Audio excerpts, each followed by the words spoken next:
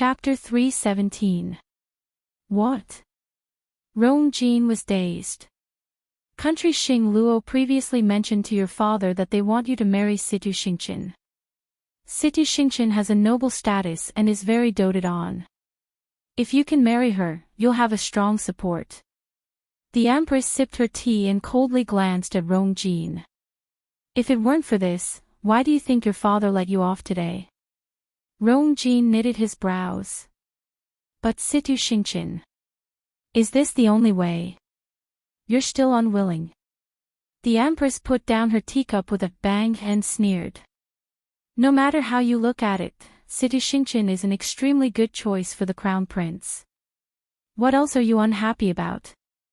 Even though she didn't really like Situ Xingqian, she had been in the palace for many years and instinctively felt that Situ Xingqian wasn't simple. However, she couldn't care about that now. Rong Jin kept quiet. He was also very clear that his current situation was worrying, and Situ Xingqian was indeed the only person who could help him stabilize his position. Think of a way to contact Situ Xingqian. It's best if you can quickly win her favor. This way, things will be much smoother in the future. Rong Jin knitted his brows. But I'm already under house arrest, and I can't go out at all. Besides, the Qing Jiao competition has already ended, and they'll leave tomorrow. What kind of problem is this? As long as you want to, all these can be solved. The Empress didn't care. Unless you really don't want to be the crown prince anymore. Rong Jin clenched his teeth. I understand. Chu Ning and Chu Luiyue returned home together. When they reached the door, the two of them saw a page boy waiting at the door. Chu Luiyue squinted her eyes. She knew this page boy. He's from the Chu family. When the page boy saw Chu Ning and his daughter coming down from the horse carriage, he hurriedly ran over with a respectful expression. Lord Chu Ning, Big Missy, you're finally back. Chu Luiyue and Chu Ning looked at each other. One wouldn't visit a temple for no reason. It was obvious why the Chu family sent someone over. Mu Ting. Why are you here? The manservant called Mu Ting nodded and bowed with a fawning expression. He took out an invitation card from his bosom and handed it over respectfully. Lord Chu Ning still remembers me. The first elder said that he would like to invite you back to his residence. Here is the invitation. Chu Ning smiled faintly. Back then, you had carry water for you for 3 months, causing her hands to develop frostbite. How could I forget about you? The smile on Mu Ting's face froze abruptly, and he felt extremely embarrassed. This. It was all my fault back then. Please be magnanimous and let me off. This lowly one apologizes to you. Seeing that Chu Ning and Chu Li's expressions did not change, he gritted his teeth and ruthlessly slapped his own face. It's all my fault. It's all my fault. I deserve to die. Damn it. His cheek quickly became red and swollen, leaving behind a clear palm print. Chu Ning didn't say anything, so he didn't dare to stop. It was only when Chu Liuyue's mouth was filled with blood that Chu Ning sneered and led her toward the door. Seeing that the two were about to leave, Mu Ting panicked and hurriedly chased after them. Lord Chu Ning.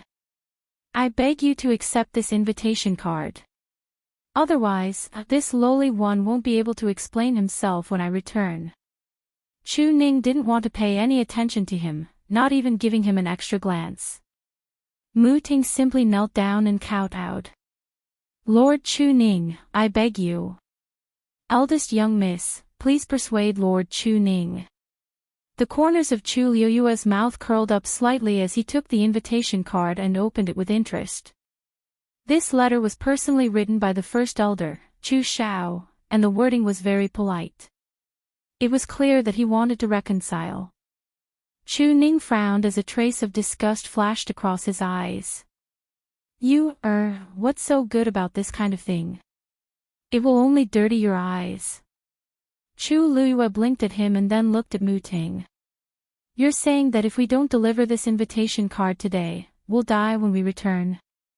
Mu Ting said gratefully. That's right. Eldest young miss, that's great. Just take it well. Chu Luiyue smiled and stuffed the invitation card back into Mu Ting's hands. Have a good trip. I won't send you off. Mu Ting was dumbfounded. Then he realized something and his face paled. Eldest young miss, my father and I have already completely severed ties with the Chu clan. I really can't accept being called eldest young Mississippi. With that, Chu Luiyue and Chu Ning turned to leave. Mu Ting's face was filled with despair. Seeing the two figures about to disappear behind the door, he anxiously shouted. Lord Chu Ning. The first elder said that even if you don't want to return to the Chu clan, please consider the patriarch. Chu Ning stopped in his tracks, a trace of struggle flashing across his face. Chu Luiyue glanced at him. Seeing this, Mu Ting felt that there was hope and shouted again. The patriarch values you the most. If he comes out of seclusion and sees the Chu clan in this state, he will definitely be very disappointed. Chu Luiyue's mouth twitched. Now he was talking about this. When the Chu clan bullied him and his daughter, they didn't consider disappointing the patriarch at all. A trace of hesitation flashed across Chu Ning's heart, but it disappeared in an instant. Let's go. He didn't turn back. He pulled Chu Luiyue and was about to leave. Chu Luiyue sighed softly. Father, why don't you go back and take a look? Chu Ning looked up in surprise. You, Chu Luiyue patted his arm lightly. She didn't have any feelings for the Chu clan. The Chu clan and the patriarch of the Chu clan were not important to her. But Chu Ning was different. After all, the patriarch of the Chu clan was his father. It was impossible to say that there were no ties between them. Chu Luiyue knew very well that the reason Chu Ning had severed ties with the Chu clan was largely because of her. Mu Ting's words didn't mean anything to her, but it inevitably made Chu Ning waver. No matter what, you, doesn't want to see father unhappy. She said softly. Chu Ning immediately understood what she meant, and his heart warmed. After hesitating for a moment, he finally said, Don't worry. Since we've completely severed ties with the Chu clan, we won't go back no matter what. Father will be back soon. In the future, I can give the patriarch an explanation. Chu Luiyue nodded. Then I'll wait for you at home. When Mu Ting heard that Chu Ning agreed to go to the Chu clan, she felt that her life had been saved. Thank you, Lord Chu Ning. Thank you, Ms. Luiyue. Chu Ning and Chu Luiyue exchanged a few words, then left with Mu Ting. Chu Luiyue watched Chu Ning leave. Only when he couldn't be seen did she turn around, step through the door, and enter the courtyard. She walked towards her room. When she reached the door, she placed her hand on the door, intending to push it open. Suddenly, she paused, and a cold light flashed in her eyes. The next moment, she suddenly retreated. A black shadow broke through the door. In the blink of an eye, it rushed in front of Chu Luiyue. Before Chu Luiyue could see the other party's face, she was caught in a huge net. Mobile users, please browse for a better reading experience from Love Network. Chapter 318. Chu Luiyue's vision instantly turned dark. This net was very strange.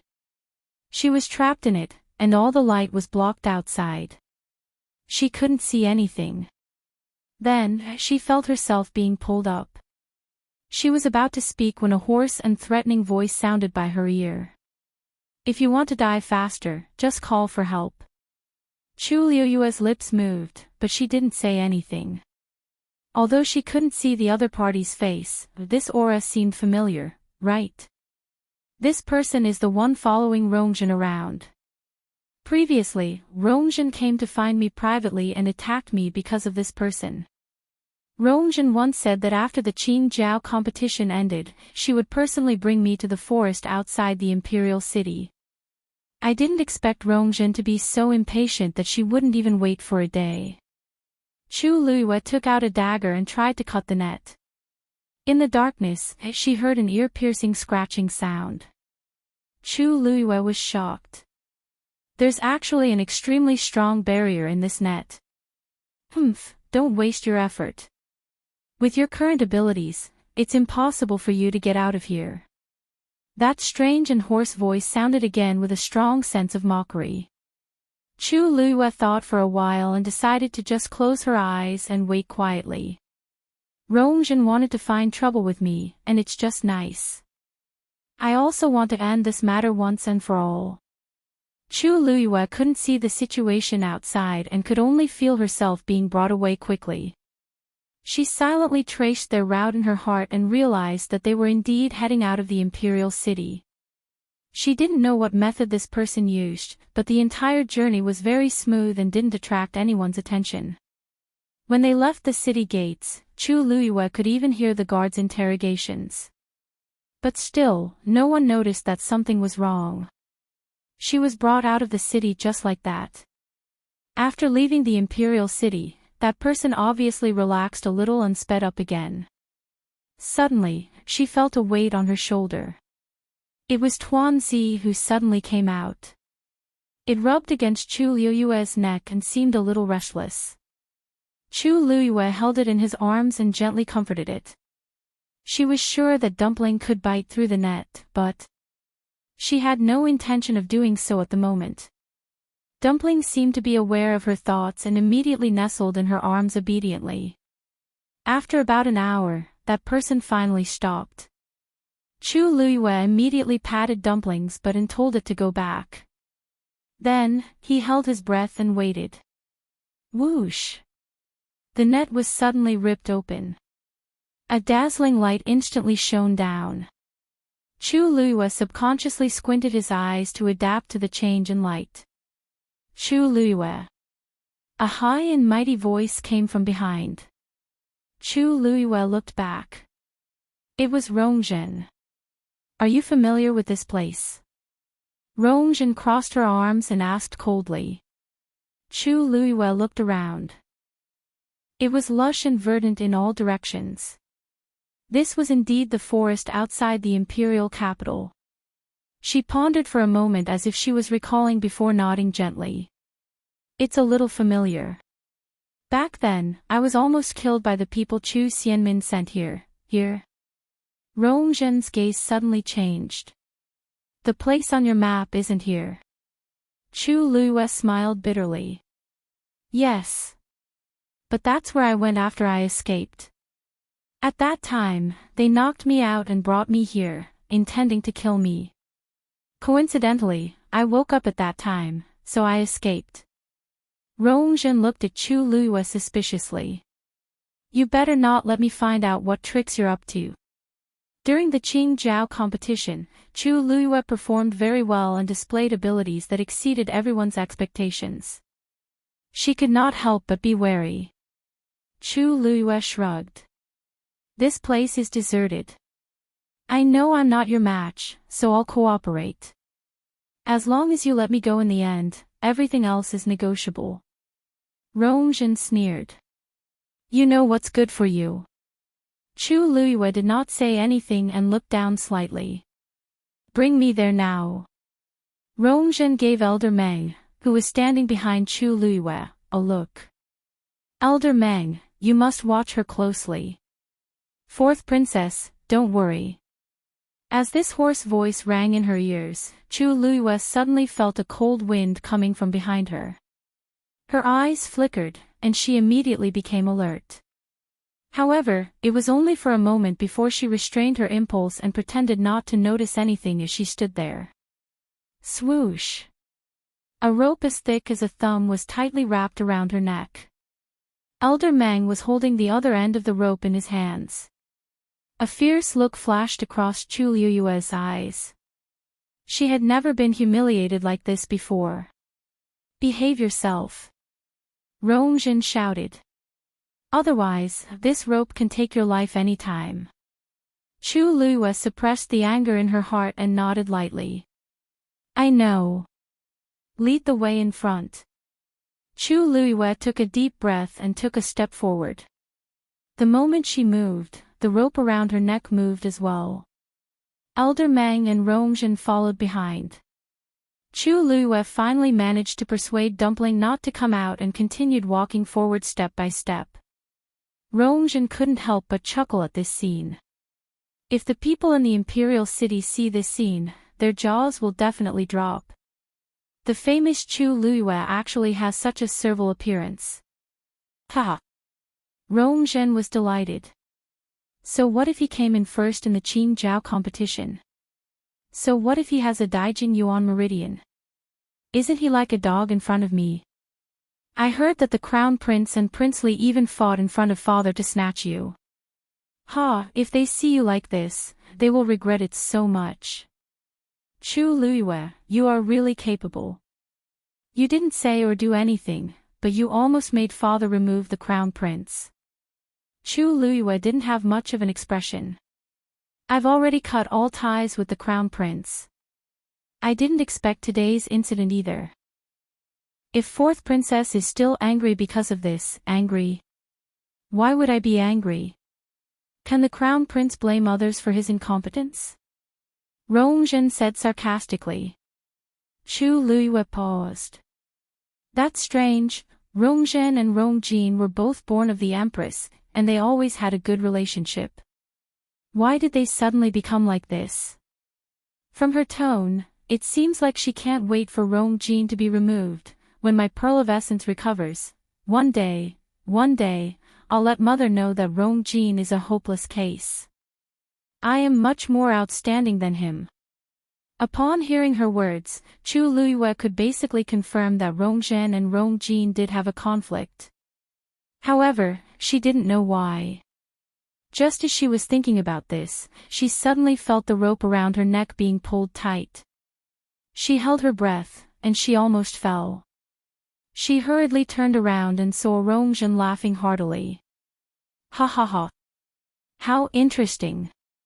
Elder Meng, why didn't I think of such a way to do this in the past? Chu Luiyue, why don't you bark twice like a dog, and I'll let bygones be bygones. Mobile users, please browse for a better reading experience from Love Network. Chapter 319. Chu Luiyue stared at Rongzhen quietly. Fourth princess, this joke isn't funny at all. Rongzhen's laughter stopped abruptly, and she looked at Chu Luiyue. She saw a pair of clear, black jade-like eyes staring at her. That pair of eyes was calm and unperturbed, but it inexplicably made one feel fearful. A chill seemed to emerge from the bottom of her heart, causing her to shudder. Realizing that she was actually afraid of Chu Luiyue, Rongzhen was enraged, and she jerked the rope violently. What are you looking at? If you keep looking, I'll dig out your eyeballs. This time, Chu Luiyue pulled the rope first and didn't let her do as she pleased. Rongzhen tugged a few times and realized that it didn't budge. She felt even more embarrassed and flew into a rage. Elder Meng. Teach her a lesson. Fourth princess. Chu Luiyue suddenly spoke, and his lips curved up without any trace of a smile. Did you spend so much effort to bring me out just to teach me a lesson? Rongzhen was taken aback. I know that it's easy for you to kill me here. Perhaps no one will ever find out that it was you, fourth princess, who did it. But are you sure this is what you want? If I die, your pearl of essence will never recover. How dare you threaten me? Rongzhen's face was a little sinister. She had already suffered enough over the past few days, and now, even Chu Luiyue dared to speak to her like this. She quickly took 2 steps forward, rushed to Chu Luiyue, and raised her hand to slap her face. It doesn't matter if I die. I'll kill you, Chu Luiyue said slowly. But my father and Princely definitely won't let this go. Rongzhen seemed to have heard a joke. Ha! Just based on your useless father and that sickly person. Of course, it's not just them. Chu Luiyue stared into Rongzhen's eyes and smiled slightly. There's also Vice Admiral Mu. Rongzhen froze, and her hand, which was in midair, couldn't fall. Vice Admiral Mu has only chosen me to accompany him to the Tianling dynasty. If something happens to me, what do you think Vice Admiral Mu will do? Rongzhen gritted her teeth. She had almost forgotten about this. Elder Meng tried to persuade him. Fourth Princess, we can't afford to offend Vice Admiral Mu. Of course I know. Rongzhen was furious. It would have been better if she hadn't mentioned this. Now that she mentioned it, she felt even more disgusted with Chu Luiyue. What right did Chu Luiyue have to be chosen? She had only said a few words and was humiliated in public. However, she couldn't do anything to Chu Luiyue. Even though Rongzhen was spoiled and willful, she wasn't brainless. Although he was about to go crazy from anger, after thinking about it carefully, what Chu Luiyue said was not unreasonable. Right now, it was more important to restore his pill of origin. As for the rest, it would be the same in the future. Thinking of this, Rongzhen suppressed the anger in her heart and sternly shouted, I'll let you off this time. Hurry up and leave. Chu Luiyue glanced at her, turned around, and continued walking forward. Her words seemed to make Rongzhen sober up a little. On the rest of the journey, Rongzhen didn't cause trouble most of the time. The few of them walked forward calmly. After walking for more than an hour, Rongzhen's legs were sore from all the walking. She impatiently asked, What's wrong? How far is it? Chu Luiyue, are you trying to fool me? Chu Luiyue finally stopped. It's just in front. Rongzhen immediately looked forward. In the lush forest not far away, there was a lake with white fog rising from it. The surroundings were quiet, and the sun shone down. The fog on the lake's surface made it look like a fairyland. She couldn't help but take a few steps forward and shockingly realize that the white fog floating above the lake was actually thick force. This is... She widened her eyes and looked at the scene in front of her in disbelief. There's actually such a place outside of the imperial city. As the fourth princess, she was doted on. Not to mention the imperial city, she had even been to half of the good places in country Yaoqin. But she had never heard of this place before. The force here is very thick and very gentle. It's indeed a good place to cultivate. Even Elder Meng couldn't help but praise it. Chu Luiyue coughed. I ran here with much difficulty back then and coincidentally met that mysterious man. This should be his territory, but I didn't know if he would appear today. Rongzhen looked at the lake in amazement. She took a deep breath and felt as if her organs were flowing smoothly. This is really a good place to cultivate. You're honest. She threw the other end of the rope to old Meng and rushed to the lakeside in excitement. Up close, the lake was even clearer and more beautiful. She looked around and realized that there was no one else here other than the few of them. Is that mysterious man not here today? Elder Meng, is there anyone nearby? Elder Meng shook his head. No. He didn't sense anyone's aura. That's strange. Why is there no one watching over this place?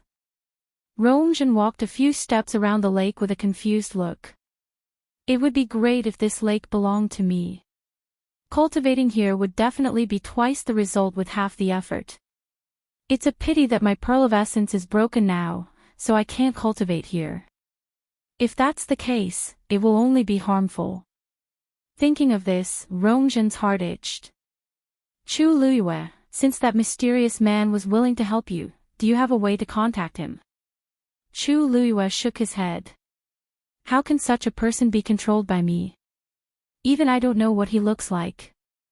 Rongzhen didn't expect Chu Luiyue to know, so she was disappointed when she heard this. Such a strong presence indeed wouldn't be restricted to one place. However, they had already come all the way here. If they returned empty-handed, wouldn't that be too shameful? Suddenly, her eyes lit up. Oh right. Previously, you said that you met that person when you were in danger. If you encounter a similar situation now, will he appear again? Chu Luiyue knitted his brows. Fourth princess, what do you mean? I don't mean anything.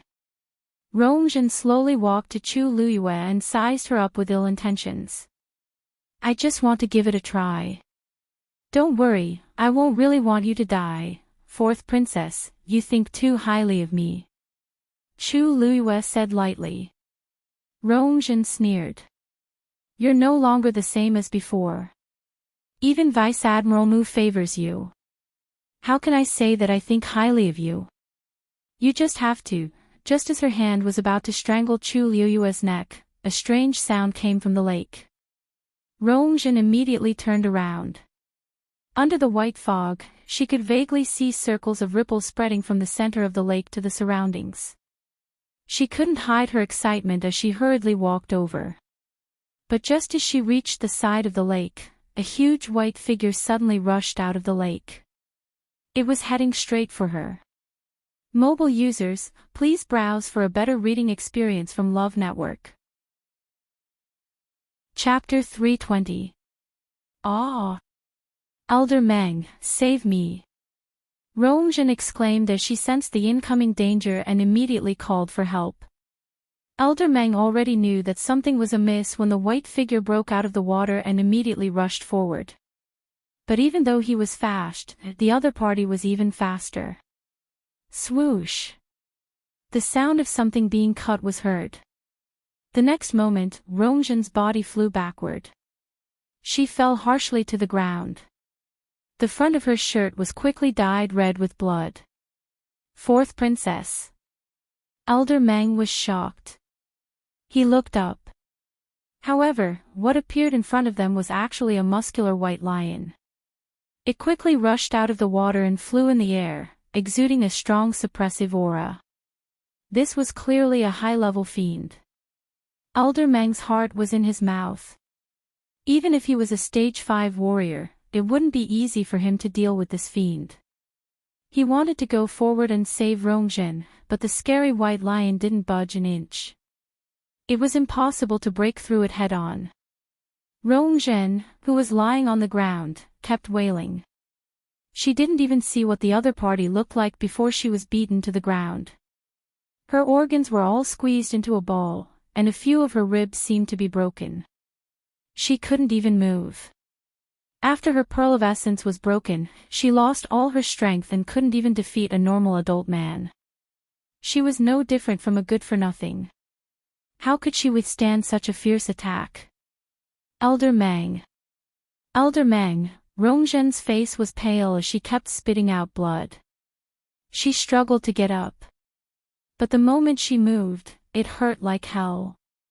Besides, she couldn't exert any strength in many parts of her body. Roar! The white lion roared at the sky. Rongjin trembled in fear. Elder Meng suddenly realized something and turned to look at Chu Luiyue. It's you, swoosh. Chu Luiyue had an extremely sharp dagger in his hand, and he slashed at the rope harshly. Elder Meng laughed mockingly. This rope is made of gold, silk and white iron. You're too naive if you want to cut it with a mere dagger. Before he could finish speaking, Chu Luiyue raised the dagger and cut the rope. The cut was neat and tidy. It looked extremely easy.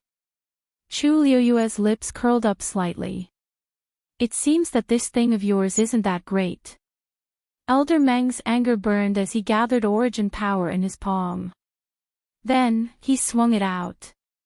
Boom!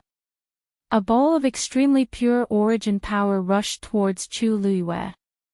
Chu Luiyue tapped the ground with the tip of his foot, and jumped away as light as a swallow. At the same time, he shouted. Dumpling! A small red figure suddenly flashed by. Then, he went straight for that ball of origin power. Puff! It rushed in, and its figure was instantly engulfed by the light of the origin power.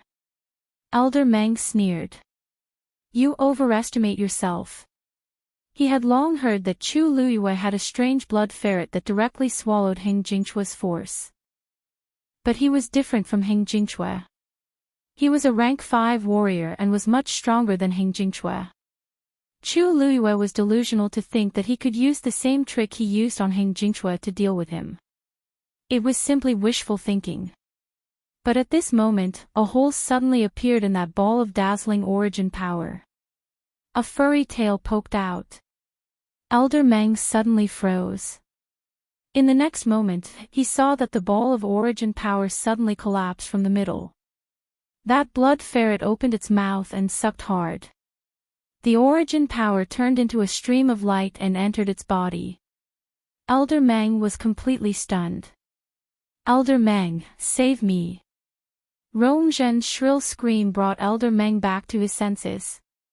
He turned back and saw that the white lion had already raised its claws and slammed down again. Boom! A strong gust of wind suddenly blew.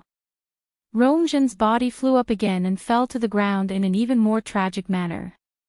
This time, there were more bloodstains on her body, making her look even more ashen.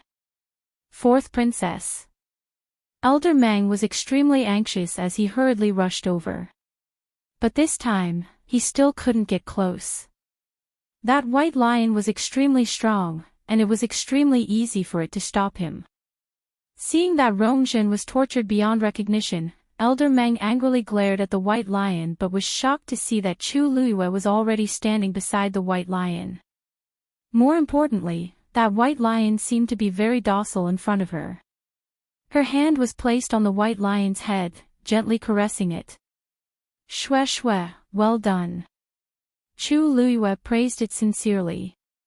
Ever since Rong Zhen secretly found her, she had already started planning this counterattack. Since Rong Zhen said that she would bring her here, she would definitely do it. It was just a matter of time. She had already told Shue Shue to wait here and planned to come after the Qing Jiao competition ended. Even if Rong Zhen didn't find her, she would have gone to find her. So, even though today's incident was very sudden, it was all within her control. The murderous look in Shue Shue's eyes instantly disappeared, and it became extremely obedient as it rubbed against Chu Luiyue's palm coquettishly. Is this your fiend? No. Impossible. Elder Meng was stunned by the scene in front of him and didn't feel good. When exactly did Chu Luiyue have such a strong presence? Also, this fiend seems to be very obedient to her. Even if it's not her fiend, there doesn't seem to be any difference. Shue Shue looked up at Chu Luiyue and wanted to ask for another round of praise, but its gaze suddenly froze, and it stared deadly at Chu Luiyue's neck. Upon seeing its expression, Chu Luiyue then touched her neck in hindsight. The marks left by the rope were very clear. She curved her eyes. It's okay. It's just a flesh wound. But Shue Shue's eyes seemed to be burning with fire. To a fiend, having a rope around their neck was a very humiliating thing. It was even more so for humans. How dare they treat me like this? Roar! Shue Shue roared angrily. Rong Zhen heard this sound and was so frightened that her entire body trembled. She forced her eyes open and looked at Shue Shue. For some reason, she felt that this scene was very familiar, right? The high-level fiend I met in the hunting ground back then seemed to be white. And this aura is exactly the same. Elder Meng. This white lion is the fiend that destroyed my pearl of essence. Rong Zhen shouted in a hoarse voice. Quick! Tell father and mother. Digression, update at 12 noon tomorrow. Mobile users, please browse for a better reading experience from Love Network. Chapter 321. Elder Meng was shocked. When Rong Zhen went to the hunting ground to hunt that high-level fiend, he didn't follow her. In addition, when Rong Zhen fell off the cliff, she didn't see the other party's face clearly, so no one knew what the high-level fiend that hurt her looked like. They originally thought that the matter would be left unsettled, but they didn't expect to encounter it again today. Also, this fiend clearly has a close relationship with Chu Luiyue. Elder Meng made a prompt decision and took out a thumb-sized silver cylinder. That was the special SOS tube used by country Yao Chen's royal family. As long as force was injected, it would explode immediately. Chu Luiyue narrowed her eyes. She had heard of this before. It was also called a silver fly. Every member of country Yao Chen's royal family had one, and they wouldn't use it unless it was a critical moment. This also meant that once this thing was activated, it meant that one's life was in danger. The royal family's people could quickly rush over based on the signal sent out by this thing. More importantly, after this silver fly exploded, everyone within a 1-kilometer radius would be stained with a special smell. Those people could use this smell to continue their pursuit. If that was the case, it would unintentionally cause a lot of trouble. Chu Luiyue raised her hand and swiftly threw the dagger out. The dagger was extremely fast and hit Elder Meng's wrist in an instant. The silver fly fell to the ground. Elder Meng panicked and immediately went forward to snatch the silver fly back. Shui Shui raised its claws and waved it harshly. A few sharp rays of light flew out instantly. Elder Meng was shocked and immediately dodged. A red shadow flashed past. The next moment, Dumpling held the silver fly in its mouth and appeared in front of Chu Luiyue. Chu Luiyue took the silver fly and lightly patted Dumpling's head. "You're smart." Dumpling proudly wagged its tail and then shook its butt at Rongzhen and Elder Meng with a look of disdain. Elder Meng's heart sank. A powerful high-level fiend, a cunning Chu Luiyue, and a mysterious blood ferret, he and Rongzhen weren't their opponents at all. Rongzhen finally realized the danger at this point.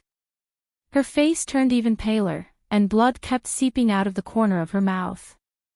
She forced herself to raise her head and look at Chu Luiyue. His arrogant and presumptuous face was now filled with deep fear. However, there was still a trace of resentment in the depths of his eyes. "It's you. It's you. This magical beast was sent by you," she accused in a trembling voice. "It's you. You've long harbored a grudge against me and wanted to kill me to silence me, haven't you?" Chu Luiyue raised his eyebrows. "You're saying Shui Shui is the devil beast that destroyed your essence core. Why are you pretending to be innocent?" Rongzhen was already on the verge of breaking down. Seeing that Chu Luiyue didn't seem to know anything, she was so angry that her lungs exploded, and she screamed hysterically. "Back then, you purposely sold the hunting ground and then secretly spread the news that there were high-level magical beasts there to lure me over. Then, you sent this magical beast to sneak an attack on me, causing me to fall off the cliff. My essence core was destroyed, and I was completely crippled. Everything you did was because I humiliated you at the palace banquet back then. You evil woman. The truth is right here. Do you still want to deny it?" Chu Luiyue pondered over Rongzhen's words, and his eyes darkened. Then, he looked at Shui Shui, who was beside him, in deep thought. Shui Shui lowered its head guiltily and stared at its claws. Chu Luiyue asked lightly, "Shui Shui, why are you here?" "Shui Shui, did you really push her off the cliff back then?" Shui Shui didn't move. "HM." Chu Luiyue's voice rose slightly. Shui Shui immediately looked at her. It was just following orders. Chu Luiyue stared at it for a while. After confirming that it wasn't lying, she raised her eyebrows in satisfaction. "Just admit it. I don't like little fellows who lie to me." Shui Shui hurriedly nodded. Dumpling, who was at the side, suddenly froze. She secretly glanced at Chu Luiyue to confirm that she wasn't talking about her. Then, she shifted her gaze away. Chu Luiyue's lips suddenly curled up into a smile. Well done. Shue Shue instantly heaved a sigh of relief. A huge smile appeared on its face, and its white teeth were exposed. Rongzhen was about to die from anger. She really didn't know what Chu Luiyue was doing now. She was clearly the mastermind behind all of this, yet she was still acting here. Chu Luiyue looked at Rongzhen. She crossed her arms with one hand and played with the dagger that had already flown back with the other. She lazily said, Rongzhen, whether you believe it or not, I didn't destroy your pearl of essence. However, I can't be bothered to explain so much to you now. Anyway, in your eyes, I'm already an evil woman. Whatever I do, even if it's killing you, is perfectly normal, right? Rongzhen shuddered in fear. Chu Luiyue. I'm the fourth princess of country Yaoqin. You dare to kill me? Why wouldn't I dare? Chu Luiyue interrupted her and surveyed the surroundings. This place is deserted. It's the best place to kill someone. Besides, you guys secretly brought me out. Other than you guys, no one else knows that I'm with you now. Even if they investigate in the future, they won't be able to trace it back to me. Rongzhen's lips trembled violently, but she couldn't say anything. This was because she knew very well that Chu Luiyue wasn't wrong at all. She looked at Chu Luiyue. That woman was standing there, her posture relaxed and languid, her face full of smiles. However, the cold glint in her eyes was even colder than the glint of the dagger she was playing with. Endless fear surged in Rongzhen's heart. At this moment, she finally realized that she was a fish on someone's chopping block. Chu Luiyue could really kill her here. Besides, she could definitely do it. Chu Luiyue. Please. Please don't kill me. I was blind in the past and offended you. Please don't hold it against me, okay? I can apologize to you. If you want, you can also use a rope to strangle me. I'll bark like a dog for you, okay? Please. Rongzhen was scared out of her wits. In order to survive, she was willing to give up everything. Chu Luiyue looked at her with interest. He originally thought that Rongzhen was a spoiled, arrogant, and domineering princess, but now it seemed that she was more flexible than he imagined. However, that was all there was to it. Chu Luiyue smiled. Rongzhen, you don't have to waste your breath. At this moment, if you were me, would you spare my life? Rongzhen's voice stopped abruptly. Of course not. There was such a huge conflict between her and Chu Luiyue. If she had the chance to kill Chu Luiyue, she definitely wouldn't hesitate. Chu Luiyue would definitely do the same. Thinking of this, despair gradually filled her eyes. Chu Luiyue raised his chin. Don't worry. Today is a good day for me, so I'll give you a quick death. As she spoke, she pointed the dagger in her hand at Rongzhen's glabella. Chu. Wait. I can tell you a secret about Rongzhen. Digression, the remaining chapters might be slower to update, so let's read them together tonight. Mobile users, please browse and read them. A better reading experience comes from Love Network. Chapter 322. Tuck. The sharp dagger dangerously flew over Rongzhen's head. It then harshly stabbed into the ground beside her. A strand of hair floated down in front of her eyes. Rongzhen's heart seemed to be tightly clenched by something. If I had been any later, I would have really died here today. Chu Luiyue looked at Rongzhen's pale and shaken face for a while before slowly asking, I have nothing to do with Rongzhen anymore. I have nothing to do with Rongzhen anymore, and any secrets related to him have nothing to do with me. What makes you think that you can use this secret to exchange for your life? Yes. Yes. I definitely can. I promise that you'll definitely be interested in this matter. Rongzhen was afraid that Chu Luiyue would regret it, so she spoke very quickly. Chu Luiyue raised his brows with interest. Oh. Rongzhen's eyes were filled with panic, but she still spoke to Chu Luiyue confidently. Really? If you really don't care after I say it, it won't be too late to kill me then. In any case, my life and death is in your hands right now, isn't it? Chu Luiyue lifted his chin. Tell me about it.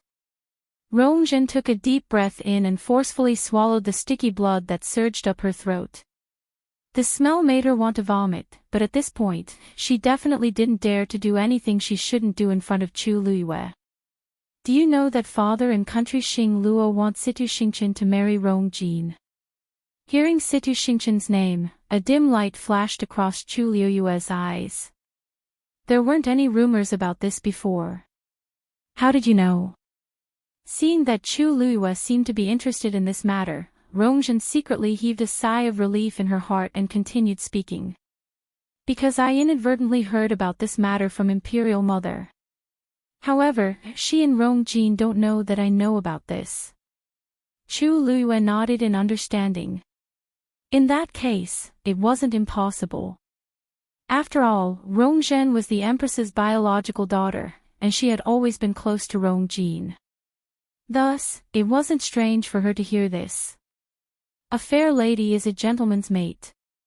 It's Rongjin's blessing to be able to marry Situ Xingchen. Chu Luiyue said faintly. She said this with sincerity. Even though Situ Xingchen didn't give her a good impression, Situ Xingchen was indeed very outstanding in other aspects. Whether it was appearance or talent, she was one in a million. Even her status was more honorable and stable than Rongjin's. Even though Rongjin was the crown prince the moment he was born, his position was already on the brink of collapse after the recent series of setbacks. Emperor Jiaowen's patience with him is about to run out. The other princes are also very outstanding and can replace him at any time. For example, the third prince, Rongzhou. That person had always been Rongjin's formidable opponent even though he had been living in seclusion and had been very quiet. However, Chu Luiyue did not think that a man who had fought on the battlefield in his teens and made outstanding achievements in battle would admit defeat so easily. He was just waiting for the right time. Previously, Rongjin was suddenly placed under house arrest and stripped of many of his rights. It seemed to have something to do with the third prince. On the other hand, Situ Xingchen was the eldest princess and did not need to fight for the throne. However, she had extremely high prestige and status in country Xing Luo, and even those princes couldn't compare to her. The marriage between the two of them was beneficial to Rongjin. Rongjin didn't ask to marry Situ Xingchen. This marriage was initiated by country Xing Luo. Rongzhen emphasized every word. This really shocked Chu Luiyue. Why? This is the secret I want to tell you. Rongzhen looked at Chu Luiyue nervously. Do you want to hear the secret now? If you want to know, then, you have to swear that you won't kill me. You also won't use other means to torture me. Chu Luiyue's lips curved up slightly. Are you negotiating with me? Do you have the right? Rongzhen choked and then gritted her teeth. She gritted her teeth and said, I know I don't. But if you don't agree, then, you don't have to do anything. I'll end it myself. Chu Luiyue looked at her nonchalantly. The dagger is beside you. Rongzhen didn't seem to expect Chu Luiyue to give such a straightforward answer, and she couldn't help but be dazed. Why you don't want to know the reason behind this? There's a huge secret behind this. Chu Luiyue nodded honestly. Of course, I want to know. But I hate it when others bargain with me, especially someone like you. As she spoke, she glanced at the sky. If you really want to take action, you better hurry. It's almost evening now. I still have to go back and have dinner with my father. Rongzhen's blood was stuck in her throat, and her face flushed red. You! She angrily pulled out the dagger and pressed it against her neck. Chu Luiyue. I'm telling you. If you don't listen to this secret, you'll definitely regret it. Chu Luiyue acted as if he didn't hear anything. Oh, right. Even though the dagger is sharp, if you cut it in the wrong spot, it'll take a long time for you to bleed to death. The spot you put it in now is a little low. Go up a little. Rongzhen was so angry that her vision turned black. She was originally injured, and there wasn't a single part of her body that didn't hurt. Now that she heard Chu Luiyue's words, she was about to break down completely. She clenched her teeth, and her hands trembled. The scene of her confronting her mother a few days ago suddenly surfaced in her mind. Those ear-piercing words were like a sharp knife that harshly pierced her heart. Despair flashed across Rongzhen's eyes. In the past, she was very talented and was doted on. However, she became a good-for-nothing overnight, and she lost everything. But just because she couldn't do anything for Rongjin, she became a good-for-nothing in her mother's eyes. She became a thorn in her mother's side.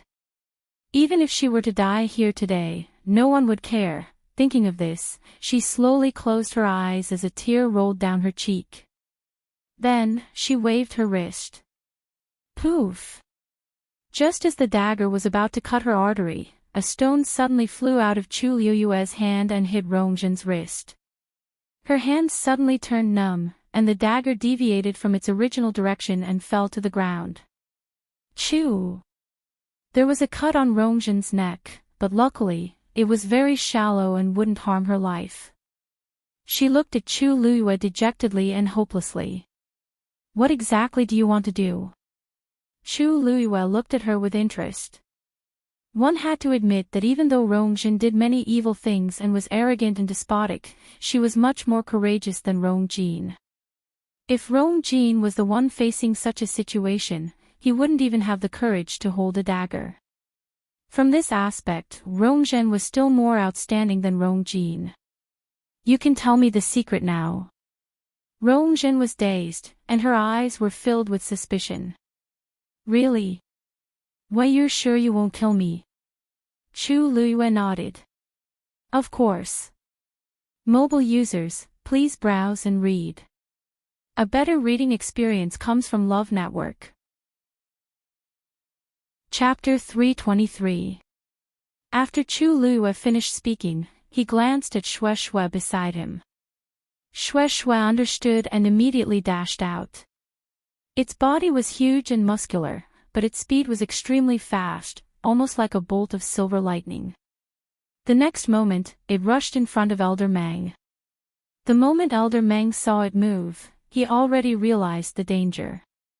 He moved his feet and turned to run.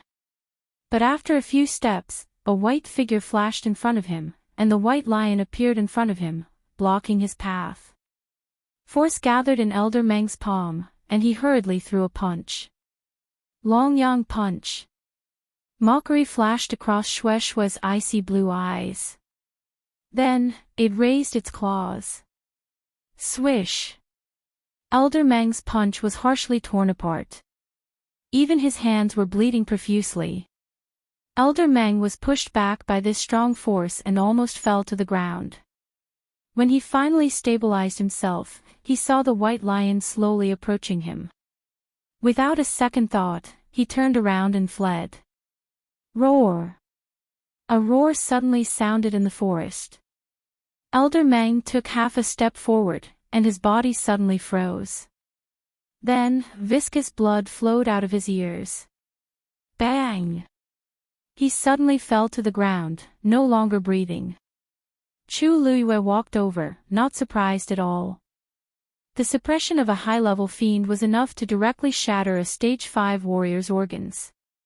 She used a tree branch to remove the black cloth on Elder Mang's face, and an old and unfamiliar face appeared in front of her. Chu Luiyue raised his brows and looked at Rongzhen. Rongzhen forced herself to calm down and slowly said, "This is Elder Mang. This is Elder Si Meng. He has been secretly protecting me all these years, someone from the Si family." Yes, the Si family doesn't seem to have such an elder, right? He faked his death 20 years ago, but in reality, he has been serving mother all these years. Chu Luiyue instantly recalled that the current empress, Si Huijing, was the Si family head's younger sister. It seems like the empress and the entire Si family have reservations about His Majesty. No. The rest of the Si family doesn't know about this. Even though Rongjin hated the empress, she didn't want to drag the Si family into this. Chu Luiyue 4 villages, you have Si Meng by your side, but what about Rongjin and Rongqi? Rongjin shook her head. The imperial palace is heavily guarded, and imperial mother doesn't dare to go too far. In the past, elder Si Meng mostly protected Rongjin, but ever since I got injured, he started following me. Now that Si Meng was dead, the last bit of hope in her heart was completely shattered. As Chu Luiyue listened, he took out a jade bottle from his Qinquan bag and poured something onto Si Meng's body. Rongjin had already guessed what it was, but she cowered and didn't dare to speak. Sure enough, after a short while, Si Meng's body completely disappeared. Not a single trace was left behind. Rongjin widened her eyes at this scene, and her heart raced. After Chu Luiyue settled this problem, he looked at Rongjin again. Rongjin seemed to be shocked by her actions and suddenly took a step back. Chu Luiyue looked down at her with a smile on her lips. Okay, now, you can start telling me that secret. After carefully instructing Rongjin, the empress returned to the palace. Too many things had happened today, and she was completely exhausted. The palace servants had all heard about what happened at Tianlu Academy and knew that the empress wasn't in a good mood at this time. Hence, they were especially careful. The empress returned to her room and sat down in front of the dressing table. A face was reflected in the bronze mirror. It was dignified and beautiful, but it was also old and tired. She reached out and slowly brushed past the wrinkles at the corner of her eyes. Even if she took good care of it, it couldn't withstand the corrosion of time. After all, it was different from when she was young. Even she wasn't willing to look at this face, let alone His Majesty. Besides, even if she went back to more than 10 years ago, her face wasn't the one that His Majesty loved the most. Thinking of this, a strong sense of frustration surged in her heart. Bang! She knocked the jewelry box onto the floor. The palace servant serving her at the side immediately knelt down. Your Majesty, please calm down. The empress wanted to get angry and kill everyone here. But in the end, she held herself back. None of this was important. As long as Rongjin could stabilize his position as the crown prince, there was still hope for everything. She would definitely be the final winner. Thinking of this, she softened her tone. You don't have to be nervous. This consort was just too tired and made a mistake. Put everything away. Yes. The palace servants hurriedly picked up the scattered jewelry one by one and put them back into the box. The empress asked faintly. How was the fourth princess today? The palace servant hurriedly said, replying to Your Highness, the fourth princess is still in the palace today and is unwilling to come out. The food sent in seems to be useless too. The empress paused and frowned. After she hid Rongjin a few days ago, Rongjin refused to come out. Even though she regretted hitting Rongjin, she also felt that Rongjin's temper should change. In this kind of situation, how could she still be arrogant and unbridled? Instead of thinking about how to share Rongjin's and my worries, she only cares about herself. Does she think that she's still the fourth princess that everyone doted on? She originally wanted to give her the cold shoulder for a few days so that she would learn to behave. However, it seemed like it was impossible now. She stood up and said, I'll go and see her. When the empress walked to Rongjin's bedroom, it was already evening. When the palace servants saw the empress, they were all shocked. Greetings, Your Highness. The empress looked around and indeed didn't see Rongjin.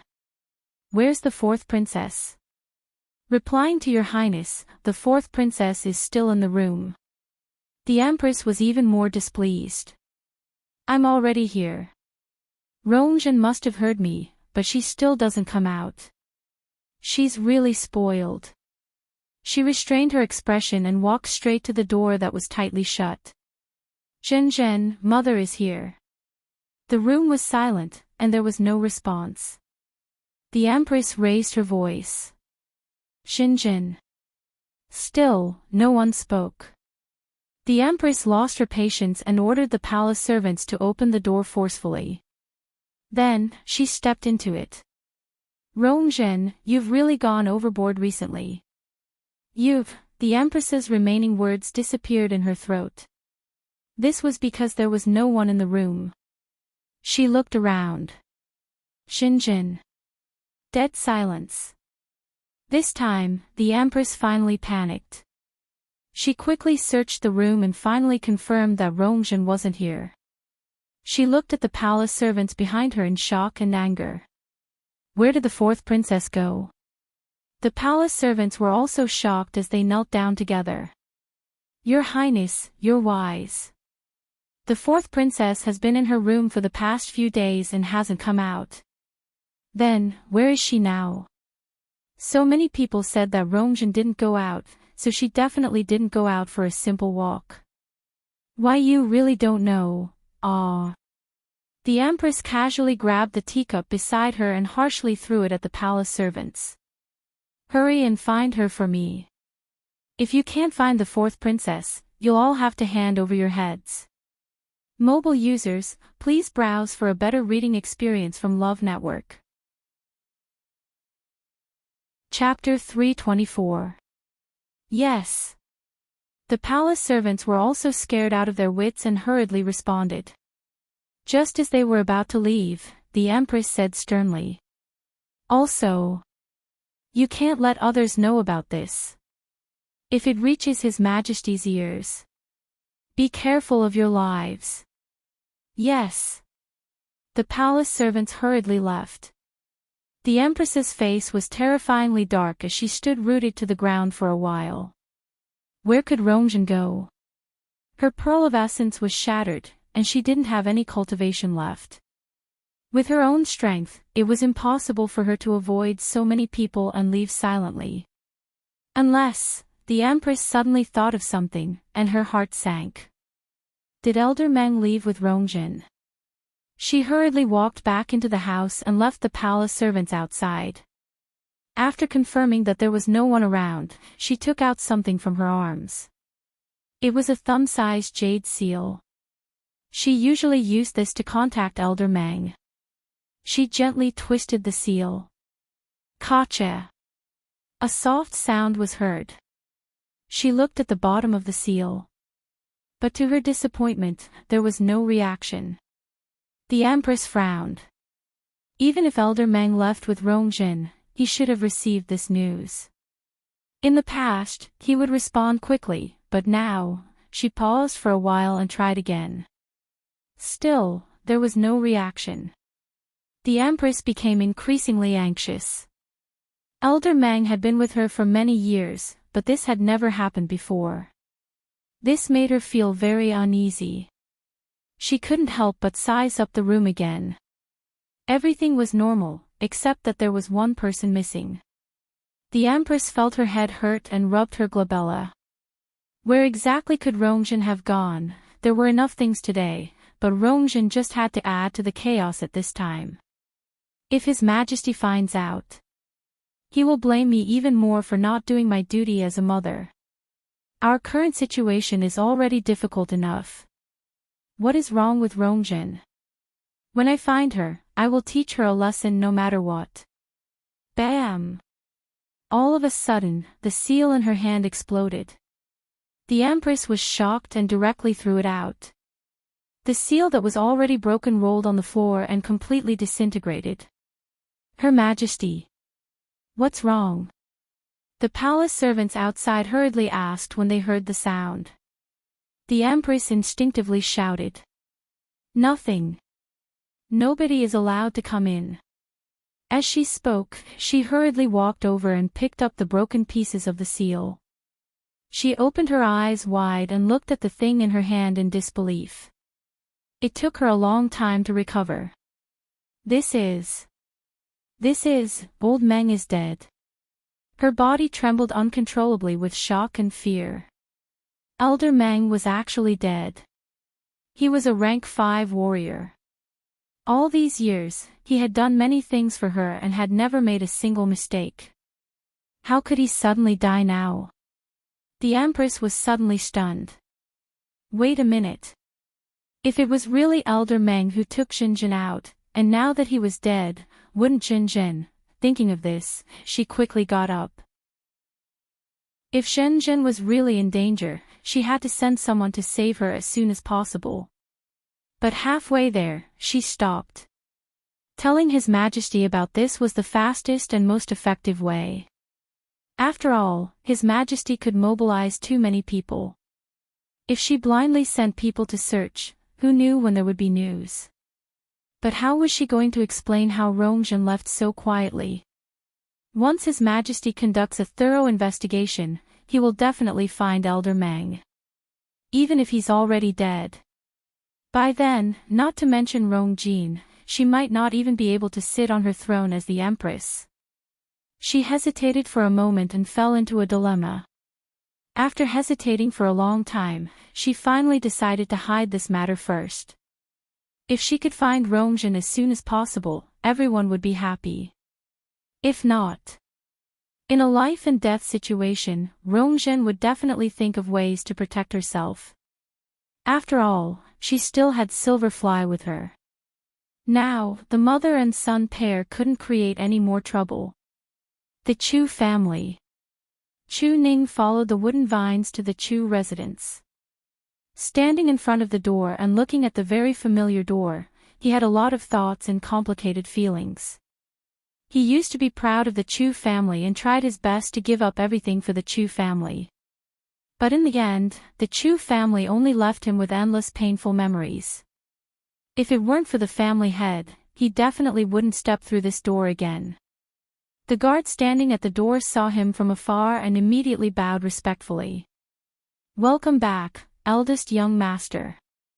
They were very attentive and had flattering smiles on their faces. Even when Chu Ning was at his peak, he had never been treated so warmly.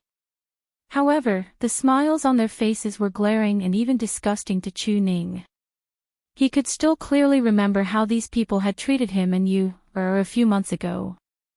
How long had it been, and things had become like this? Every dog has its day.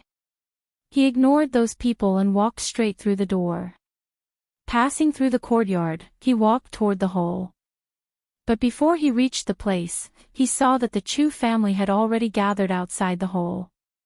Seeing his figure appear, someone immediately went up to welcome him. "Big brother. You're finally back." Looking at the smiling man in front of him, Chu Ning knitted his brows. Chu Ji. Chu Ji came from a branch of the Chu family and had always been at odds with him.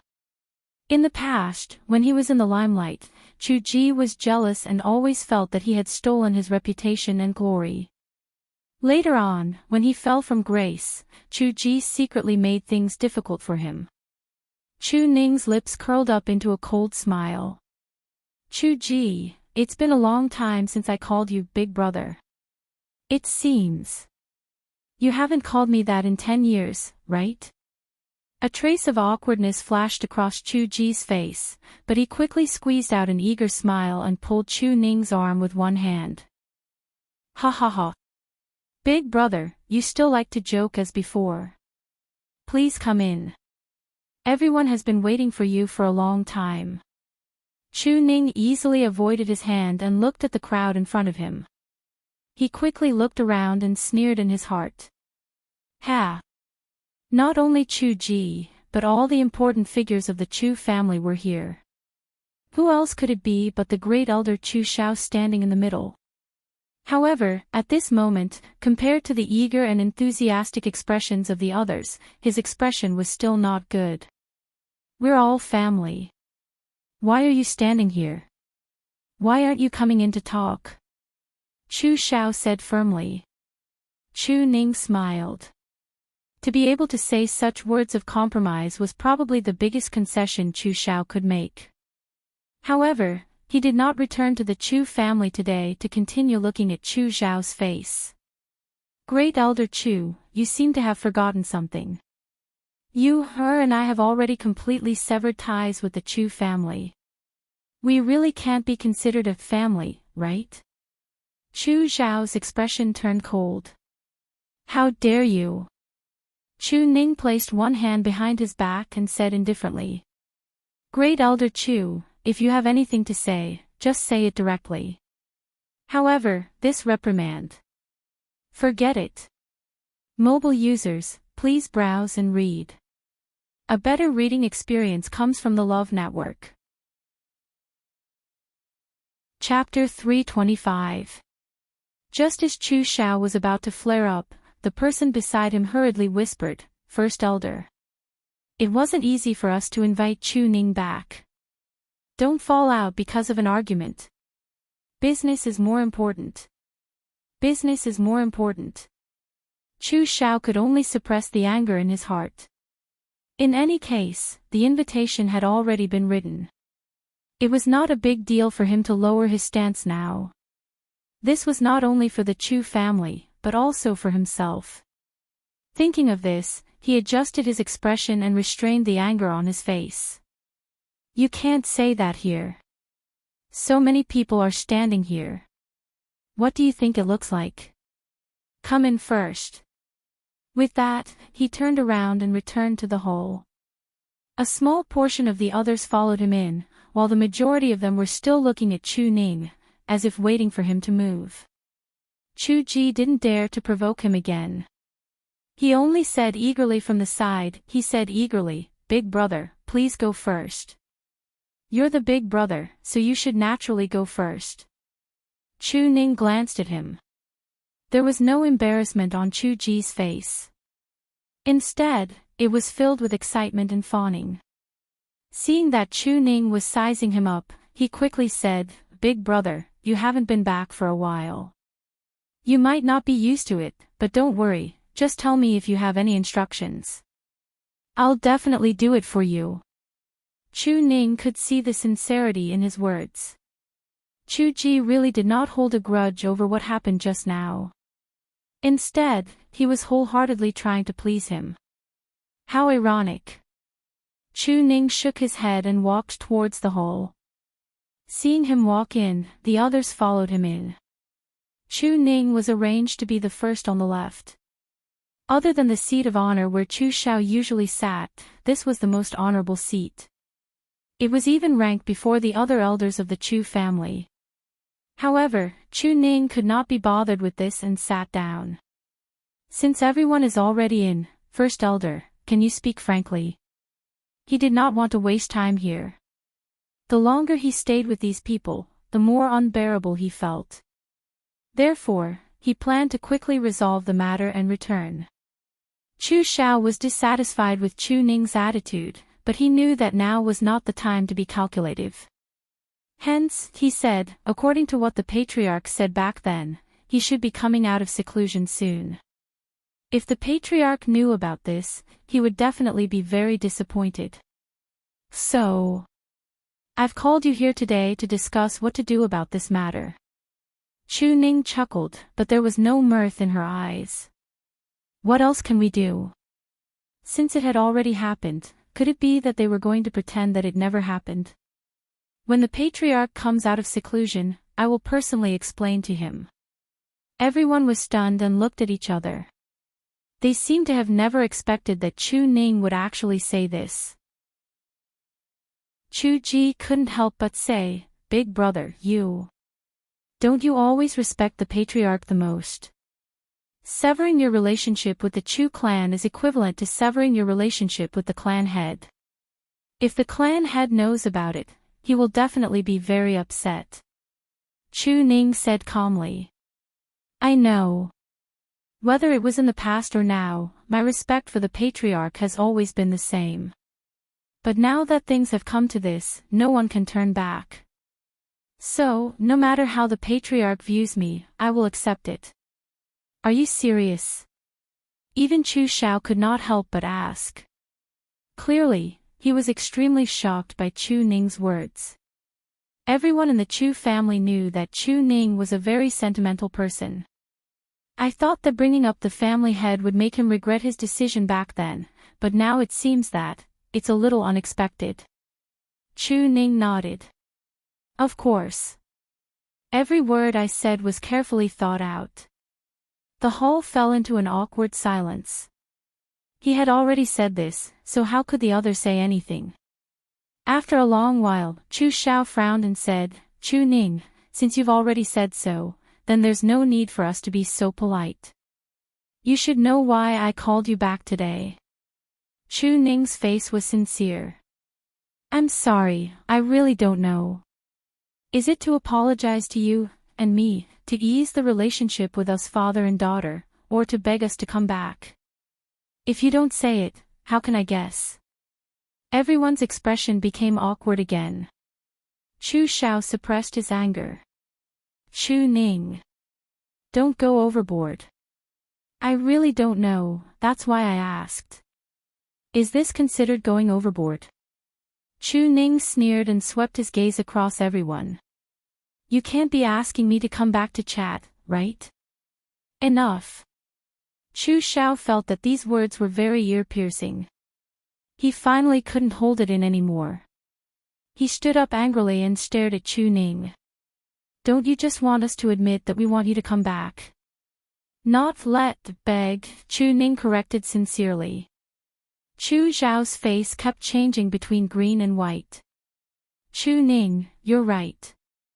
Now, the entire Chu family hopes that you and Lu Yu can come back and become a member of the Chu family again. The third elder, who had been silent all this time, suddenly spoke and looked at Chu Ning kindly.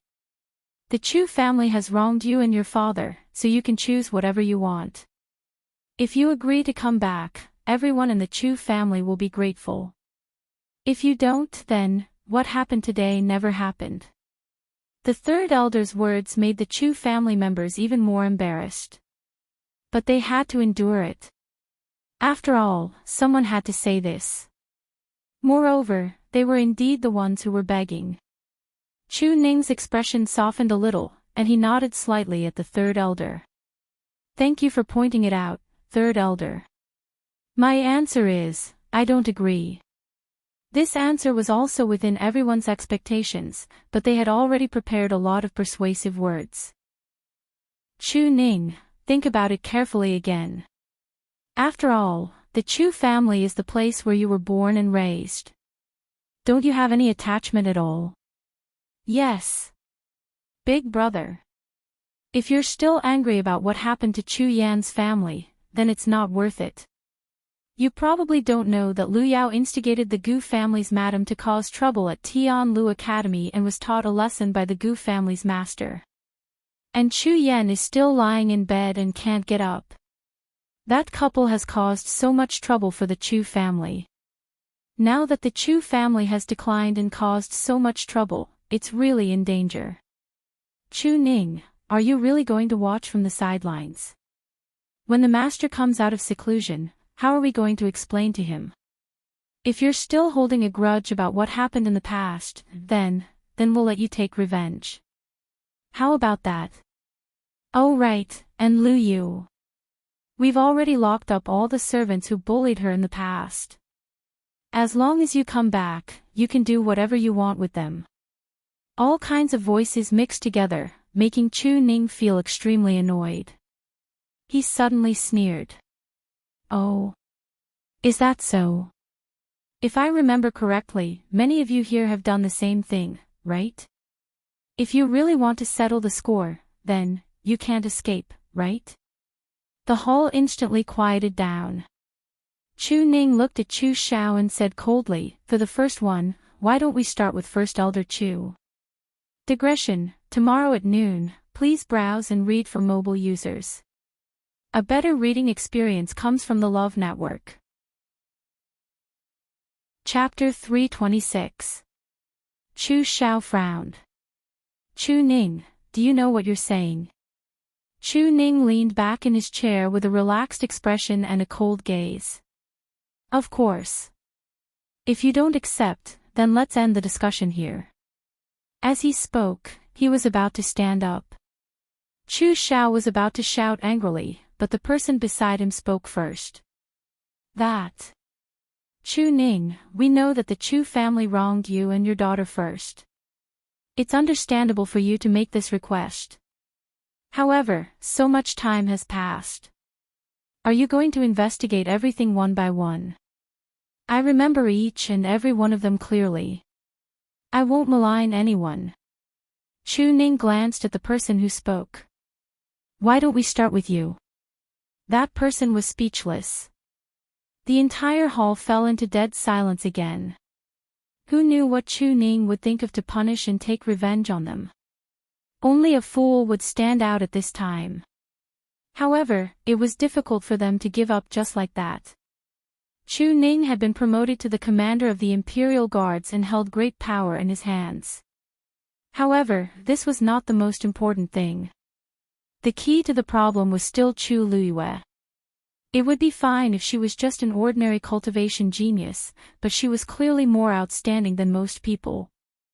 Otherwise, she wouldn't have been able to take first place twice in the Qing Jiao competition. Moreover, she was extremely talented as a celestial physician. From the moment she could refine pills, she was already considered a true celestial physician. One had to know that no one in the Chu family had achieved this in so many years. What made them even more tempted was that Chu Luiyue had a Daijinjuan meridian and was chosen by Mu Qinghe to cultivate in the Tianling dynasty in the future. What an honor this was! If Chu Luiyue was still a member of the Chu family, then the entire Chu family's status would instantly rise.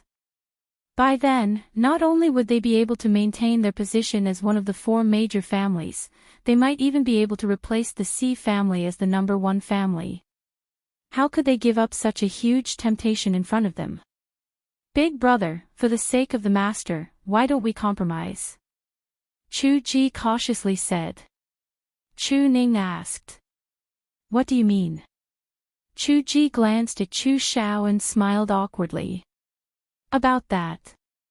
If we were to count the things that happened in the past one by one, it would be quite troublesome. Why don't we formally apologize to you and Lu Yu and compensate you according to your suggestions? In order to show our sincerity, this matter should start with the great elder. How about it? Chu Xiao raised his eyebrows. Chu Ji. Do you want this old man to lower his head and apologize first? Cough cough, Grand Elder, you don't have to be so blunt, except for the patriarch. Right now, you are the most respected person in the Chu clan. Isn't it the most convincing to start with you? Even if it's for the Chu family. Chu Ji lowered his voice when he said the last sentence, but everyone in the hall heard it clearly. Everyone's hesitant and worried expressions quickly dissipated. First Elder, what Chu Ji said makes sense. You have indeed given Chu Ning and his daughter a lot of grievances in the past. It is only right for you to apologize. Yes. You've already written the invitation. Didn't you ask Chu Ning to come back today to discuss a solution? It's best to turn big problems into small ones and small ones into nothing. First Elder, didn't you say that we are all family? Since we are family, it's fine to lower our heads. Chu Xiao was so angry that his face turned green. These people who were usually respectful to him actually sold him out in the blink of an eye in order to establish a relationship with Chu Luiyue. After a long stalemate, Chu Xiao finally said coldly. All right. In that case, this old man will apologize to you. Chu Ning smiled faintly. First Elder, are you apologizing or lecturing people? Chu Xiao choked. The people beside him hurriedly approached and said. First Elder, think about Vice Admiral Mu.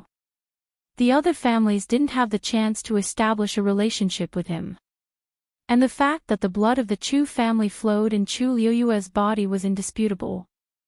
As long as they were willing to agree to come back, these small matters wouldn't be a problem at all. Chu Xiao took a deep breath. In the past, this old man did some terrible things and hurt you and your father. Now, I apologize to you, I'm sorry. Chu Xiao's body trembled as he gritted his teeth. It took him a lot of effort to say these words. He was used to being high and mighty in the Chu family. Now that he had to lower his head and apologize to Chu Ning, who he had always disliked, he felt extremely disgusted and broke down in his heart. He would settle this score in the future. The others didn't care about Chu Xiao's emotions at all. They all looked at Chu Ning expectantly. He had apologized and admitted his mistake. Now, Chu Ning should agree to return to the Chu family, right? But under their fervent gazes, Chu Ning didn't move. He just looked at Chu Xiao quietly as if he was still waiting for something.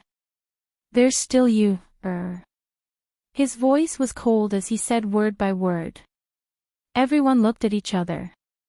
Chu Xiao suddenly came back to his senses. You want this old man to apologize to Chu Luiyue again? Chu Ning nodded as if it was a matter of course. Of course. I am me, and you, is you, Besides, she seems to have suffered more grievances than me all these years. Is it so difficult for you to apologize? Chu Xiao was about to go crazy. When did Chu Ning become so difficult to deal with? Then why didn't you say so just now? Chu Ning snorted.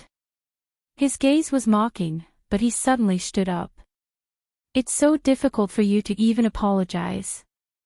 I think the so-called compensation is even more illusory. Since you don't have any sincerity, I think there's no need to continue this conversation. He walked out of the hall. When the patriarch comes out of seclusion, I will naturally explain everything that you, and I did. I believe he will understand. As for you, good luck. Wait. Seeing that Chu Ning was really about to leave, Chu Xiao finally threw caution to the wind. As long as Chu Luiyue agrees to return to the Chu family, then this old man will personally apologize to her until she is satisfied.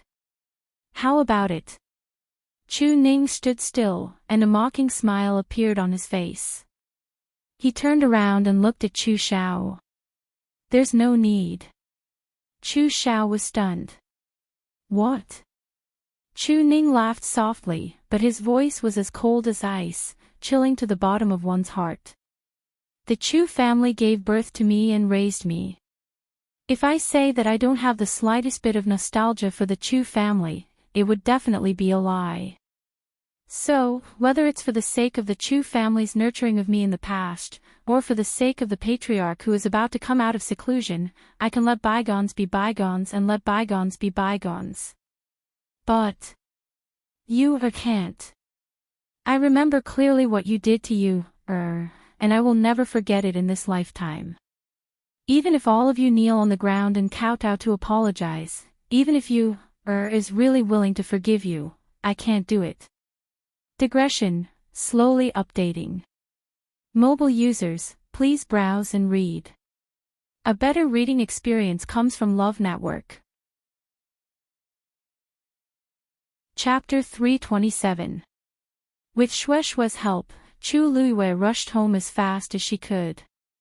Fortunately, she arrived before Chu Ning. After about 15 minutes, Chu Ning finally returned.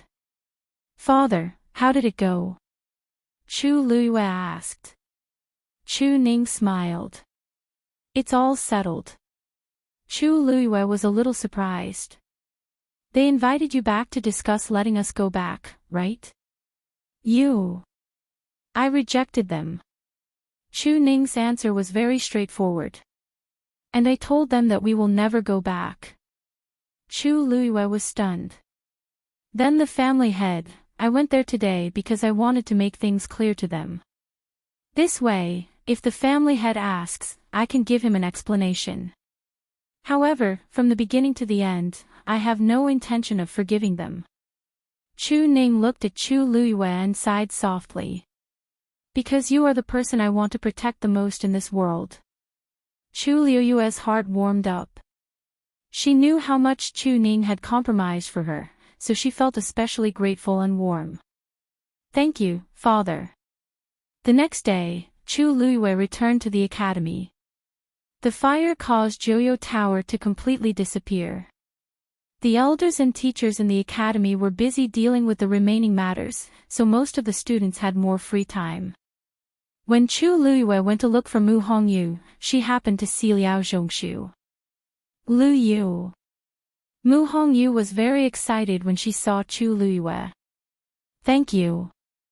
I have already written a letter to Father. They will send Mother here soon. Chu Luiwei was also very happy. That's good. It's just that the journey is bumpy, so Mother will have to suffer. Don't worry. Although Imperial Concubine Mother's health is not suitable for her to move too much recently, when Imperial Father heard that you asked for Deputy General Mu's help, he immediately found several powerful elders to think of a way to safely send Imperial Concubine Mother here. I really don't know how to thank you. Originally, when Mu Hongyu asked Chu Luiwei for help, she didn't have much hope. After all, they were envoys from the Tianling dynasty, and they had distinguished statuses. Even Emperor Zhaoan might not be able to invite them, let alone Chu Luiwei. Who would have thought that Chu Luiwei would be the only one chosen, and he even managed to convince Vice Admiral Mu to help. I didn't think that I would have to trouble Vice Admiral Mu to invite someone from the Tianling dynasty over. I really owe you a big favor for this. Chu Luiyue's lips curved up. It's fine. I also want to see what the celestial physician of the Tianling dynasty is like. After she died, other than Mu Qinghe, what happened to the others? Mu Hongyu's eyes lit up. Yeah. Speaking of celestial physician, Lu Yu, you can actually produce pills now.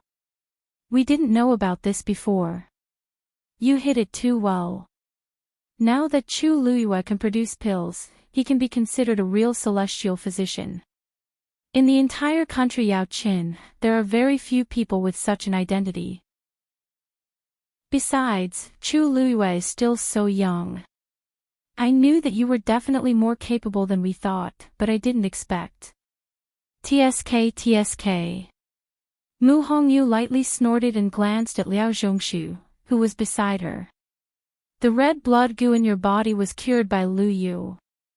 You must have known about this long ago. Liao Zhongshu smiled helplessly and shook his head. I really didn't know. Unfortunately, the others didn't believe him. Previously, he pretended that the poison was still in his system and was bedridden, so he didn't attend the Qingjiao competition. When he heard that Chu Luiwei actually produced pills and took the first place in the celestial physician competition, he was shocked for a long time. Only then did he realize that Chu Luiwei was the person who saved his life. Mu Hongyu wrinkled her nose, but she couldn't be bothered to argue with him. She was more interested in something else. Lu Yu, when will you go to the Tianling dynasty with Vice Admiral Mu? Chu Luiwei shook his head. It's not confirmed yet. He seems to be staying here for a while, and he wants to continue observing me. If I can't pass, I still can't go. Ah. So troublesome. Mu Hongyu looked disappointed. I thought you guys would go directly. Chu Luiwei laughed. I'm not in a hurry, so why are you in a hurry? I'm not in a hurry, but it's the Tianling dynasty we're talking about. Mu Hongyu held her cheeks with both hands, her eyes full of yearning. Who doesn't want to go to that kind of place? Lu Yu, don't you think everyone there is a genius? Everything there must be much better than here. Not necessarily, Chu Luiwei said calmly. Mu Hongyu was stunned. How do you know? Chu Luiwei paused and realized that he had said something wrong. Her eyes flickered, and she smiled. I guessed. If everything is good, then why did Vice Admiral Mu spend so much effort to come here? Now that you mention it, it does make sense. Mu Hongyu's eyes turned, and she suddenly thought of something. Right. You won first place in the Qingjiao competition and chose to go to Tai Yan Academy's library to read for a month. However, Vice Admiral Mu has already chosen you. Do you still want to go? Although this is an extremely rare opportunity, it's not worth mentioning compared to the Tianling dynasty. Unexpectedly, Chu Luiyue said without hesitation. I'll go. I'm planning to talk to Vice Admiral Mu about this today. What? Mu Hongyu and Liao Zhongshu were shocked. Are you serious? You're really going? Lu Yu, do you know how many people don't have the opportunity to go to the Tianling dynasty like you? You're actually choosing Tai Yan Academy. Mu Hongyu widened her eyes. She felt that Chu Liuyue's decision was unbelievable. Liao Zhongshu was about to speak, but he suddenly remembered the red blood goo and swallowed his words. Chu Liuyue smiled. I have my own plans. In fact, she did not plan to stay there for a month. As long as there was any movement on Mu Qinghe's side, she could immediately come back. Moreover, although Mu Qinghe did not say it explicitly, based on Chu Liuyue's understanding of him, he should be planning to stay here for a long time. Chu Liuyue did not think that the reason he was staying was because of her. Therefore, this was also something that she was very curious about. Mu Hongyu wanted to say a few more words, but when she saw Chu Liuyue's determined expression, she gave up. All right. When are you going? The people from Tai Yan Academy seem to have left today. Our academy's elders Wu Rong and Elder Wei Qing from Nanfeng Academy also went. Chu Liuyue understood. This was obviously to investigate Hing Jingxue and the others. She thought for a moment. It won't be too late for me to go after your mother arrives. Mu Hongyu was stunned, and her eyes reddened. Lu Yu, thank you so much. It's nothing. Chu Liuyue's lips curled up slightly. Mu Hongyu suddenly said, oh, right. After you returned home yesterday, Chu Xianmin looked for you. Mobile users, please browse for a better reading experience from Love Network. Chapter 328. This surprised Chu Liuyue.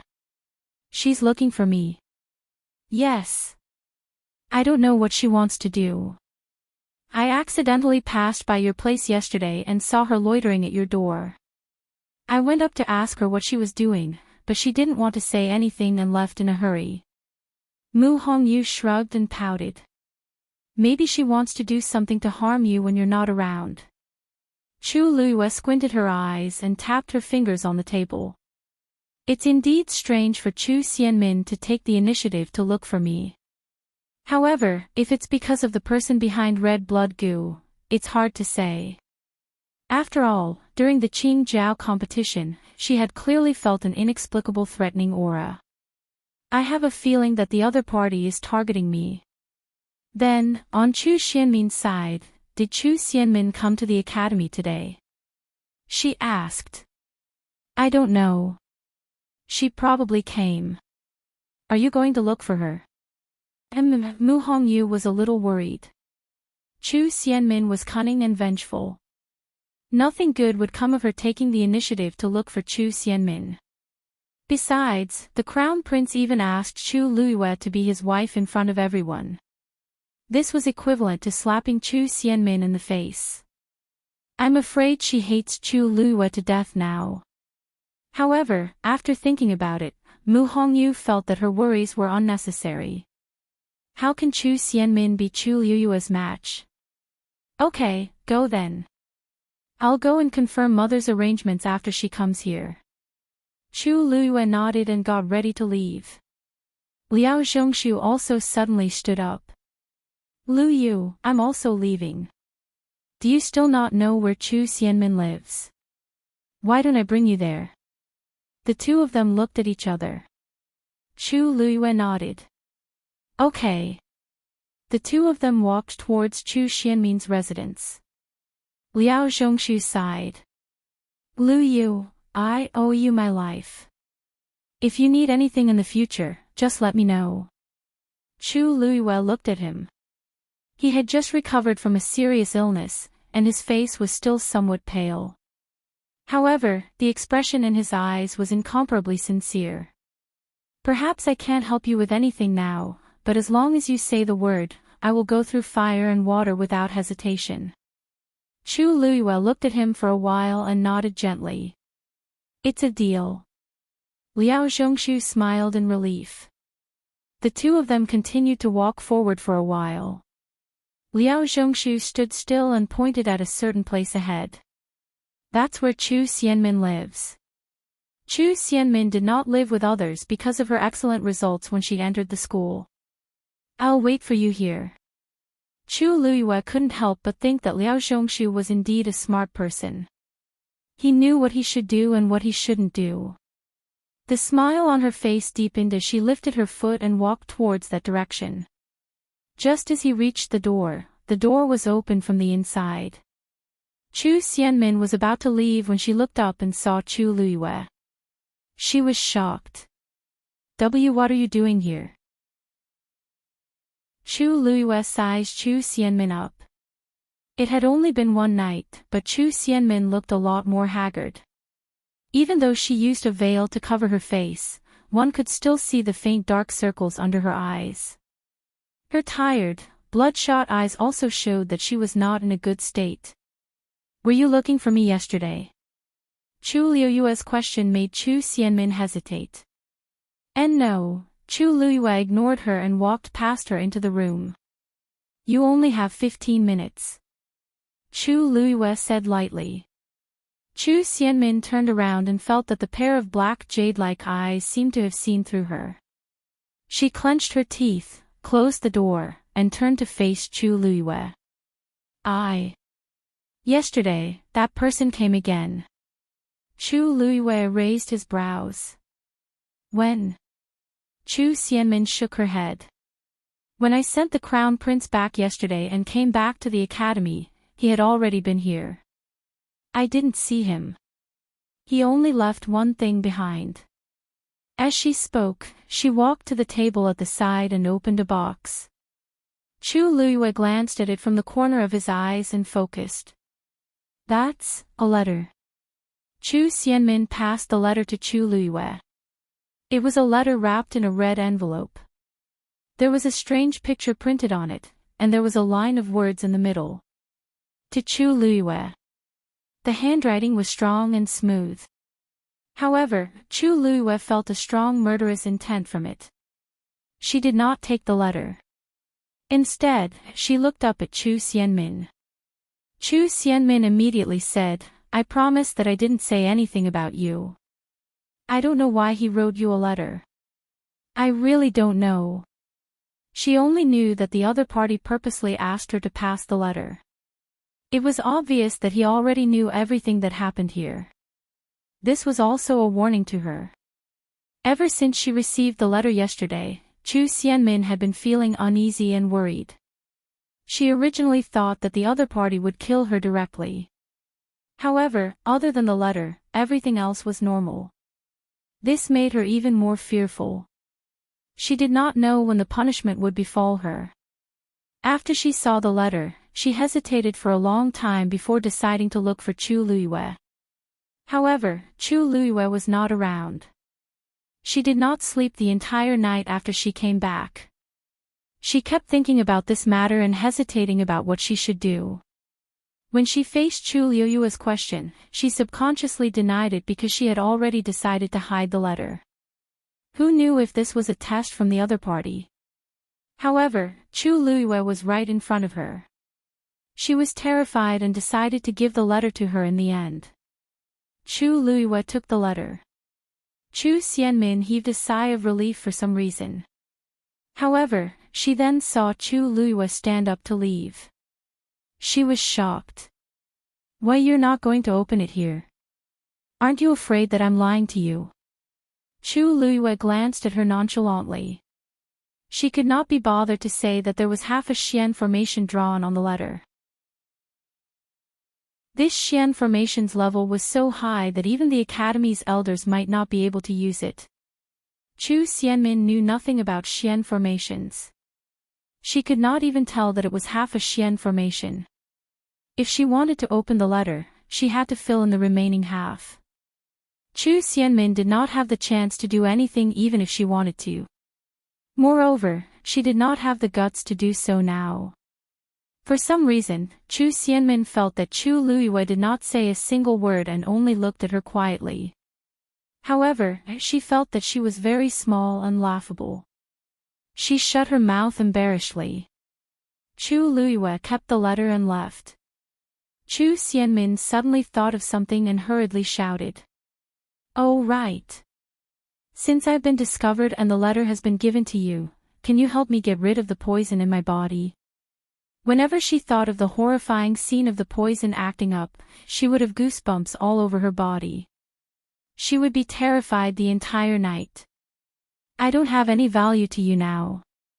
Why you can let me go?" Chu Luiyue glanced sideways and glanced at her nonchalantly. "You really don't have any value in this aspect, but I still need you to monitor someone." Chu Xianmin was dazed. "Who?" "The Crown Prince, Rongjin." Mobile users, please browse for a better reading experience from Love Network. Chapter 329. Sea Family. Study Room. Siyi looked at the Empress, Si Huijing, in shock. "You said that Elder Meng is dead, and Rongjin is missing. When did this happen?" The Empress knitted her brows tightly. "Yesterday." "Then, why did you only tell me now?" "When I found out about this, it was already evening. How could I come out then? I even had to beg His Majesty for a long time to come today."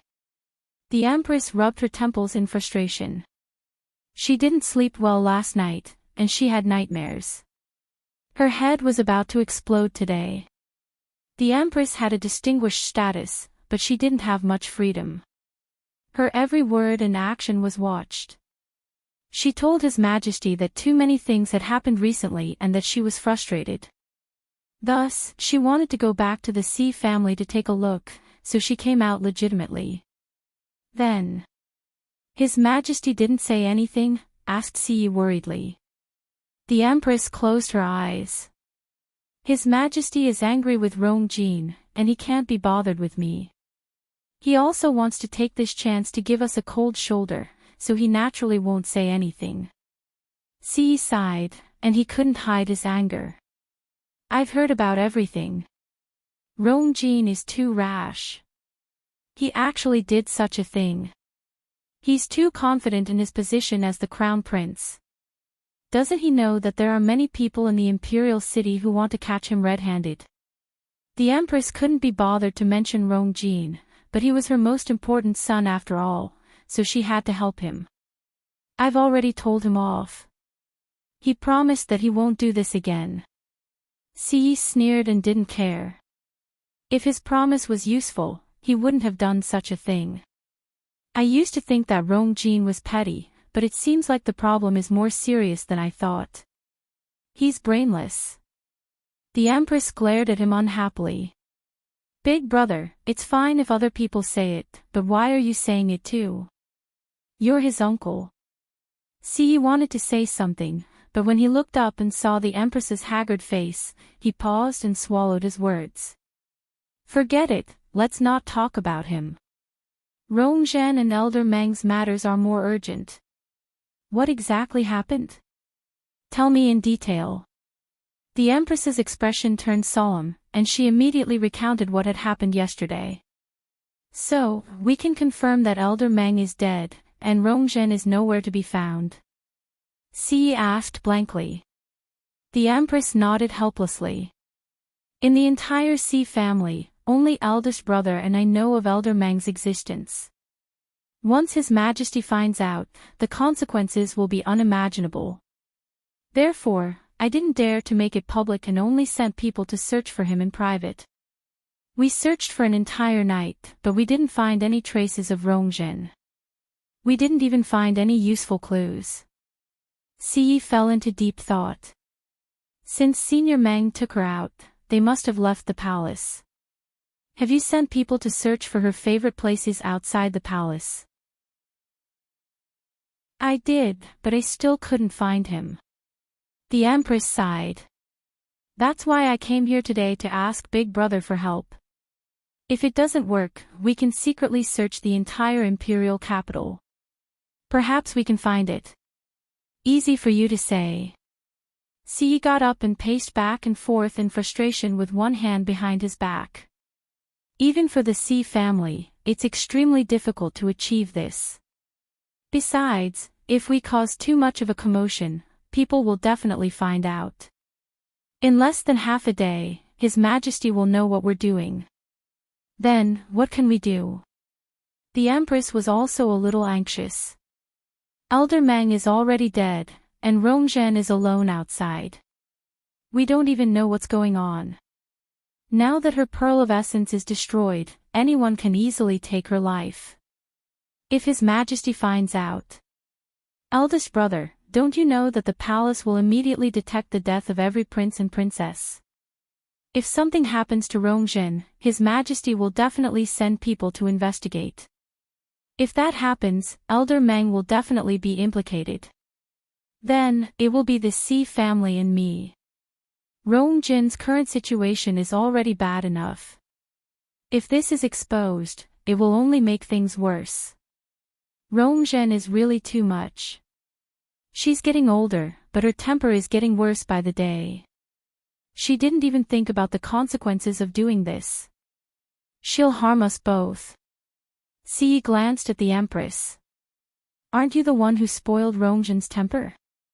Besides, I see that you're so worried about her life not because you're afraid that something will happen to her, but because you're worried that she'll implicate you and Rongzhen, right? If not, what can I do?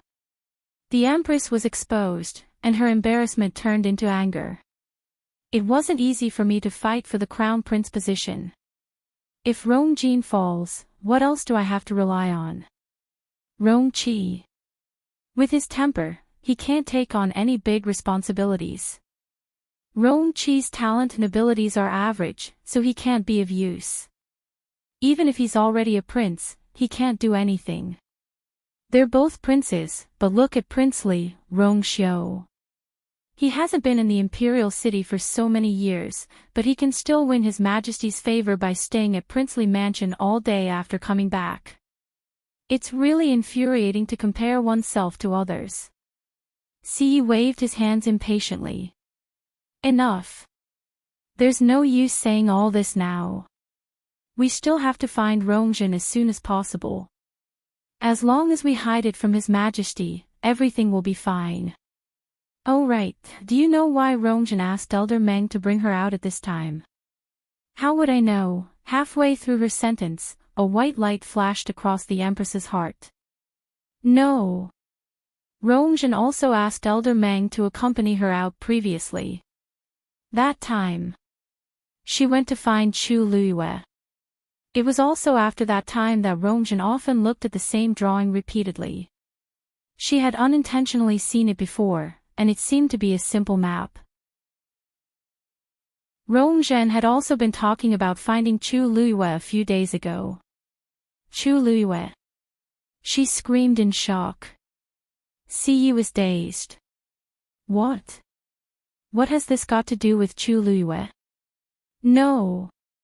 Brother, you don't know. Rongzhen's disappearance is most likely related to Chu Luiyue. The Empress clasped her hands nervously and hated herself for not thinking of this earlier. It must be her. It must be her.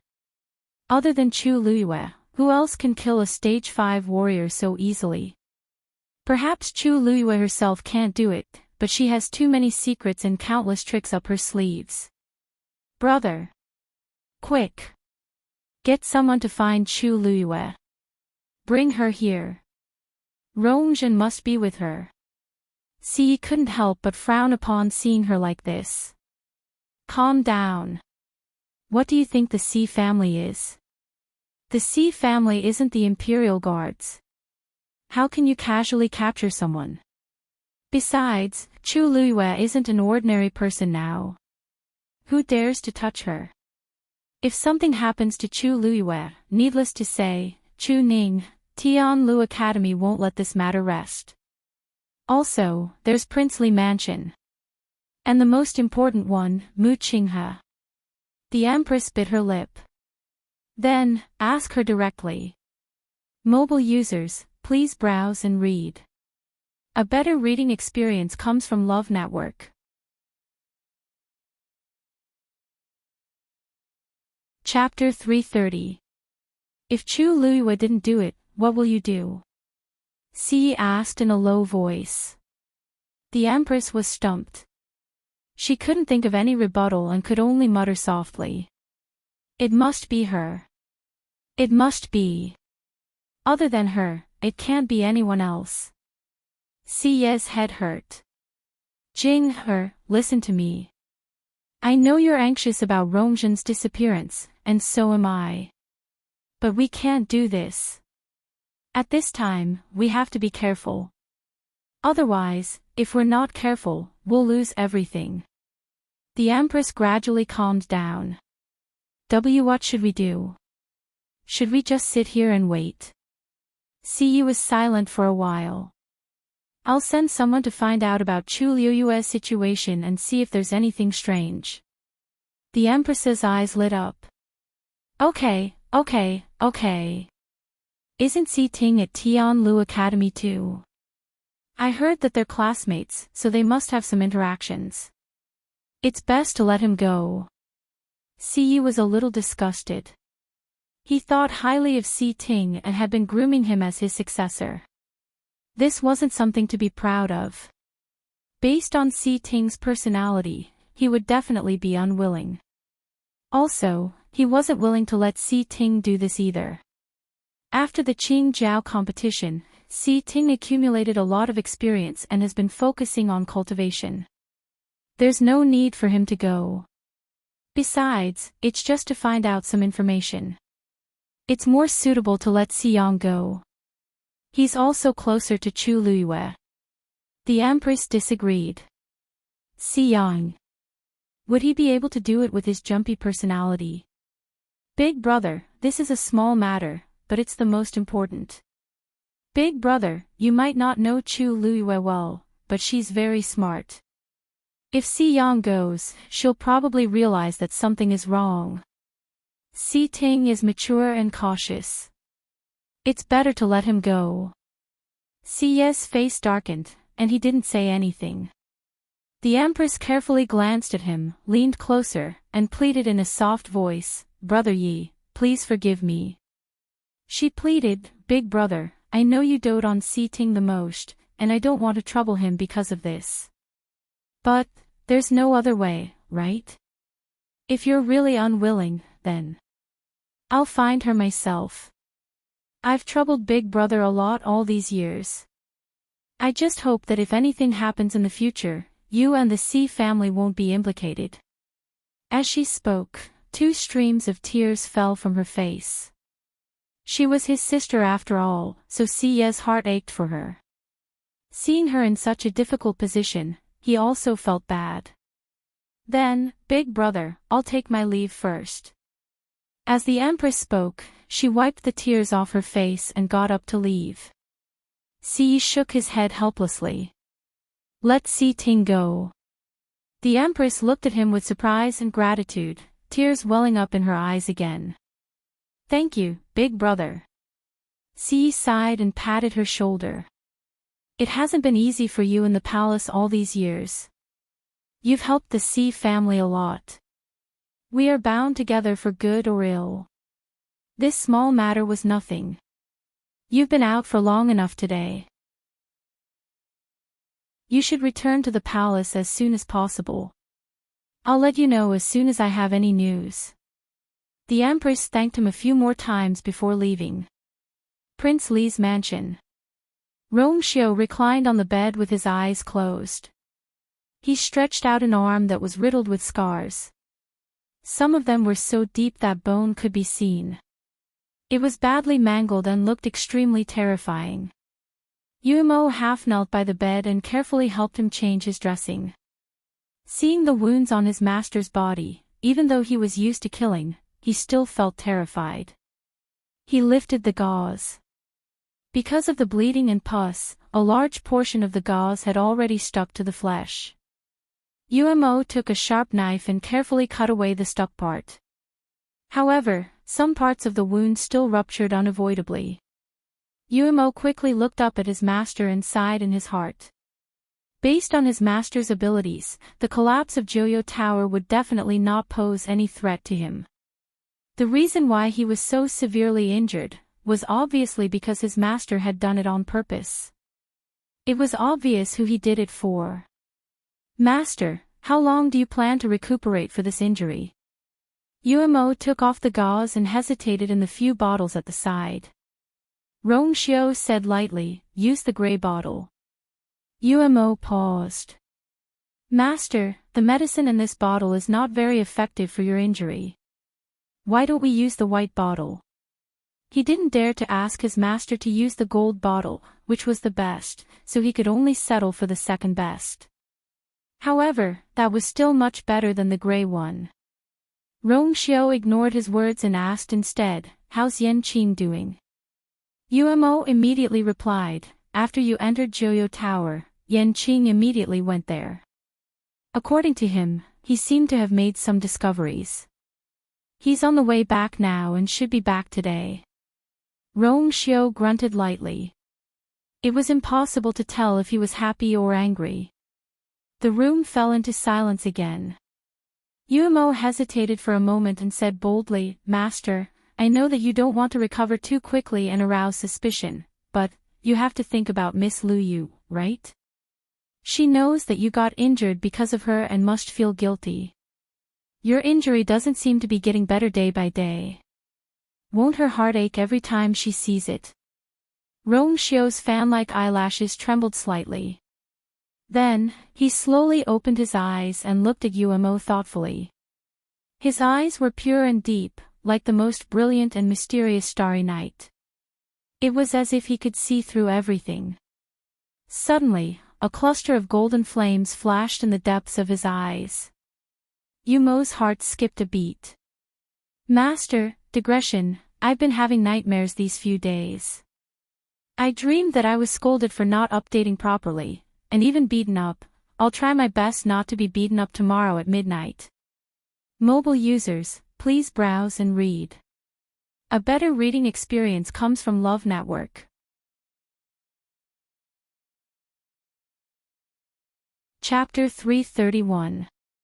That golden light quickly disappeared as if it had never appeared.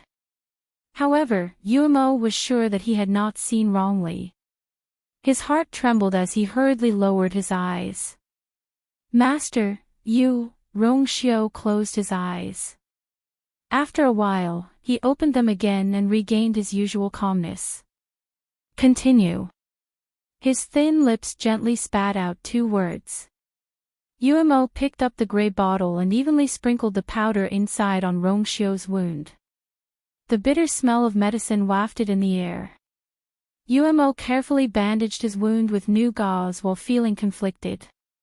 After he finished treating Rongshio's wound and was about to put away the bottles of medicine, he finally could not help but say, "Master, you haven't gone back for a long time. Do you want to take this chance to go back?" Rongshio's expression was calm, and he did not say anything. Yuemo knew that this was a rejection, so he could only leave respectfully. However, when he reached the door, he recalled the golden flame that flashed in Rongshio's eyes. He could not help but turn around and plead. "Master, are you really not going to reconsider? If Miss Luyu finds out, what has Mu Qinghe done in the past 2 days?" Rongshio suddenly asked. Yuemo thought carefully and shook his head. "Nothing. Other than the day of the fire at Tianlu Academy's Joyo Tower, he has been staying in his residence for the rest of the time. He has not come out and has not seen anyone." Yuemo frowned as he spoke. "Master, are you going to stay here and watch over Mu Qinghe? Who knows how long Mu Qinghe will stay here for? However, Master's situation does not allow for any delays. Rong Xiao pondered for a moment. You may leave. Carry on as usual. Yes. Umo responded but was still hesitant. Then. Do you want to make arrangements for your return now? Rong Xiao shook his head. I know what to do. Yes. Liao Zhongshu didn't have to wait long before he saw Chu Luiyue walk out of the room. He asked in surprise, so fast. Chu Luiyue smiled. Yes. I've found some clues. I'll go back and think about it. You should go back too. Only then was Liao Zhongshu relieved.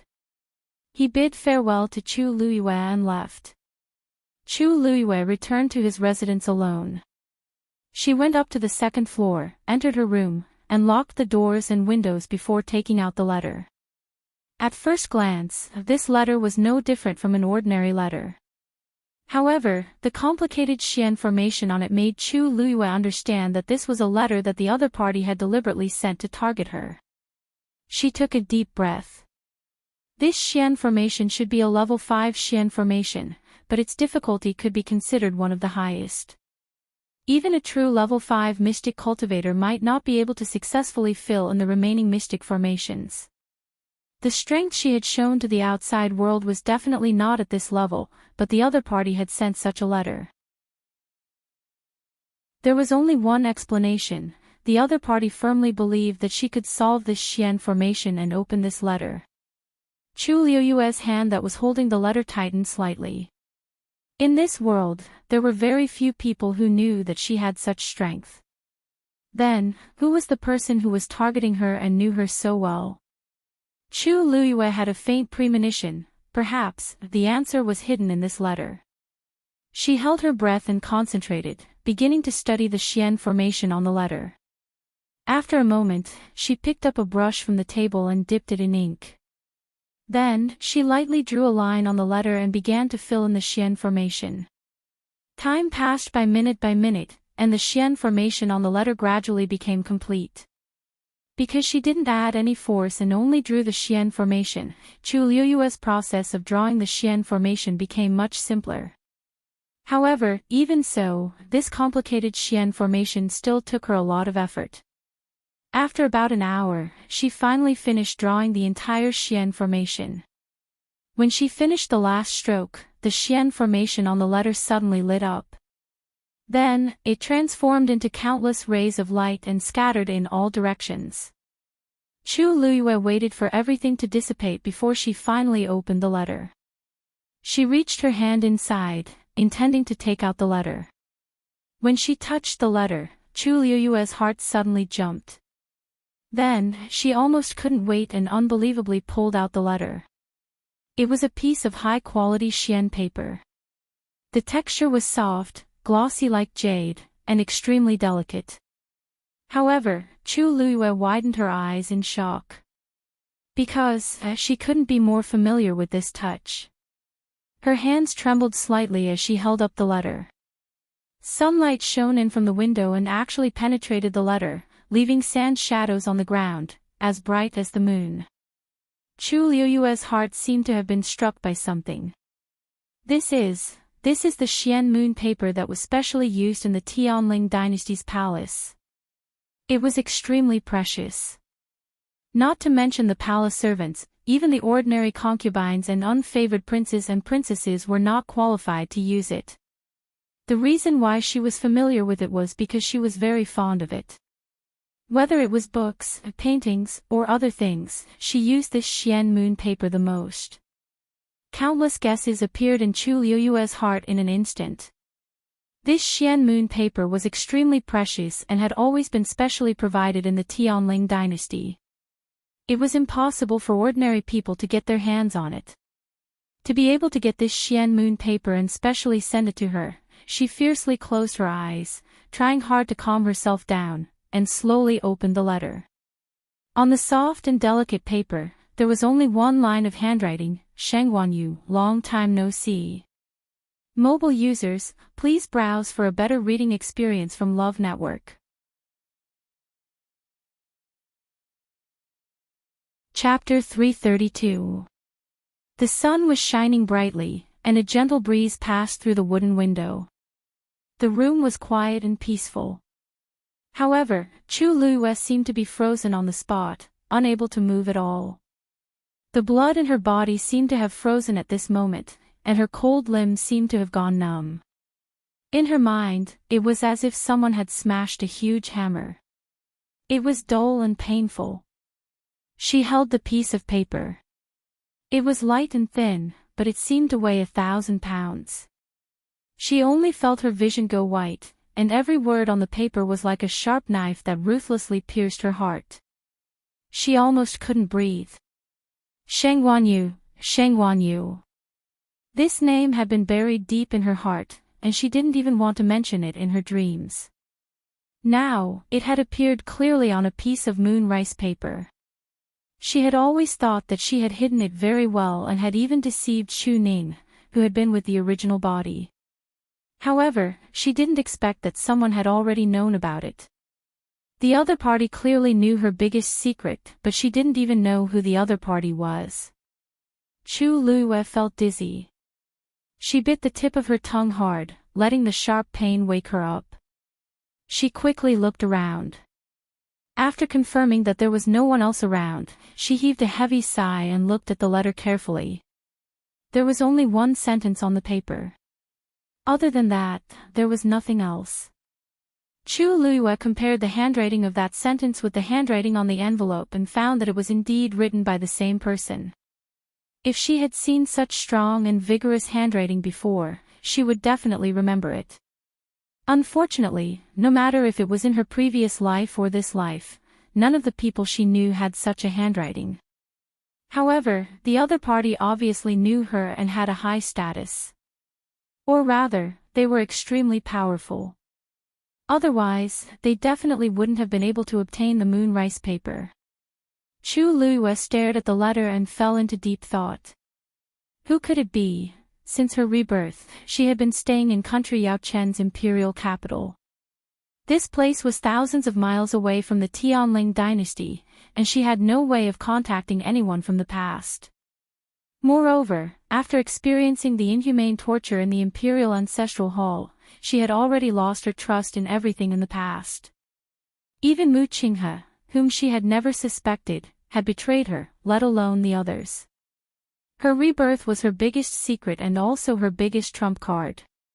She originally thought that she could become stronger step by step, and then go back and take revenge on those people. Take back everything that belonged to him. But now that this letter had suddenly appeared, she suddenly realized that things were developing in a direction that she could not foresee. How have you been? How have you been? Chu Lue murmured as countless faces flashed through his mind.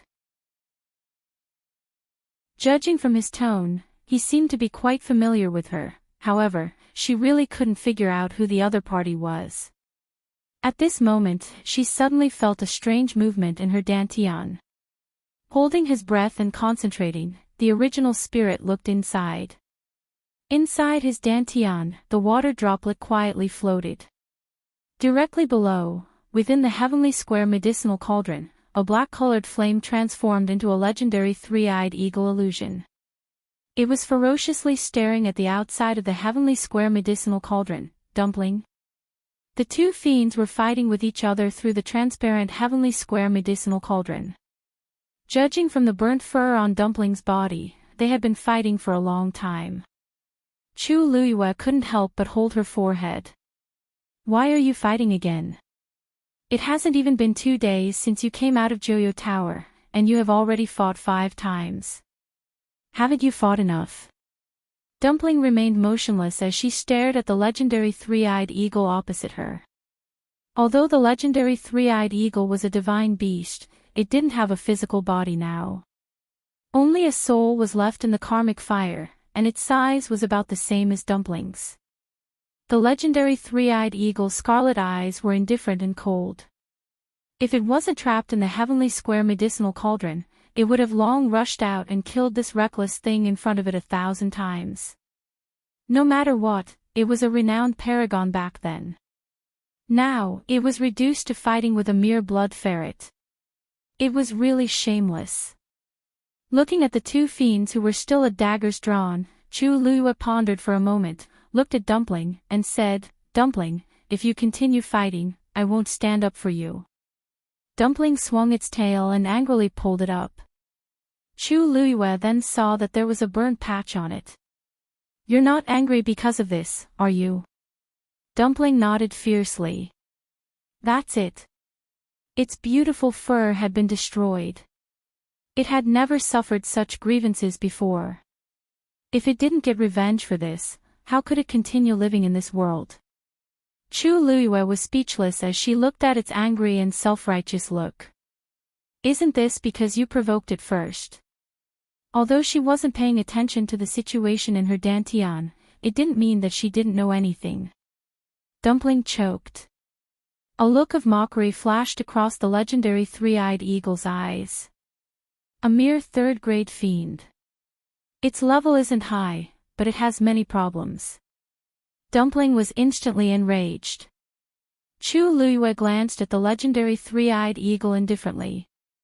"You're a divine beast, but aren't you staying here and fighting with a mere third-grade fiend?" The legendary three-eyed eagle was stunned and felt extremely embarrassed. It flapped its wings fiercely. If it wasn't trapped by the heavenly square cauldron, it wouldn't have experienced such humiliation. Chu Luyue saw that the two fiends finally stopped fighting, but another question arose in her heart. Dumpling was indeed a third-grade blood ferret. Facing the legendary three-eyed eagle, it should be respectful and fearful. However, the current situation didn't seem to be the case at all. Dumpling didn't seem to be as respectful as other fiends towards fiends that were of a higher grade than itself. It was like this when it faced the black flying python in Wanling Mountain, and it was the same when it faced the legendary three-eyed eagle now. But the key was that the legendary three-eyed eagle was a divine beast. What kind of secret was Dumpling hiding? Chu Luyue looked at Dumpling and pondered for a while. She suddenly said, "I remember that third-grade blood ferrets have the chance to break through and increase their grade. Dumpling, what about you?" Dumpling was still hugging its tail pitifully as if it didn't care about this question. Chu Luyue thought for a while and felt that there was no point in asking these questions. Dumpling wanted to follow her, and she could feel that Dumpling liked and relied on her. Perhaps this was enough. As for those mysteries, perhaps they would be solved in the future. Chu Luyue opened her eyes and looked at the letter in her hands again. After a while, she put the letter away and placed it in her cosmic bag. The Si family. Study room. Si Ting looked at Si Yi. His brows were slightly knitted on his cold face, and it was obvious that he didn't agree. "You're asking me to find Chu Luyue to ask about Rongzhen's whereabouts?" Si Yi coughed.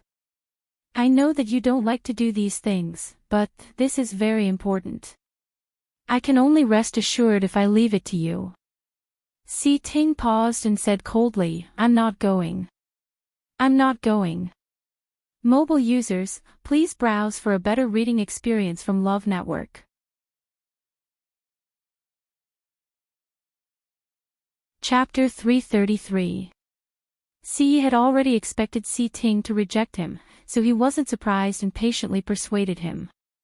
"Si Ting, I know that you have dealings with Si Yang and Chu Luyue. This isn't difficult for you." "You..."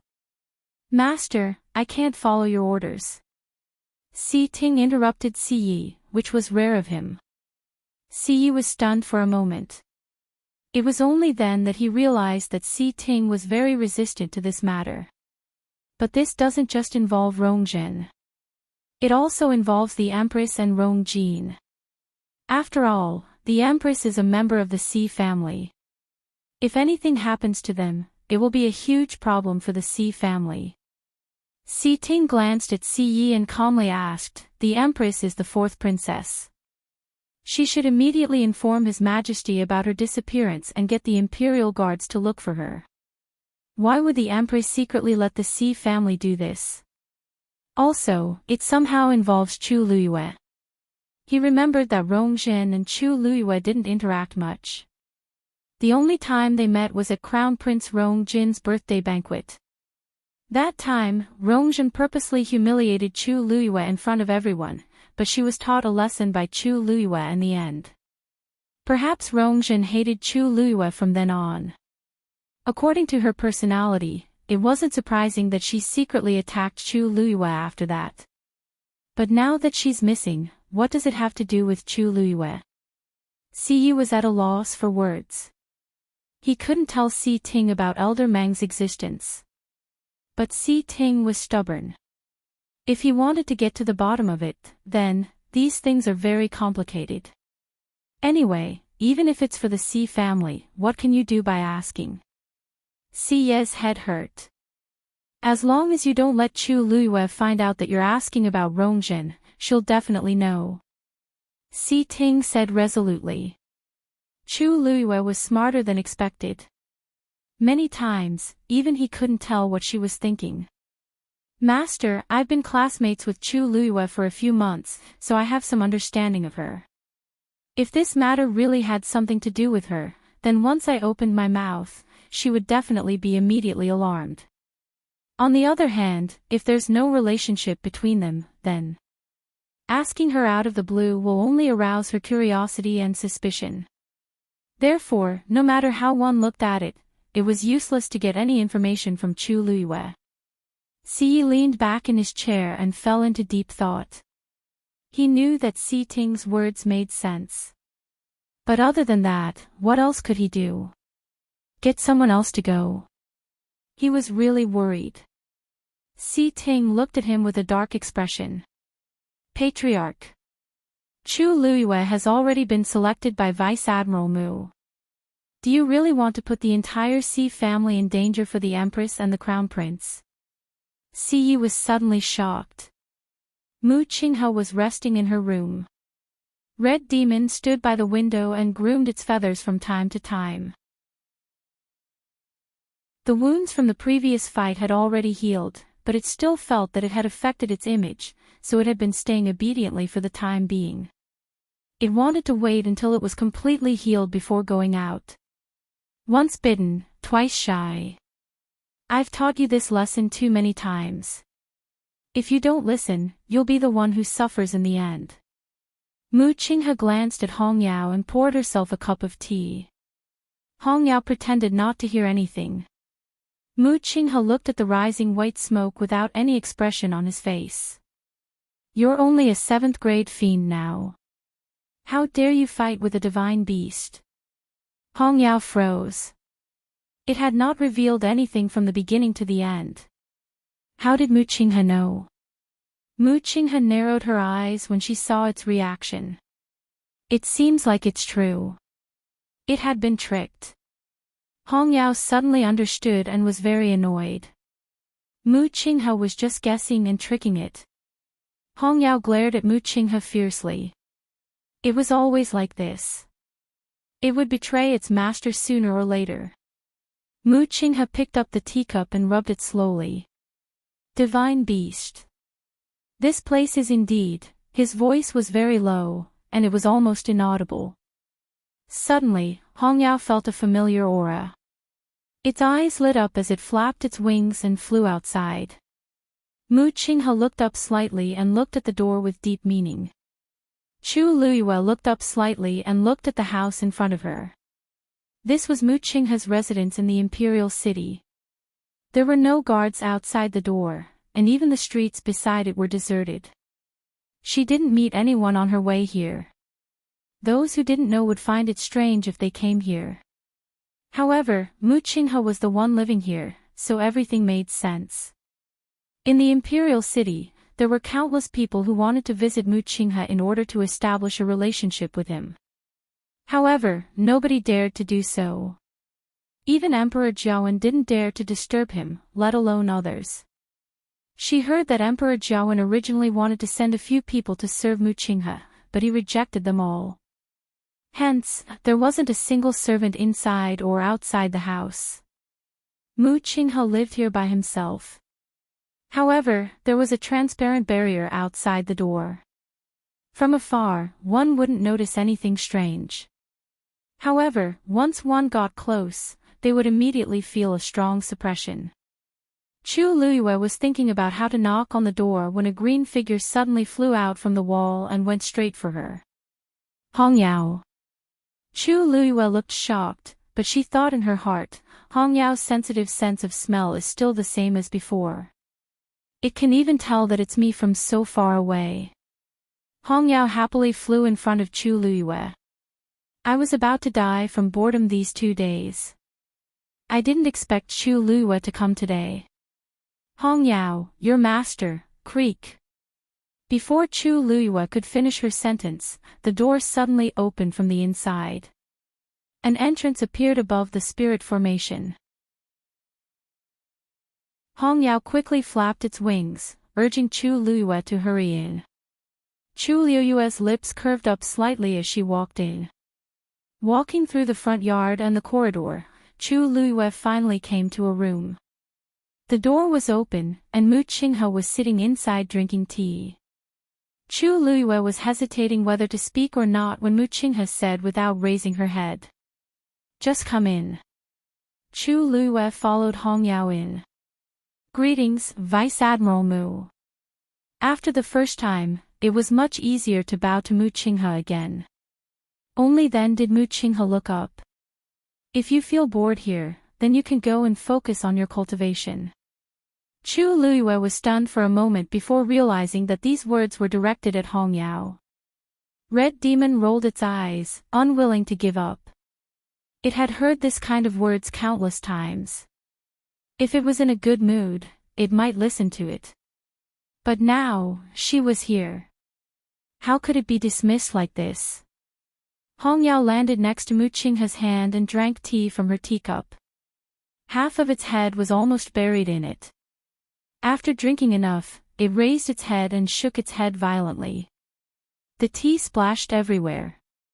Mu Qinghe gave it a warning look. Chu Luiyue suddenly said, Vice Admiral Mu, I came here today to discuss something with you.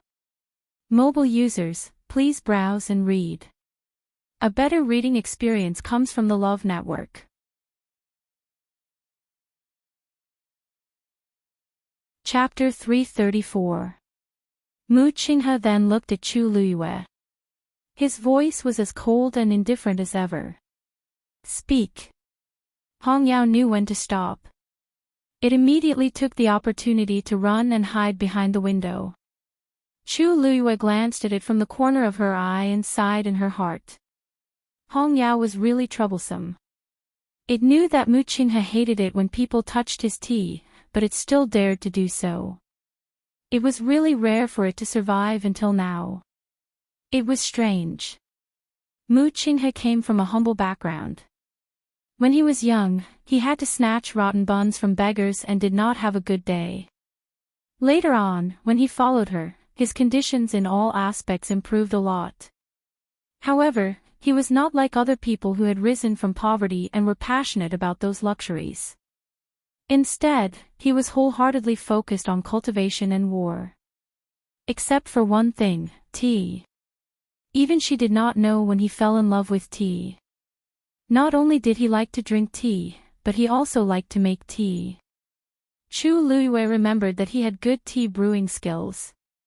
Even the tea masters in the palace might not be comparable to him. She stopped thinking and looked at Mu Qinghe. She briefly told him her plan. So, I'm here this time to hope that you can approve it. As for the length of time I stay in Tai Yen Academy, it's up to you. Mu Qinghe picked up another cup and poured a cup of tea. He looked at Chu Luiyue with a scrutinizing gaze. It seems like you're sure that I won't leave here in the short term. That's why you have the guts to make such a request. Chu Luiyue's smile did not change. Didn't you say before that you would stay here for a period of time? I don't know how long you're referring to, but I'm here to ask. After all, it's an extremely rare opportunity to borrow books from other academies' libraries for free. I don't want to miss it. Vice Admiral Mu, please understand. Mu Qinghe did not speak for a long time. Other than looking for a genius with a Daijing Yuan meridian, he did have other important things to do this time. It would definitely not end in 3 to 5 days. Chu Liuyue's request did not seem wrong. However, you can go if you want, but I have a question that you have to answer honestly. Chu Liyue nodded. Vice Admiral Mu, please speak. Mu Qinghe stared at her. That day, in Joyo Tower, did you get something? Chu Liuyue's heart skipped a beat. Then, her eyes widened slightly, as if she was surprised and curious. What do you mean? Mu Qinghe didn't say anything. He just looked at her with a deep gaze as if he wanted to expose her lie. His cultivation level was extremely high, so the pressure on his body was also extremely strong. His piercingly cold gaze was almost tangible. If it were anyone else, they probably wouldn't be able to withstand such scrutiny. But Chu Liyue was different. She had met Mu Qinghe when he was at his lowest. She had seen him at his most miserable and pitiful state. She had also given Mu Qinghe a chance to become the youngest deputy general of the Tianling dynasty. She had seen him in his most glorious state. Hence, Mu Qinghe's gaze was completely useless to her. She frowned slightly, as if she was thinking. After a while, she shook her head. Vice Admiral Mu, I'm sorry. I really don't know what you're talking about. That day, the situation was critical. Prince Li and I escaped with great difficulty. Not only did we not bring anything with us, but we also almost lost our lives there. What exactly do you want to ask? Mu Qinghe looked at the woman in front of him. Intelligent, quick-witted, and a genius. Her expression was so sincere that it even made him wonder if his initial guess was wrong. Chu Liyue pursed her lips hesitantly. Then, she asked softly in a probing tone. Vice Admiral Mu. Are you looking for something? Mu Qinghe's gaze sharpened. The aura on his body instantly surged, and it surged toward Chu Liyue. Screech! Hong Yao let out a clear cry. A green flame instantly flew in front of Chu Liyue. It transformed into a barrier. It blocked Mu Qinghe's coercion outside. The two forces fought crazily. Bang! The tea set beside Mu Qinghe's hand shattered. Even the entire set of tables and chairs had many cracks on them. Chu Liyue frowned slightly. She was just asking a probing question. She didn't expect Mu Qinghe to have such a big reaction. This only proved that she was right. But, why did Mu Qinghe come all the way here? What exactly is he looking for? The forces of both sides gradually dissipated, leaving the entire room in a mess. Chu Liyue glanced at the broken teacup on the ground. It seemed to be freshly soaked Jin Jun Mei. In the past, Mu Qinghe never drank this kind of tea. She retracted her gaze. Vice Admiral Mu, did you misunderstand something? I just wanted to say that very few people set foot on the upper floors of Joyo Tower. Prince Li and I were able to come out safely from the 6th floor thanks to the things his mother left there. If you really want to find something, perhaps Prince Li will have some clues. The murderous intent in Mu Qinghe's eyes gradually faded. No need. As soon as he finished speaking, the room fell into a dead silence. Chu Liyue felt that if this continued, the matter might not be settled. She could only cough to break the deadlock. Vice Admiral Mu, your tea spilled. Why don't I compensate you with a pot of tea? I happened to get a bottle of superior grade Jin Jun Mei some time ago. Although it's definitely not good enough for you, but, no need. Mu Qinghe interrupted her and paused for a moment. I'll give you 10 days.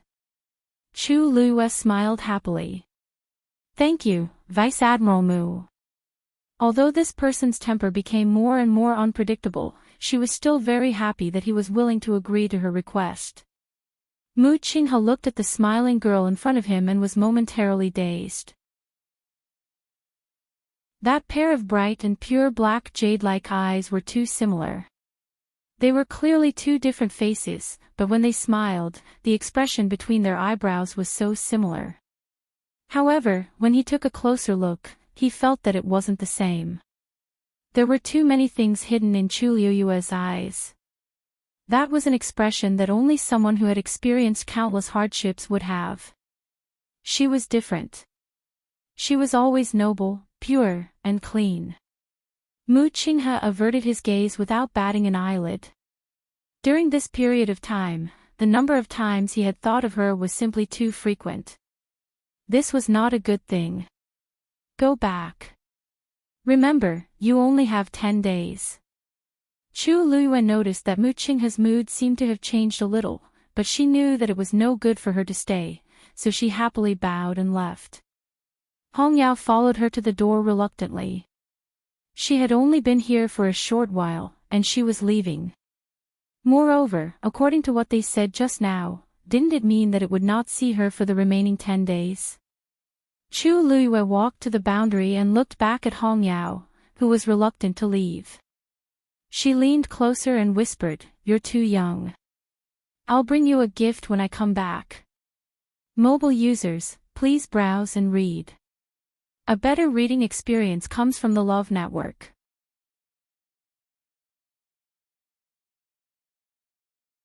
Chapter 335. Hong Yao then cheered up again. Chu Liyue stepped out of the barrier and left. Hong Yao watched as her figure disappeared. When it was sure that she had left, it suddenly let out a joyful cry. "I finally have a present again." Hong Yao happily returned to the courtyard and saw Mu Qinghe cleaning up the broken teacup. Hong Yao was in a good mood, so it didn't plan to continue arguing with Mu Qinghe. However, it still couldn't help but go over and fly one round around Mu Qinghe. Mu Qinghe looked up and coldly glanced at Hong Yao. "It seems like she knows how to coax you." Hong Yao proudly raised its head. Mu Qinghe said in a low voice, "I won't help you in the future. I won't help her for your sake in the future. You're on your own now. Also, I know that you're so close to her because you think that she's similar to her. However, I'm warning you for the last time. It's hard to predict people's hearts in this world. If she knows this, she'll definitely think of ways to make use of you. Don't regret it then." After all, he was Hong Yao's master. How could he not guess Hong Yao's thoughts? From the first time he saw Chu Liyue until now, there was only one reason why Hong Yao was so close to her. He could tolerate it once, but it didn't mean that he would let people take advantage of him. Hong Yao glanced at him faintly. "Ha, stupid human. I wonder who's the one who'll really regret it then." Even though 10 days was relatively short, it already surprised Chu Liyue. What made her even happier was that Mu Hongyu told her early the next morning that her mother had arrived in the imperial city. This took less time than she expected. The news of Princess Consort Ping Zhang's arrival in the imperial city quickly spread, and Emperor Zhaowen specially sent people to welcome her. However, considering that Princess Consort Ping Zhang's health wasn't good, he didn't hold a palace banquet to welcome her. Mu Hongyu and Chu Liyue went to Prince Ping Zhang's mansion in the imperial city together. "I didn't know that your father had a special residence in the imperial city." Chu Liyue followed Mu Hongyu into the strictly guarded Wang Fu and was somewhat surprised. Mu Hongyu giggled. "Because my imperial father will come back to the imperial capital for 2 months every 3 years. Therefore, His Majesty specially approved a residence for my father. I came here once when I was a kid. I didn't hear you mention it before. Why didn't you stay here after you entered the academy? Why did you stay in the academy instead?" Mu Hongyu made a face. "Who wants to live here?" With so many people, there were also many rules. It was not convenient at all. It's best to stay in the academy. Chu Liyue thought about it and agreed. Not only was the academy free and convenient, it was also safe. With Mu Hongyu's personality, it was hard for her to imagine living here alone. The two of them walked inside. When he arrived at the backyard, a white-robed old man with white hair was already standing there waiting for him. Upon seeing the old man, Mu Hongyu was overjoyed and rushed forward. "Grandpa Wu Shan. You're here too." The wrinkles on Wu Shan's face bloomed like a flower as he chuckled. "Young princess, it's been a few months since we last met. This old man misses you dearly. Quick, tell this old man, has the young princess been crying in the past few months?" Mu Hongyu couldn't help but pout. "Grandpa Wu Shan, we haven't met for so long. Why are you talking about this the moment we meet? I'm already 16 years old. I've stopped crying long ago." Wu Shan's face revealed a trace of surprise. Young princess has already broken through to become a stage 4 warrior. Mu Hongyu wrinkled her nose proudly. "Of course. Young princess has really grown up. And she's getting more and more outstanding.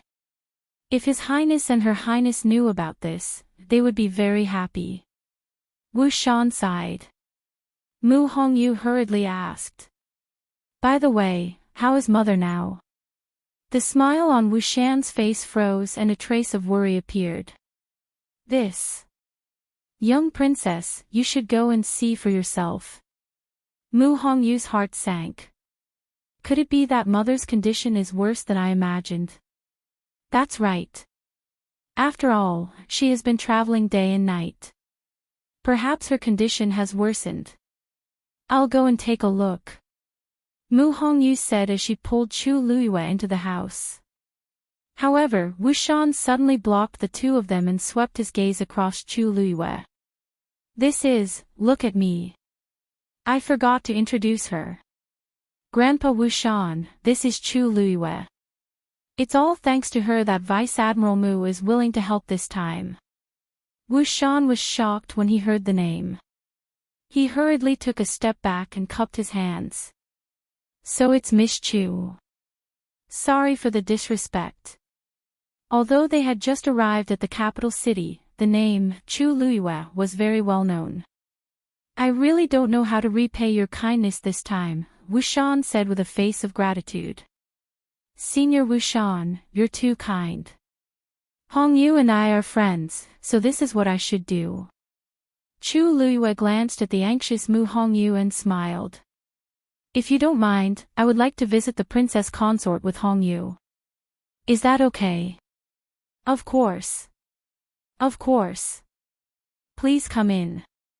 The princess consort's condition was very serious, but no outsiders knew about it. Wu Shan and the rest were very vigilant along the way. If it were someone else, they would definitely not agree. However, this person was Chu Luiyue, so there was no problem.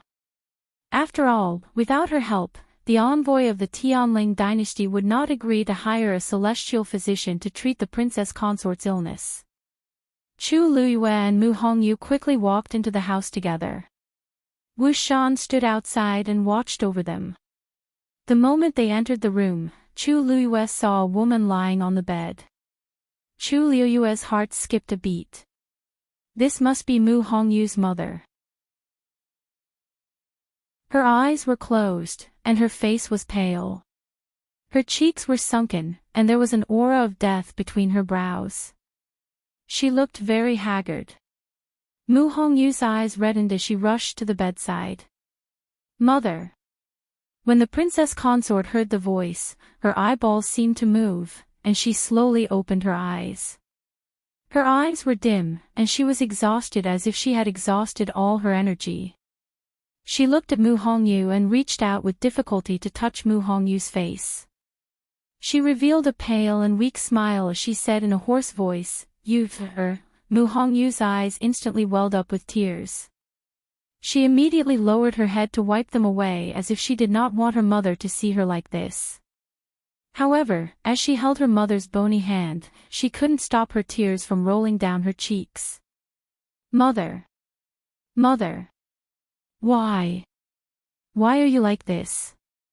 Mu Hongyu had left home to study at Tianlu Academy for less than a year. Although her mother's health was not good in the past, she was not like this. The princess consort helped Mu Hongyu wipe her tears slowly, but she quickly lost her strength. Another old man in green standing by the bedside stroked his beard. Young princess, don't worry. Wait for the people from the Tianling dynasty to come. There will definitely be a way. Mu Hongyu knew that this was her only hope now, so she could only nod and swallow her tears. A clear female voice could be heard. May I take the princess consort's pulse first? Digression, 12 a.m. Mobile users, please browse for a better reading experience from Love Network. Chapter 336. Everyone in the room looked at Chu Luyue. Mu Hongyu naturally had no objections and nodded in agreement. Then, she looked at Princess Consort Ping Jiang and said, Mother, this is Lu Yu. She's my best friend in Tianlu Academy. Vice Admiral Mu only agreed to help because of her help. Princess Consort Ping Jiang looked at Chu Luyue with a loving gaze. Thank you so much, Mother. Lu Yu is also a celestial physician. You probably don't know, but she refined a pill during the Qingjiao competition a few days ago. In other words, she's a real celestial physician. Let her take a look at you. She might be able to help. Princess Consort Ping Jiang smiled and nodded. I'll listen to you, Just as Chu Luyue was about to step forward, the green-clothed elder beside her suddenly said, Young princess, I'm afraid this isn't very appropriate. Chu Luyue looked up slightly. Mu Hongyu was stunned. Grandfather Ji Chang, what do you mean? Ji Chang stroked his beard and said earnestly, Don't worry. Young princess, I know you're thinking for the princess consort. However, I'm afraid Miss Chu won't be able to help with this matter. Mu Hongyu thought for a moment and asked, You don't believe me? Do you not trust Lu Yu?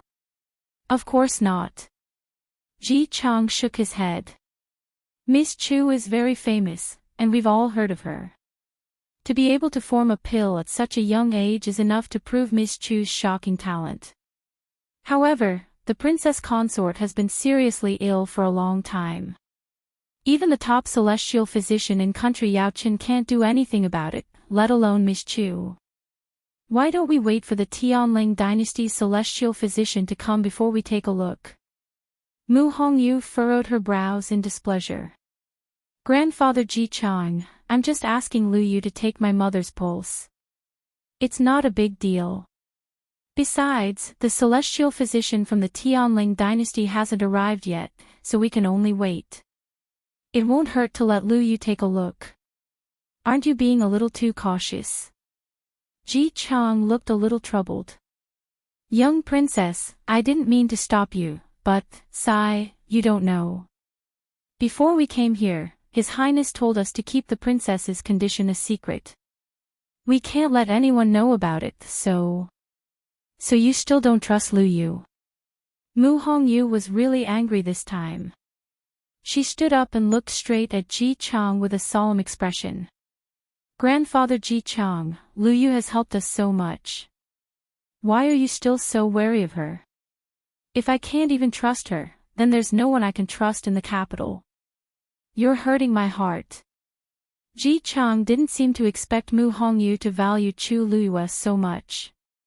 For a moment, he was at a loss. But His Highness, I'll talk to Father about it. Besides, even if Father is here, he won't be so unreasonable. Mu Hongyu didn't want to talk to him anymore. She turned to look at Chu Luyue. Lu Yu, don't take it to heart. Come and take a look at my mother. Ji Chang was a little embarrassed and could only take a step back. Chu Luyue was deep in thought. This Ji Chang seemed to be especially reluctant to let her touch the princess consort. She walked forward and put her fingers on the princess consort's wrist. Ji Chang looked over. Chu Luyue's expression didn't change. After a while, she let go of her hand. Lu Yu, how's my mother's condition? can you see anything? Mu Hongyu asked anxiously. Chu Luiyue shook her head. The princess consort has been ill for many years and her body is extremely weak. But other than that, there's nothing I can do. Regret surfaced on Mu Hongyu's face. The celestial physician in the past also said the same thing. Moreover, she could clearly feel that her mother's condition was worse than before. Chu Luiyue patted her shoulder lightly. Don't worry, the celestial physician in the Tianling dynasty will definitely have a way. Mu Hongyu forced a smile. I hope so. Just as the atmosphere in the room became heavy, Wu Shan's voice suddenly came from outside. So it's Vice Admiral Mu.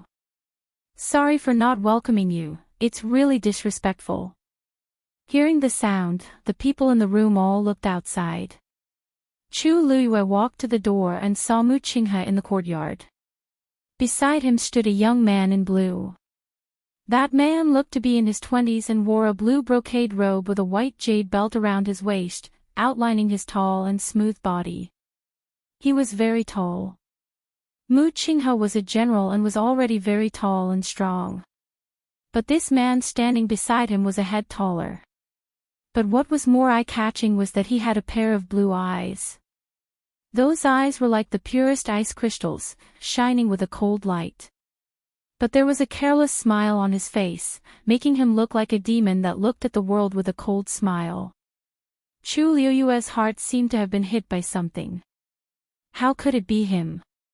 Wu Shan was standing in front of Mu Qinghe and Lu Yu, extremely nervous. I'm so sorry. We didn't know Vice Admiral Mu was coming today, so we didn't prepare at all. Wu Shan was secretly ashamed of himself. He was already so old and had seen so much, but he didn't expect to be so nervous in front of these two young men. Actually, he couldn't be blamed. It was mainly because the aura of Mu Qinghe and the young man in blue was too strong, and he couldn't ignore it at all. Just by standing there, he already felt an inexplicable pressure, and even his breathing became a little labored. Mu Qinghe didn't want to waste time and looked up to see Chu Luiyue. Chu Luiyue went forward in surprise. Vice Admiral Mu. I didn't expect you to come directly. Hongyu and I have just arrived, so please forgive us for not taking care of you well. As she spoke, she walked to Wu Shan. Senior Wu Shan, leave this to me. You can continue to guard the courtyard. Wu Shan instantly heaved a sigh of relief and felt grateful toward Chu Luiyue. Okay. Then. I'll leave these two distinguished guests to you. Chu Luiyue nodded slightly. Wu Shan hurriedly retreated. It wasn't until he was 10 steps away that he carefully exhaled and calmed his wildly beating heart. The people of the Tianling dynasty were indeed extraordinary. The two of them looked so young, but their strength was far above his. Chu Luiyue then looked at the young man in blue beside Mu Qinghe and asked curiously, May I ask if this is the celestial physician you invited? How should I address him? Before Mu Qinghe could speak, the young man in blue spoke first in a languid tone. Jian Fengqi. He had a smile on his face, and he looked very friendly and gentle. His blue eyes were even more alluring. However, Chu Luiyue's heart was alarmed. Nothing good would come out of this man's smile every time. In the past, she had many conflicts with him. She didn't know why Mu Qinghe was so close to him now. Chu Luiyue thought about it, but he didn't expect that the person Mu Qinghe invited would be him. Greetings, young Master Jian. Chu Luiyue curtsied. Jian Fengqi suddenly leaned closer to Mu Qinghe and laughed softly. Don't you think she looks like someone? Mobile users, please browse for a better reading experience from Love Network.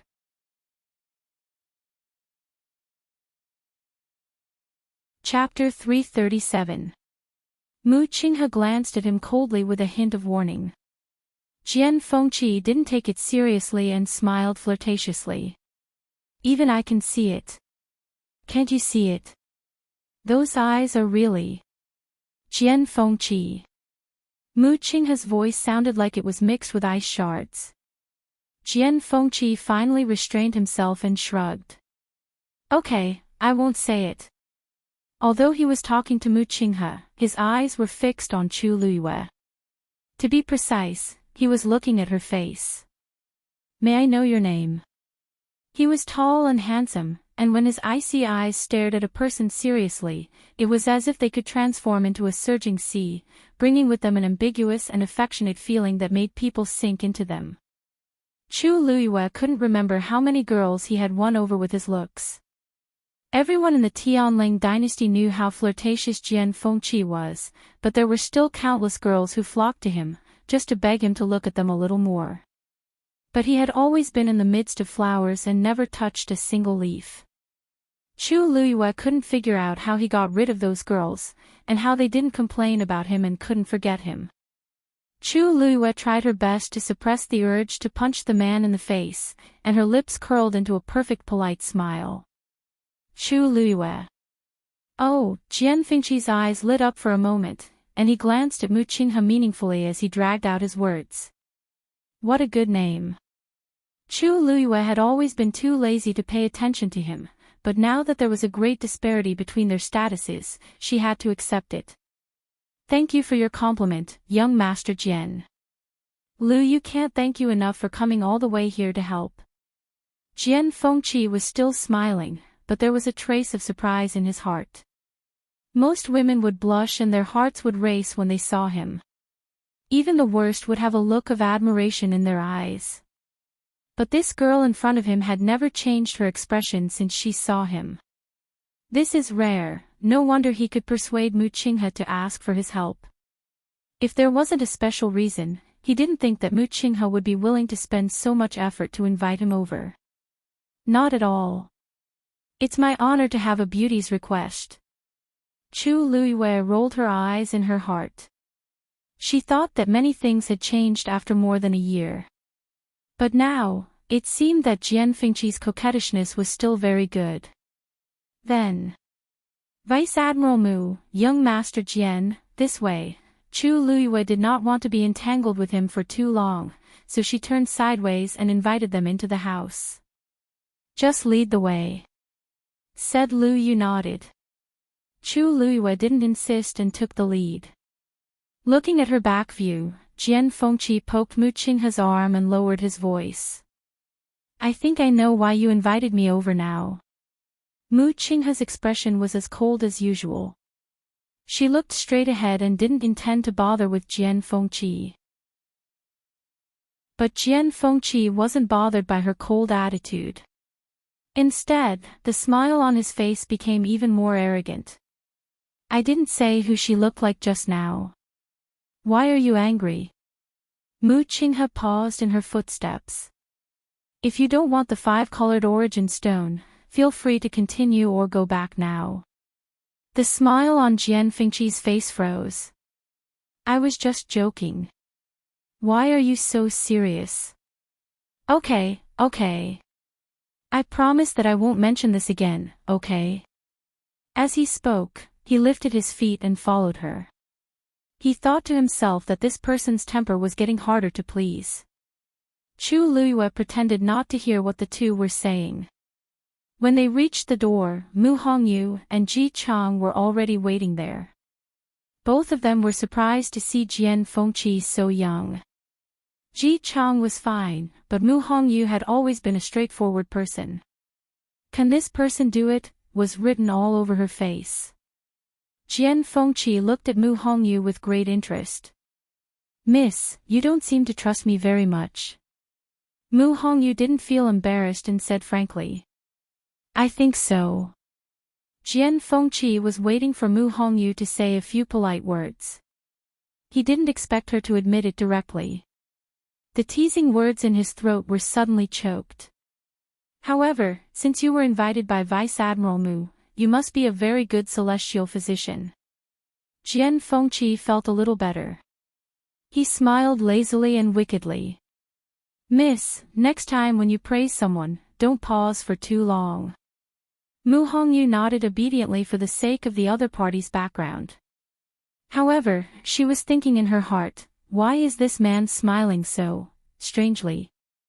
Chu Luiyue gave a simple introduction to the few of them, then directly led the topic to the princess consort of Pingjiang.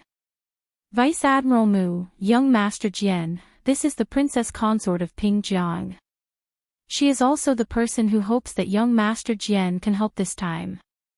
The princess consort of Pingjiang smiled weakly. I'm really sorry. Both of you have worked hard to come here, but I can't even get out of bed. Jian Fengqi narrowed his eyes slightly. The princess consort seems to have been poisoned. The princess consort of Pingjiang widened her eyes slightly. Young Master Jian is indeed amazing. You can guess that I've been poisoned without even taking my pulse. Jian Fengqi raised his eyebrows. If he couldn't even do this, then he would be too useless. Mu Hongyu looked excited.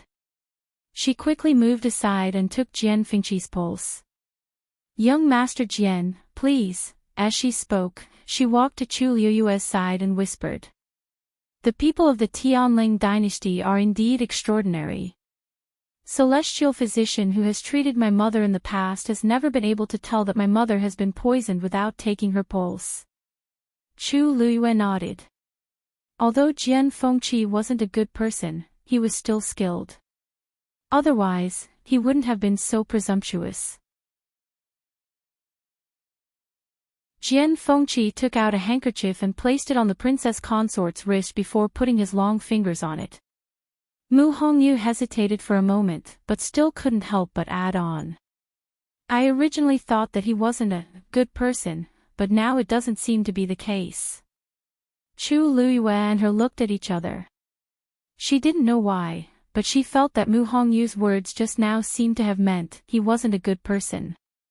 However, seeing that Mu Hongyu wasn't infatuated with Jian Fengqi like other girls, she was greatly relieved. She didn't want Mu Hongyu to provoke this guy. Jian Fengqi raised his eyebrows slightly. It seemed that they didn't know that although their voices were very soft, he could still hear them clearly, right? Immediately, his expression froze. Everyone in the room was looking at him. Seeing the change in his expression, they all quieted down. Mu Hongyu couldn't hide her worry as she held Chu Liuyue's hand. Chu Luiyue gently patted the back of her hand. Princess consort Pingjiang lay weakly on the bed. Although her eyes were dim and lifeless, there was still a faint trace of hope. Chu Luiyue suddenly thought of something. Her gaze turned slightly and looked at Ji Chang, who was standing at the side. At this moment, his hands were crossed in front of him, and his eyes were fixed on Jian Fengqi. He seemed to be particularly nervous. Chu Luiyue could even see him licking his cracked lips, looking worried and tense. Jian Fengqi let go of her hand. Ji Chang was the first to speak. Young Master Jian, do you have a way to cure the princess consort's poison? Mobile users, please browse and read. A better reading experience comes from Love Network.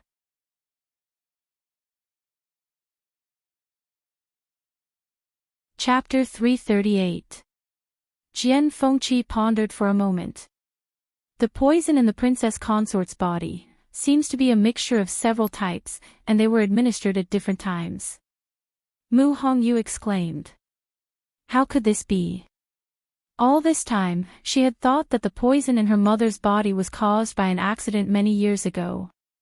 She never thought that, mother, is what he said true. Mu Hongyu quickly looked at Princess Consort Pingjiang. Princess Consort Pingjiang's eyes flashed with bitterness, and she smiled bleakly. That's right, Jian Fengqi added. If I'm not wrong, the princess consort's body should have suddenly deteriorated in the past 2 months, right? Princess consort Pingjiang nodded. That's it. Jian Fengqi stood up. The first few types of poison in the princess consort's body had been buried in her body for many years, and had already seeped into her organs.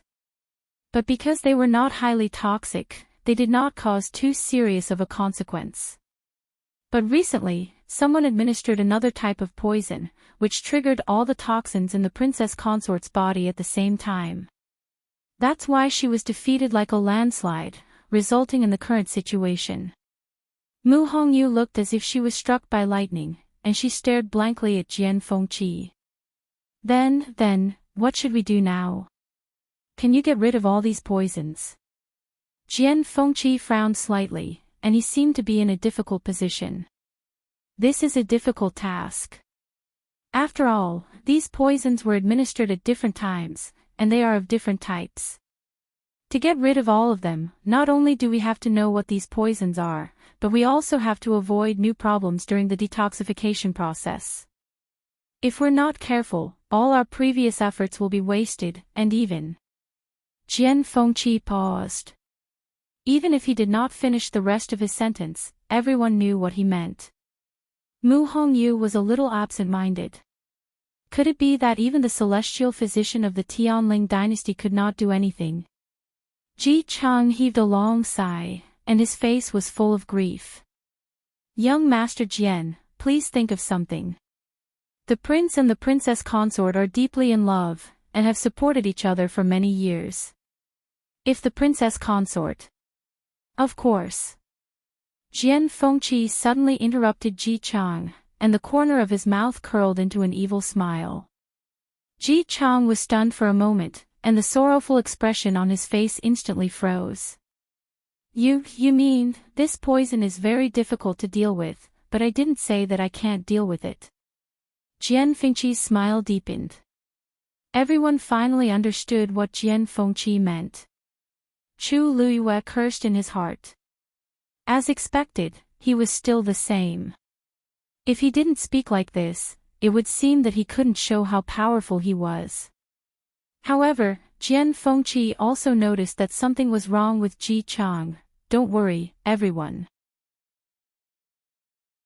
I will definitely clean up the princess consort's poison and let her recover completely. Chu Liuyue's gaze quickly swept across Ji Chang's face before he lowered his eyes. She clearly saw the shock and fear that flashed across Jian Fengqi's eyes when he heard him say that he could cure the princess consort of Pingjiang. It's not hard to understand the shock, but what's with the fear? The fact that he could escort Pingjiang Wangfei all the way to the imperial capital meant that Pingjiang Wangfei trusted him a lot. Moreover, from the way Mu Hongyu addressed him and Wushan, they were also very close to each other. It doesn't make sense that he would be afraid after knowing that Pingjiang Wangfei's body could be cured. Chu Luiyue recalled that when she wanted to check Pingjiang Wangfei's pulse, Ji Chang refused several times, as if he was afraid of something. Perhaps he had a guilty conscience. Young Master Jian, is what you said true? Can you really cure my mother? Mu Hongyu didn't notice anything unusual, her mind was only filled with Jian Fengqi's words. Jian Fengqi looked at the young girl who rushed to him in a few steps, her almond-shaped eyes shining brightly. His heart skipped a beat, and his smile deepened. Of course. I, Jian Fengqi, always keep my word. If he couldn't solve such a small problem, then he would have wasted all these years. Mu Hongyu was extremely excited. She pounced to the bedside and held Pingjiang Wangfei's hand. Mother, did you hear that? Your illness will be cured. Pingjiang Wangfei didn't have any extra strength at this time. She could only smile with a pale face and look at Mu Hongyu. Chu Luiyue said, Hongyao, it seems that the Wangfei needs to rest. Let's go out and talk. Mu Hongyu nodded repeatedly. All right. Then. Mother, you rest here first. I'll come to see you later. Pingjiang Wangfei nodded reluctantly. I still have to thank young Master Jian and Vice Admiral Mu, and Lu Yu. She finally closed her eyes and rested after saying those words with great difficulty. Chu Luiyue and the others walked out. Mu Hongyu just stood up and saw a handkerchief on Pingjiang Wangfei's wrist. She picked up the handkerchief and shouted at Jian Fengqi, who had already walked to the door. Young Master Jian, your handkerchief. Jian Fengqi paused in his steps and turned around to take a look. Chu Liuyue's lips moved. She almost directly asked Mu Hongyu to throw the handkerchief away. Jian Fengqi had a problem. He was a celestial physician and often had to take people's pulse. However, every time he examined someone, he would spread a handkerchief like this time and never touch it with his own hands. The material of the handkerchief was extremely precious, but he would only use it once and throw it away. He had been like this since Chu Luiyue met him. She didn't know why. Other than that, he had many hobbies that were neither too big nor too small, and he was very persistent. Even when she was the heavenly fate princess, she also felt that this man was very fussy. Unexpectedly, Jian Fengqi stared at Mu Hongyu and didn't ask her to throw the handkerchief away. Instead, he laughed. "Oh, I almost forgot." As he spoke, he walked towards Mu Hongyu. Chu Luiyue looked at him as if she had seen a ghost. "What's wrong with him?" Jian Fengqi seemed to have noticed something and tilted his head to look at her. Chu Luiyue immediately lowered her eyes and continued to walk towards the door. Jian Fengqi narrowed his eyes. He didn't know why, but he felt that Chu Luiyue seemed to dislike him. Even if she always had a polite smile on her face, he still felt that way. And this feeling was inexplicably familiar. He suppressed the thoughts in his heart and reached out to take the handkerchief from Mu Hongyu's hand. The two people's hands touched for a moment. However, he didn't seem to feel it. He bowed slightly with a smile on his face. There was a hint of elegance in his eyes. "Thank you, Miss Mu." Mu Hongyu smiled brightly. "Young Master Jian, you're welcome. If there's anything you need my help with in the future, just let me know." Jian Fengqi looked at her and raised his eyebrows slightly. This Mu Hongyu seems a little too innocent. If an ordinary woman was touched like this, even if she wasn't tempted, her face would turn red. However, Mu Hongyu didn't seem to have any reaction at all. Only then did he vaguely realize that the bright light in her almond-shaped eyes was indeed because of her mother's recovery, and not because of him. This made him feel a little conflicted. Why are these two women each weirder than the other? Chu Luiyue, who had walked out of the door, waved at Mu Hongyu. "Hongyu. Digression, why is it so long?" "Because I went to the hospital in between. My body is a little inflamed, but it's not serious." Love mobile users, please browse and read. A better reading experience comes from love.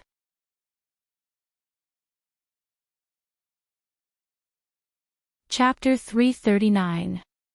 Mu Hongyu responded and immediately walked towards Chu Luiyue. She didn't even spare a glance for Jian Fengqi. Jian Fengqi was speechless. What was with this feeling of being ignored and despised? He looked down at the handkerchief and quietly grabbed it in his hand. When he turned around, his expression had already returned to normal. The few of them walked out, leaving only Ji Chang inside. "Young princess, the princess consort is weak. Shall I stay here to take care of her?" he said to Mu Hongyu. Mu Hongyu thought about it and was about to agree when Chu Luiyue suddenly squeezed her hand. Mu Hongyu's mind raced, and she immediately realized something. She hurriedly changed the words she was about to say. "That. You've been taking care of mother all this time. You must be tired. You should go and rest first." Ji Chang was stunned. "Young princess, don't worry. I'm still in good health. As for the princess consort, His Highness entrusted everything to me and Wushan. We naturally don't dare to slack off. If the princess consort, Vice Admiral Mu and young Master Jian are here, not only is she safe, but even if something happens to the princess consort, they can immediately deal with it. Senior Ji Chang, don't worry too much." Chu Luiyue smiled. "But, don't tell me you don't trust these two." Chu Luiyue said jokingly, but there was a hint of scrutiny in his eyes. "I don't dare." Ji Chang's voice lowered. Then I'll go and rest first. If there's any problem, I'll definitely rush over immediately. Young princess, don't worry too much. Mu Hongyu nodded. Go ahead. We'll be here. Ji Chang had no choice but to turn and leave. Under the pressure of Mu Qinghe and Jian Fengqi, he didn't even look back. When his figure finally disappeared from sight, Mu Hongyu couldn't help but look at Chu Luiyue. Lu Yu, did you deliberately send Grandpa Ji Chang away? Chu Luiyue asked, don't you feel that something is wrong? Mu Hongyu thought about it carefully and murmured with uncertainty, I don't think so. But he didn't seem to want to leave just now. Lu Yu, you might not know this, but Grandpa Ji Chang and Grandpa Wu Shan have been with Father since a long time ago. They have been secretly protecting Mother and me all these years. He's probably just worried. Chu Luiyue looked at her quietly. Mu Hongyu's voice gradually became softer, and her expression was somewhat shaken. Hongyu, don't tell me you didn't find it strange. Chu Luiyue said lightly. Mu Hongyu was a straightforward person and wasn't shrewd, but that didn't mean that she was stupid. On the contrary, she was very smart. It was only because she was too close to Ji Chang that she trusted him too much that she couldn't see it clearly for a moment. Mu Hongyu frowned. Of course, she could tell that something was wrong.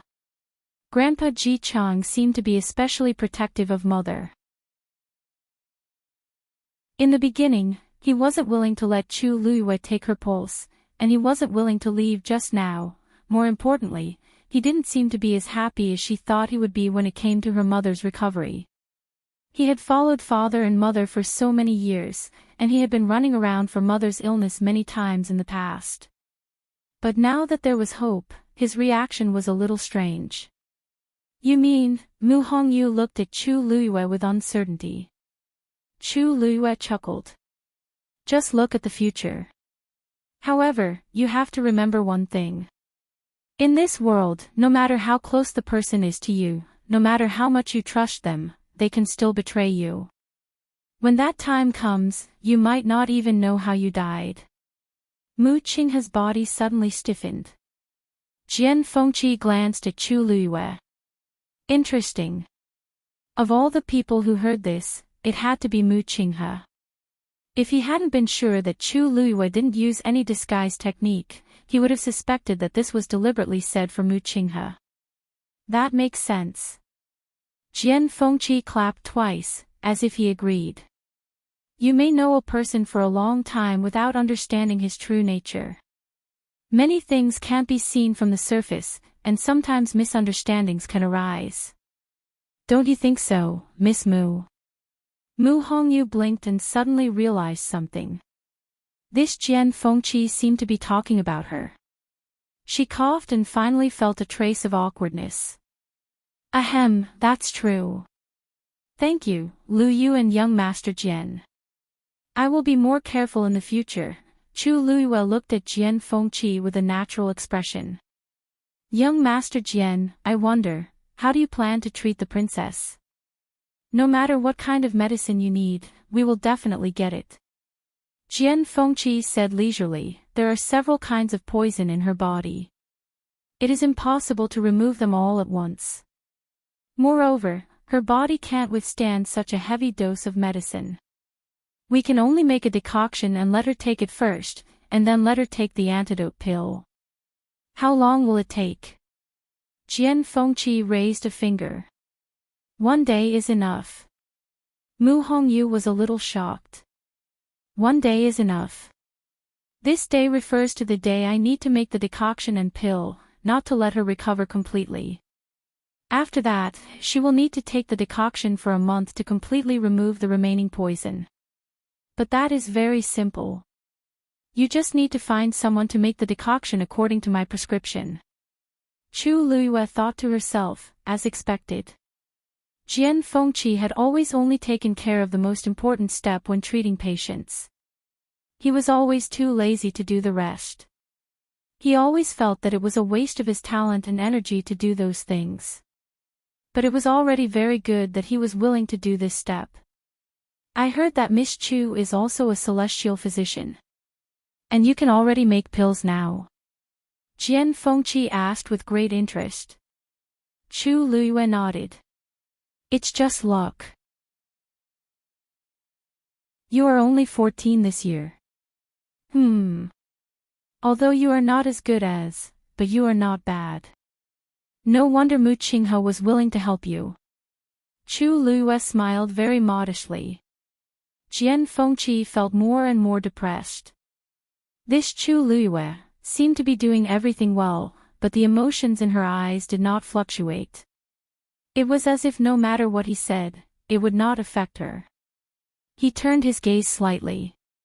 Mu Hongyu was staring at the void. Her eyes were wandering, obviously thinking about something. He lost most of his interest and lazily said to Mu Qinghe, I will be refining pills here today. Help me guard. Mu Qinghe said coldly. Impossible. Because there was no need for that. Although Jian Fengqi specialized in celestial physician, his mystic master level was not low. Even if there were any accidents here, he alone would be more than enough to deal with it. Jian Fengqi had already expected this answer, so he did not mind and only shrugged. Then I will go by myself. With that, he walked to another room alone. The moment he opened the door, he waved his sleeve and a faint blue barrier appeared behind him.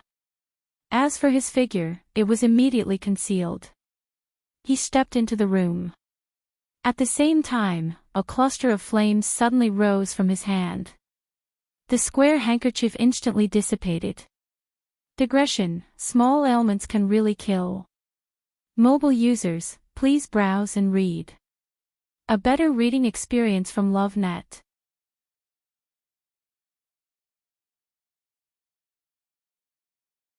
Chapter 340. After settling Mu Hongyu's matter, Chu Luiyue planned to leave. Mu Hongyu was a little surprised. You're leaving now? Chu Luiyue glanced at Mu Qinghe and smiled. Time is of the essence, so I have to leave quickly. But don't worry, since Vice Admiral Mu and young Master Jian have agreed to help, they will definitely take care of it. If you need any herbs, you can go to Zhenbao Pavilion to look for Second Master Yan. Put all the expenses on my tab. When I return, I will look for him myself. Mu Hongyu shook her head resolutely. No way. You have already helped me a lot, how can I let you spend more? Chu Luiyue thought about it and didn't insist. Then tell him to give me face and ask him to help you. He will help you gather the herbs you need. The poison in Princess Consort Ping Zhang's body was indeed difficult to detoxify, but with Jian Fengqi's strength, it wasn't a problem. It was just that he might need a few special herbs. It might not be easy to find them in the capital, but Zhenbao Pavilion would definitely have them. If Mu Hongyu went by herself, Second Master Yan might not be willing to take them out.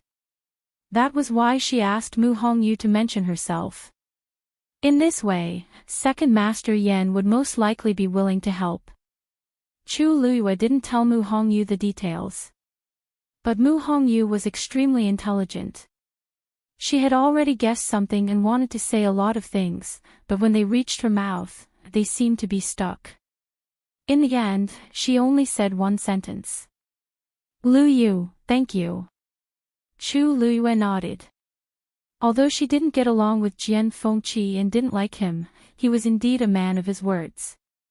If he said that he would refine pills here to help Princess Consort Ping Zhang, then he would definitely do it. Mu Hongyu's face was full of reluctance.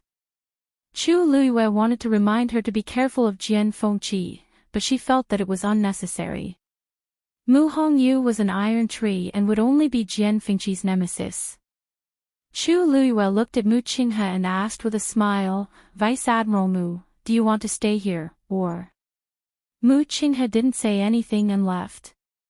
Mu Hongyu leaned in and whispered. Lu, don't you think Vice Admiral Mu's expression is a little bit bad? Chu Luiyue lightly said, Oh.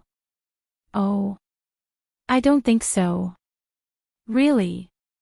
Just now, for some reason, his expression suddenly changed. Although he didn't expression of his expression, but. Mu Hongyu frowned and couldn't think of how to describe it. In short, he just felt bad, as if he thought of something bad. I haven't seen his expression like that. Chu Liyue smiled faintly. I didn't notice. If possible, she wanted to chase after him and ask him face to face what was wrong. Was he upset? Or embarrassed? All she did was say, betrayal. What was he thinking? In the past year or so, when had he ever thought about anything related to her? Chu Liyue took a deep breath. She suddenly wanted to know what expression Mu Qinghe would have if he knew that she was her. And, those people, Lu Yu. Mu Hongyu suddenly felt that Chu Liyue's aura had turned cold, and it was shrouded in a strong sense of loneliness and despair. She felt uneasy and hurriedly spoke. Chu Liyue came back to her senses and saw her worried face.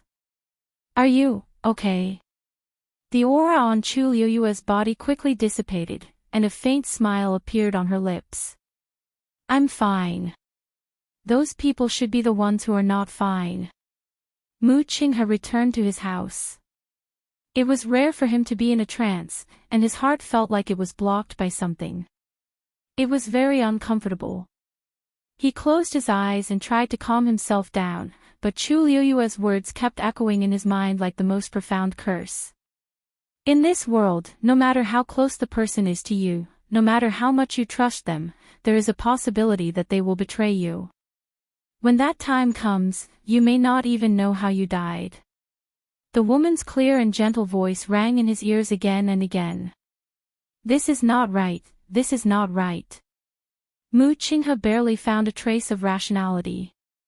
He sat on the chair and habitually wanted to make himself a cup of tea. Every time he was upset, he would do this to calm himself down. However, when he poured the tea, he stared at the teacup and could not help but think of something. Everyone thought that he loved tea, but in fact, that was not the case. It was just that making tea could always calm him down. In the past, a burning pain came, and he immediately woke up.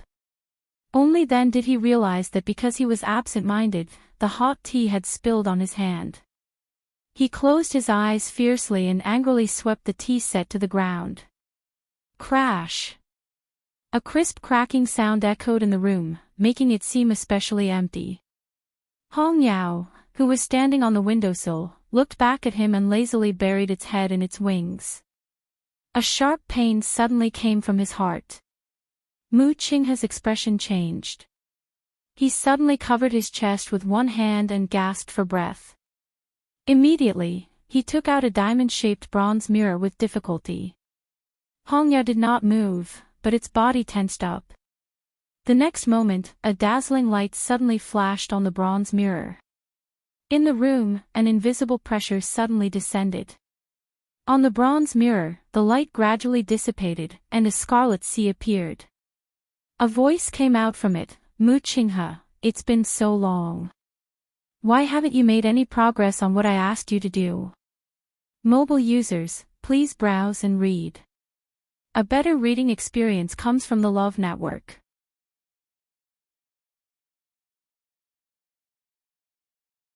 Chapter 341. It was a young man's voice. It was low and indifferent, but there was a hint of coldness in it that made one fearful. Mu Qinghe endured the pain in his heart and gritted his teeth. Don't worry, master. I'll do it as soon as possible. You don't have much time left. The seawater in the bronze mirror seemed to be rippling, and the thick smell of blood was suffocating. Everyone else thinks that you went to look for the Daijing Yuan Meridian, but this reason can't be delayed for too long. If you can't do it as soon as possible, then, you don't have to come back in the future. Because of the pain, Mu Qinghe's lips turned even paler. I understand. The blood-red seawater gradually dissipated, and a white light enveloped it. After a while, the bronze mirror returned to normal. Mu Qinghe then felt that the pain in his body seemed to have lessened. He closed his eyes, put away the bronze mirror, and leaned against the chair dejectedly. Hong Yao, who was standing by the window, suddenly flew over and landed on his shoulder. Mu Qinghe opened his eyes and glanced at it. Hong Yao inched closer and rubbed against his face. Mu Qinghe was silent for a long time before saying softly, "Don't worry. It won't take long." Chu Luyue returned to the academy and told Yi Zhiding about her plans to go to Tai Yan Academy. Although Yi Zhiding was reluctant, he knew that this was an excellent opportunity. It would be a pity to give it up. In the end, he decided to send Chu Luyue to Tai Yan Academy personally. If it weren't for the fact that the academy still had to deal with Joyo Tower, he even wanted to go there and accompany Chu Luyue before bringing her back. Chu Luyue repeatedly said that she would only stay there for 10 days and would be back soon. Yi Zhiding was finally relieved. The master and disciple pair packed up and headed there together. Country Xing Luo, Tai Yan Academy. After the Qing Jiao competition ended, Qing Han and the elders had already brought the students back. Because they didn't get good results, the atmosphere in the entire academy was heavy and stifling. Since Hing Jingshua had used the red blood goo during the Qing Jiao competition, the other two academies had also sent their elders to Tai Yan Academy to investigate. Everyone who had dealings with Hing Jingshua was investigated. Tai Yan Academy had never experienced something like this before. Naturally, they felt extremely embarrassed this time, and everyone was panicking. Who knew what kind of people Hing Jingshua had killed before he died? Even if it wasn't red blood goo, it could be some other poison. In short, the entire academy was in a mess, and Qing Han was also in a terrible fix. He even handed the herb mountain, which he had always meticulously taken care of, to Situ Xingqian. The so-called herb mountain was actually one of the many mountains behind Tai Yan Academy. It was only because there were all kinds of precious herbs growing on it that it was called the herb mountain. However, even though the herb mountain was in Tai Yan Academy, it belonged to Qing Han. Thus, not to mention the students, even the elders in the academy did not have the right to approach the herb mountain. Situ Xingqian stayed on the herbal mountain for 2 days and realized that something was missing, so she wanted to go back to take it. She walked down the mountain, and when she reached the foot of the mountain, she saw a few familiar figures not far away. They were a few young men and women. Even though they were all wearing the academy's uniform, Situ Xingqian still recognized them at one glance because she had always been on good terms with them. She was about to go up and greet them when she heard her name. "Why haven't I seen Xingqian these past 2 days?" asked one of the young men. Situ Xingqian's lips moved, but before she could speak, she heard another young girl laugh. How can she still have the face to come out now? Situ Xingqian's body suddenly froze as if a bucket of cold water had been poured over her head. Almost subconsciously, she took 2 steps back and hid behind a tree. "Xiaoyun, aren't you going overboard with your words? Xingqian didn't do anything wrong. How can you say that about her?" The young man seemed a little angry. I'm going overboard. Who doesn't know that she won first place in the celestial physician competition because of Chu Liyue's pills? Luckily, I didn't go this time. If not, it would have been so embarrassing. I really don't know how she still has the face to come back to the academy, said the other girl with a mocking smile. That's right. I heard them say that Chu Liyue didn't even touch her back then. She failed because she wasn't capable enough. In the end, she actually pushed the blame to Chu Liyue. Who knew that he would really succeed? He even helped her win first place. If it were me, I wouldn't dare to ask for first place. The young man was so angry that his face flushed red. But Xingqian's talent and abilities are also very good. Who can compare to her when you're talking about her here? Of course, we can't compare to her, so we've always listened to her. But this time, she embarrassed the entire academy. Can't we be a little unhappy? Zhongling, we know that you like her, but why don't you think about it? Has she ever looked you in the eye? The young man choked and couldn't say anything. Situ Xingqian's standards are very high. So many young talents have proposed to her, but she didn't like any of them. Great, now her reputation is half ruined. Let's see if so many people still like her. Situ Xingqian was so angry that her entire body trembled, and her fingernails dug deep into her palms. Hadn't she suffered enough humiliation during this period of time? I didn't expect these people to talk about her like this. Countless people in Tai Yan Academy and even the entire country Xing Luo probably think this way. Just as she was thinking of how to deal with these people, she heard one of the girls say, "Oh, right. I heard that Chu Luyue arrived at our academy today. Digression, I feel better after taking the pills. I don't know if it's the side effects, but I feel nauseous the whole morning."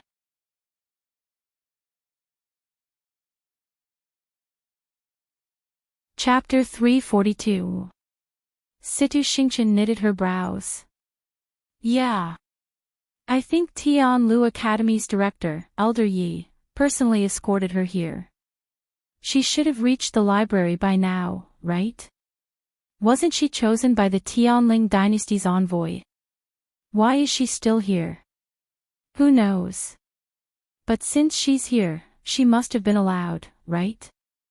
Have you heard that she lacked a yuan meridian since she was young?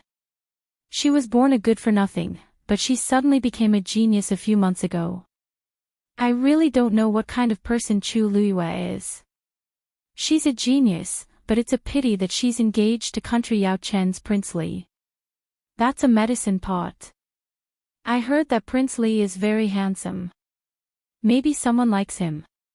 Haha. The few figures gradually disappeared, and their voices gradually disappeared. Situ Xingqian remained silent for a long time, and she even stood until her legs turned numb. She realized that she really couldn't accept everything that had happened. No matter if it was the Qingjiao competition or the engagement between Rong Xiao and Chu Luyue, she pondered for a long time before turning around and returning to the herb mountain. Halfway up the mountain, there were a few wooden houses. One of them was specially for her to rest. She entered the house, locked the door, and sat in front of the study table. The rich herbal fragrance filled her nose. This smell always calmed her down in the past, but it only reminded her of that humiliating day now. She sat quietly for a while and took out a letter. This letter was from Rong Jin. Before she left the imperial city, Rong Jin secretly sent someone to deliver this letter. However, her thoughts were all on Rong Xiao back then, so she didn't open it. Now, she stared at the letter for a while before opening it without hesitation. The last rays of the setting sun shone in through the window and dragged Situ Xingqian's shadow very long. A ripple suddenly appeared in the air. A figure walked out, and it was elder Lian Ning. Eldest princess. A low and hoarse voice sounded in the room. Situ Xingqian then recovered her senses and shifted her gaze away from the letter. She subconsciously put it away before looking at elder Lian Ning. Situ Xingqian saw that it was him and heaved a sigh of relief. However, her eyes were still filled with shock. Elder Lian Ning sensed that something was wrong with her and couldn't help but ask. Eldest princess, what happened to you? His gaze swept past the letter in Situ Xingqian's hands, and his expression froze. This is, when you went to investigate Chu Luyue, did you find anything? Situ Xingqian interrupted Elder Lian Ning and asked.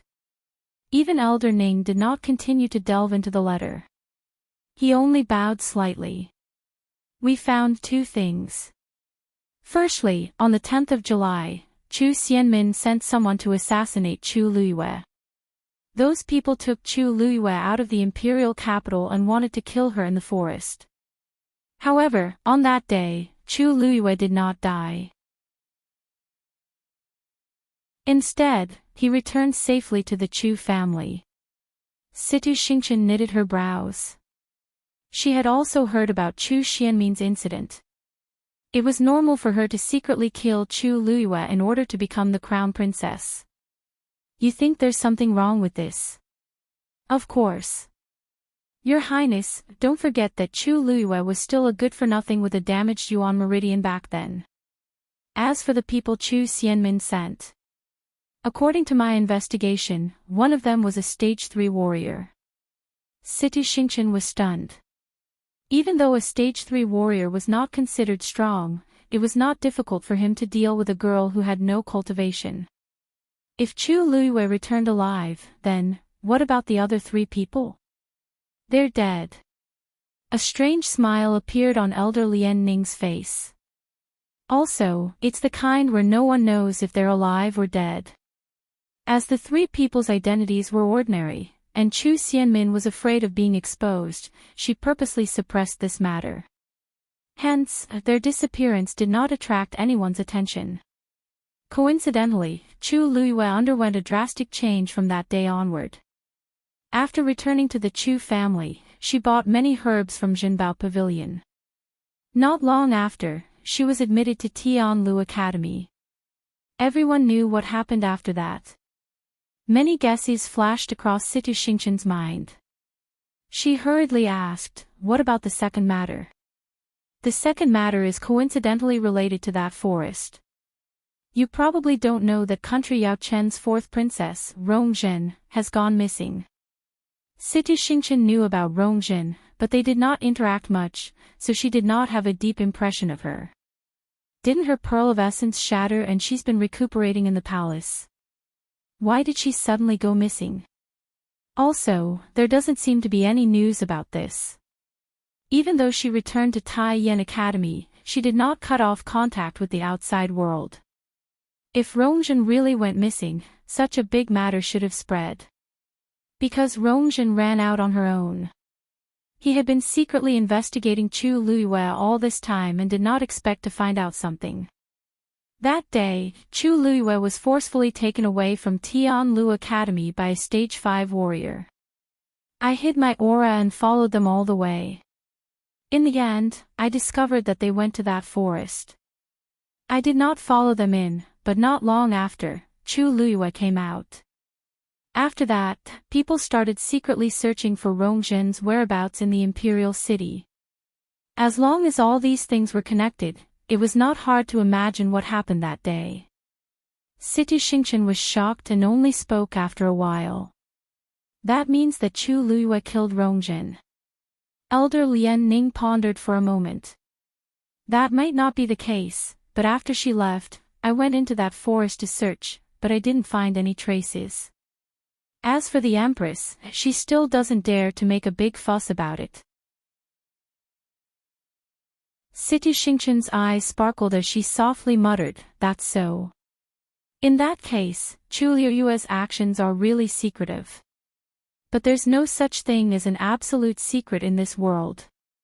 She probably didn't expect that the things she did were already known by others. Ha! What a joke. She has both fame and fortune now, and she even came to our academy's library. Eldest princess, what do you plan to do? Asked Elder Lian Ning. Rongzhen must have another reason for targeting Chu Luiyue. What do you think? Rongzhen was doted on in the past. Even if her pearl of essence shattered and she became a useless person, she was still the honorable 4th princess. When did other people have the right to decide her life and death? There hasn't been any news from country Yao Qin, so it's obvious that Emperor Zhaoan doesn't know about this. That was his daughter that he doted on the most. If he knew about this, I really don't know how sad he would be. Said Situ Xingchen slowly with a tinge of pity on her face. However, her eyes flashed with a cold and vicious light that disappeared in an instant. You're saying, Elder Lian Ning, it's been hard on you during this period. Leave the rest to me. Situ Xingchen took out a pen and paper. I'll tell this to the people who should know about it. Mobile users, please browse and read. A better reading experience comes from Love Network.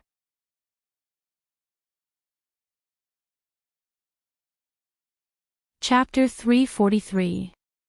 Tai Yen Academy. Chu Luiyue raised her head slightly and looked at the 5-story library in front of her. The golden words on the signboard shone brightly under the sunlight. This is the library. Elder Mo Tsang was standing beside Chu Luiyue. Although he did not like Chu Luiyue, Ching Han did not want to see her, so he sent him. 2 young men in academy uniforms standing at the entrance bowed respectfully when they saw the 2 of them. Greetings, Elder Mo Tsang. Elder Mo Tsang nodded and looked at Chu Luiyue coldly. For a period of time from now on, you can borrow any of the books here. Come in with me. Chu Luiyue did not mind his attitude and followed him in. As soon as they entered, Chu Luiyue saw that the walls were filled with all kinds of books. There were rows of shelves in the middle, and they were also filled with books. She quickly scanned the place. Elder Mo Tsang stopped in his tracks and turned to look at Chu Luiyue. However, he did not see the shock on her face. He coughed and emphasized, "This is the first floor. There are tens of thousands of books related to cultivation on the first floor." Chu Luiyue nodded calmly. Elder Mo Tsang was even more displeased. The collection in Tai Yen Academy's library was as vast as the sea. It was rare for an ordinary family to have a few books on martial techniques. Even the aristocratic families would only have a few hundred books at most. However, they had tens of thousands of books here. Chu Luiyue did not react at all after hearing his words. This made Elder Mo Tsang very aggrieved. He could not help but sneer secretly. She was just pretending. I heard that Tianlu Academy has a lot of books too. Although it's not as good as ours, there should be at least a few thousand books, right? He asked casually. Chu Luiyue nodded again. Yes. Many of the books here are not available in our academy. Elder Mo Tsang laughed proudly. Just as he was about to say something, Chu Luiyue continued. Master said that although the academy is big, he would rather leave it empty than leave it for trash. Elder Mo Tsang almost spat out a mouthful of blood. Trash. Did Chu Luiyue know what he was saying? You're saying these are trash. Chu Luiyue smiled. Please don't misunderstand. That's not what I meant. I'm just saying that a part of this place is. You. Elder Mo Tsang suppressed the anger in his heart and shouted in a deep voice. Chu Luiyue. You'd better be polite. If you continue to speak rudely, we'll chase you out even if you get first place in the Qing Jiao competition. Chu Luiyue looked at him sincerely. Elder Mo Tsang, you're overthinking things. I'm not being disrespectful to your academy, but many of the books here are indeed not worth collecting. As she spoke, she walked to the side and casually picked up a book. Tiger Wolf Fist, Intermediate Yellow Grade. The martial techniques that warriors cultivate are divided into 4 levels: Heaven, Earth, Black, and Yellow. Each level is further divided into upper, intermediate, and lower levels. Yellow is the lowest level. Moreover, it's only an intermediate level, so it's not worth mentioning. Normally, martial techniques of this level are meant for stage 2 warriors, right? Chu Luiyue's lips curled up. But our academy only accepts warriors who are stage 3 and above. Thus, our academy doesn't have any books like this. Elder Mo Tsang was speechless. Their academy recruited more students than Tianlu Academy, so their standards were naturally not as high as Tianlu Academies. There were still many stage 2 warriors in Tai Yen Academy. Apart from that, they were passionate about collecting all kinds of books. They had the most books among the 3 academies, and they were proud of it. Why did it sound so cheap when it came from Chu Luiyue's mouth? What do you know? It's not only high-grade martial techniques that are worth collecting. Tai Yen Academy's book collection is all-encompassing. It can be described as complete. Chu Luiyue smiled but did not say anything. If this little library could be considered as complete, then she really didn't know how to describe her private study room in her previous life. Seeing Chu Liuyue's smile, Elder Mo Tsang somehow felt even more uncomfortable. Chu Liuyue did not say anything, but he felt inexplicably embarrassed. This is only the first floor. You won't say that when you see the books upstairs. With a flick of his sleeve, he began to walk up the stairs. Chu Liuyue raised his brows slightly. I hope so. Elder Mo Tsang stopped in his tracks. I shouldn't have come if I knew this would happen. Chu Liuyue can anger someone to death with just one mouth. She better not be too presumptuous during this period.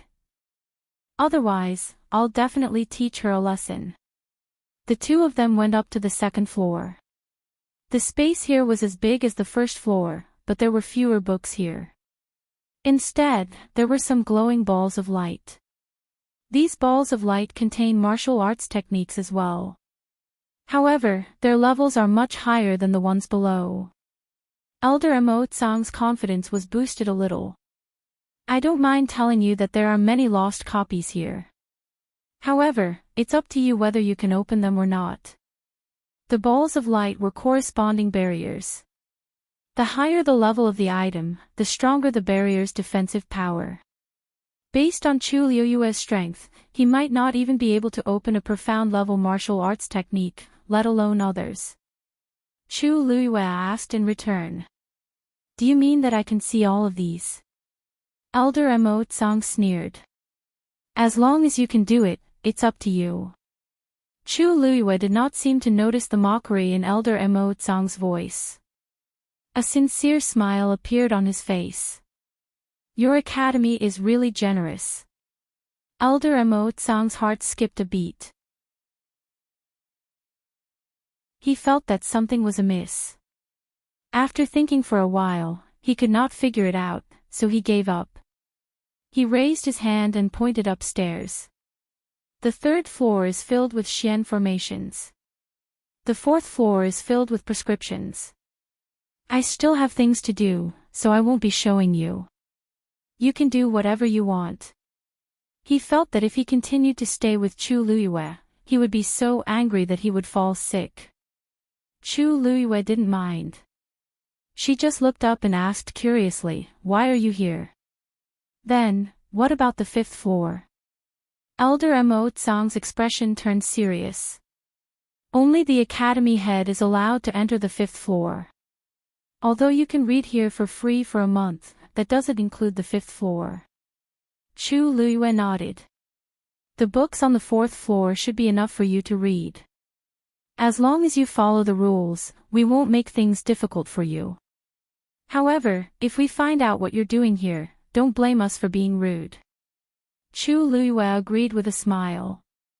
Don't worry. I won't be here for long, so I won't waste my time on other things. Elder Mo Tsang was relieved. He gave a few more words of advice and left. Soon, Chu Liuyue was the only one left in the library. She looked at the balls of light in front of her. She crossed her arms and tapped her chin with the other. Where should I start, mobile users? Please browse for a better reading experience from LoveNet.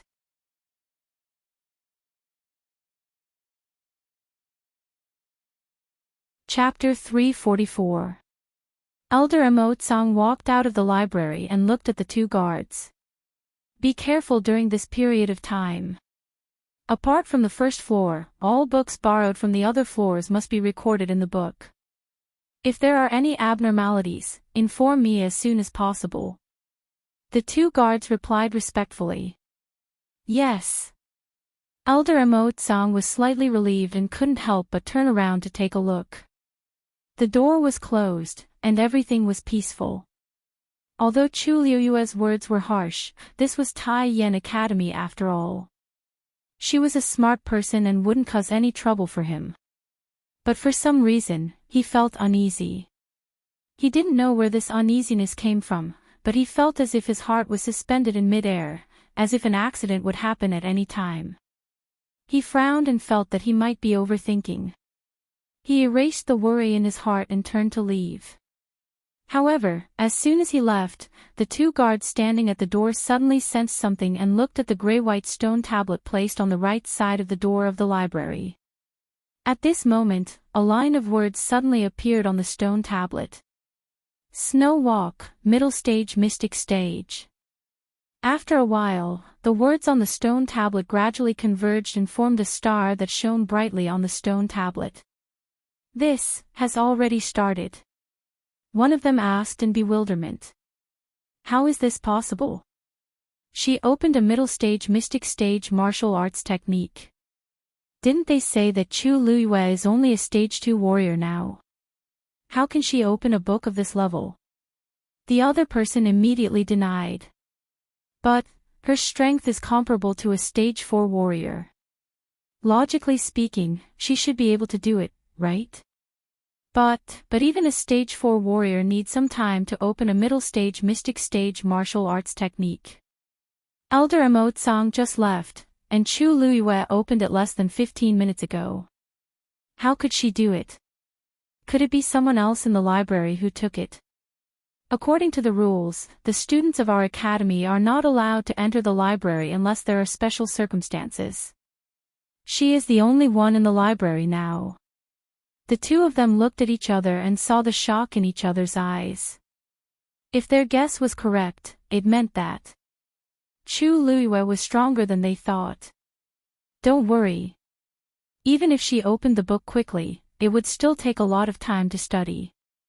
It wasn't like this had never happened before, but usually, those people would only be able to read 100 books at most in a month. Among them, there are only a few who are truly proficient. That's true. Let's record down the first book she borrowed. One of them took out a booklet from his bosom and recorded the words that appeared on the stone tablet. However, before he could finish writing, another person suddenly exclaimed. He looked up in confusion. What's wrong? The man was dumbfounded. His hand, which was pointing at the stone tablet, trembled slightly. That. She has already opened the second book. What? The man in charge of recording hurriedly looked over and saw another line of words appear on the stone tablet. Scarlet Flame Chop, Mystic Middle Stage. Another Mystic Middle Stage martial skill. The two of them were stunned. The impact of this matter on them was so great that they didn't dare to confirm that it was true for a moment. I'm not seeing things, right? It's Mystic Middle Stage. The man in charge of recording rubbed his eyes. The words had turned into a second star, right next to the first. In other words, these two books were of the same level. Chu Luiyue had indeed opened the second Mystic Middle Stage martial skill. This. How did she do it? She should have only read the beginning of the first book, right? How did she open the second one? Maybe she's just picking a martial skill that she likes, that's why she read it so quickly. That's possible. A cultivator's time and energy are limited. Choosing a suitable book to study carefully might be better than reading 10 books. But even so, the speed at which she opens the books is too fast. If she keeps doing this, impossible. There are barriers on the books. Every time she opens one, she has to use up a portion of her energy. How can she keep doing this? Forget it, let's not worry about this for now. Record down the second book as well. If Elder Emotsang finds out that we missed something, he won't let it go so easily. At this point, he suddenly stopped. The two of them exchanged glances again. Given the current situation, if this continued, Elder Emotsang would most likely break down. In the library, Chu Luiyue quickly read through the book in her hands. Then, she put it back and shrugged her shoulders in disappointment. Another Mystic Middle Stage. Ever since Elder Emotsang left, she had been staying on the second floor. She randomly picked a bookshelf in the middle and started reading. To her disappointment, she had already browsed through the entire bookshelf, but the best one was only at the middle stage of the profound stage. Most of them were lower stage mystic. Chu Luiyue helplessly walked to another bookshelf. Suddenly, she saw a book from the corner of her eye. She focused her eyes on it. Upper yellow stage. Chu Luiyue was shocked. She had thought that the books here were at least mystic stage. She did not expect there to be books of this level. She rubbed her forehead and started to feel that she had been too polite to Elder Mo Tsang. She continued reading helplessly. This time, she really wanted to find a few good books to read and learn some new martial arts techniques. This was because, unlike Xian formations and prescriptions, high-level martial arts techniques were passed down by sections. Under normal circumstances, the martial skills displayed by martial artists could reveal their origins and so on. It was the same for her. There were many high-level martial arts techniques stored in her mind, but they belonged to her in her previous life. Once they were displayed, people would definitely notice that something was wrong. Therefore, although she planned to continue learning these martial arts techniques in secret, she had to choose some new ones at the same time. Although she was a little disappointed, she still read through all the books to avoid wasting them. She had an eidetic memory. Even if she only skimmed through them quickly, she could still remember them clearly. Moreover, because she had once learned high-level martial arts techniques, she could always understand these high-level martial arts techniques very quickly. Chu Luiyue walked along the bookshelf and read one book after another, as if she was constantly throwing books into her mind. One book. One book. Another book. Why is she still continuing? The two guards outside the library saw a large patch of starlight gradually lighting up on the grayish-white stone tablet and finally collapsed. Mobile users, please browse for a better reading experience from Love Network.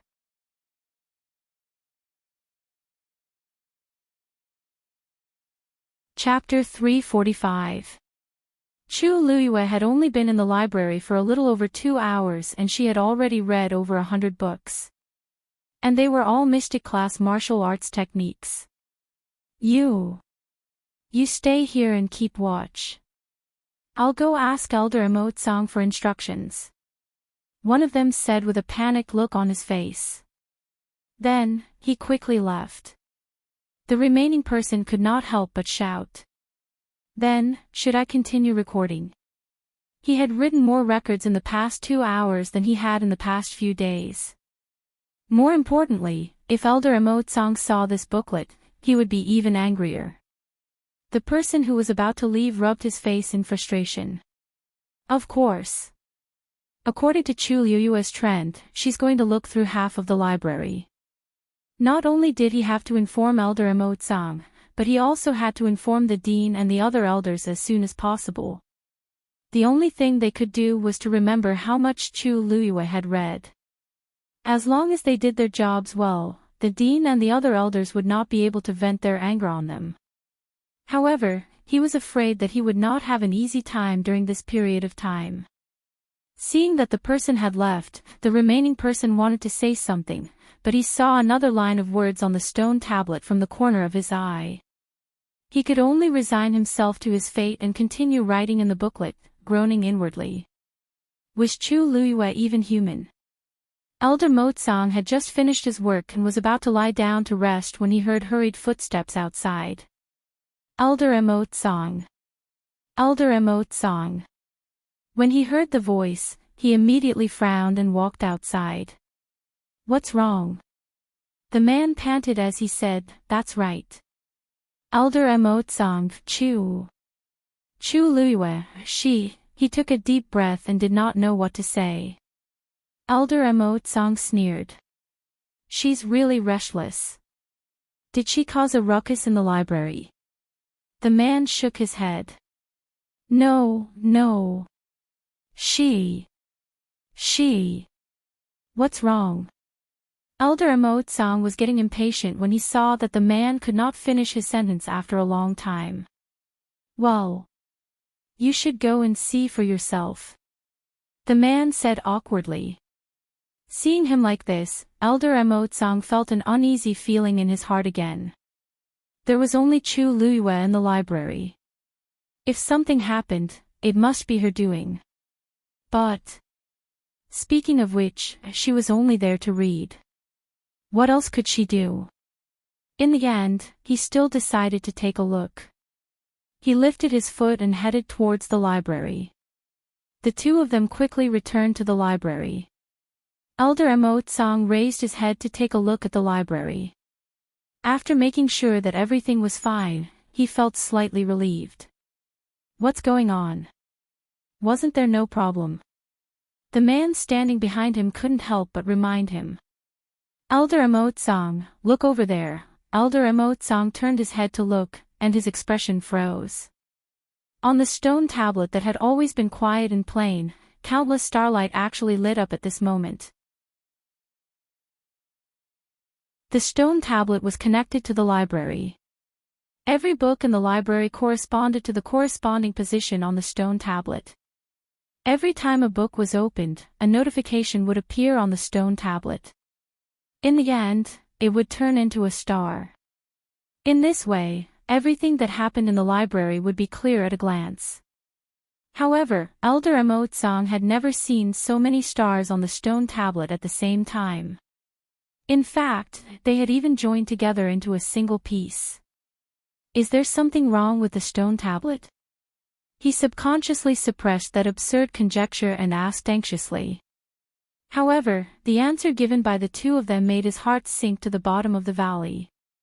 Elder Mo Tsang, this is the record of the books that Chu Luiyue opened after she entered, the man who had been taking notes said bitterly and handed over the booklet.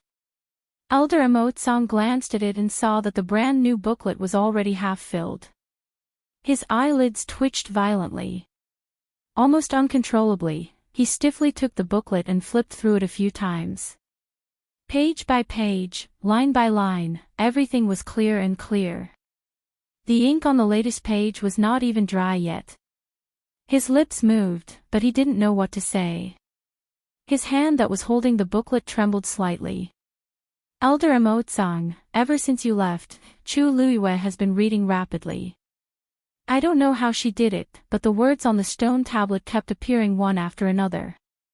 This is the result of more than 2 hours of wait. Elder Mo Tsang, she opened another book.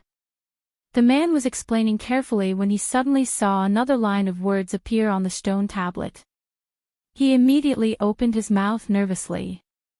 Elder Mo Tsang gritted his teeth and turned to look. The light on the stone tablet was especially dazzling. Crash! He suddenly threw the booklet back into the man's arms and shouted angrily, "You're a traitor. Keep writing. I'd like to see how much Chu Luiyue can read."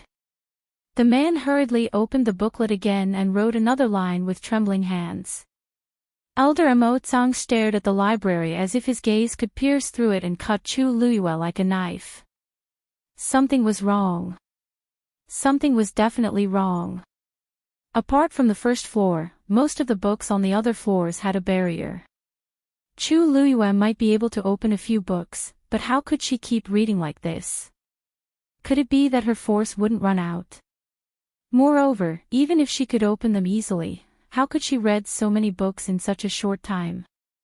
Elder Mo Tsang, don't worry. Chu Luiyue is reading so quickly. She must be picking the books she likes. She must have thrown the books away after a glance. It's just a bluff. She might not have learned anything at all. Elder Mo Tsang's mood improved a little when he heard this. In fact, he was thinking the same thing. This was the only reasonable explanation. Humph. Greed is like a snake trying to swallow an elephant, he said hatefully. Elder Mo Tsang, you're right. Chu Luiyue is only in her teens. She just won the Qingjiao competition, so it's natural for her to be arrogant. She won't benefit from doing this. She might not be able to pick anything until the end of the competition. As soon as he finished speaking, the stone tablet suddenly emitted a dazzling light. Elder Emotsang and the other elders looked over in shock and exclaimed, "She found an Earth-grade martial arts technique." Mobile users, please browse for a better reading experience from Love Network. You're tuning into the Journey of the Soul YouTube channel. Don't forget to subscribe and join us on this journey to catch the most captivating stories.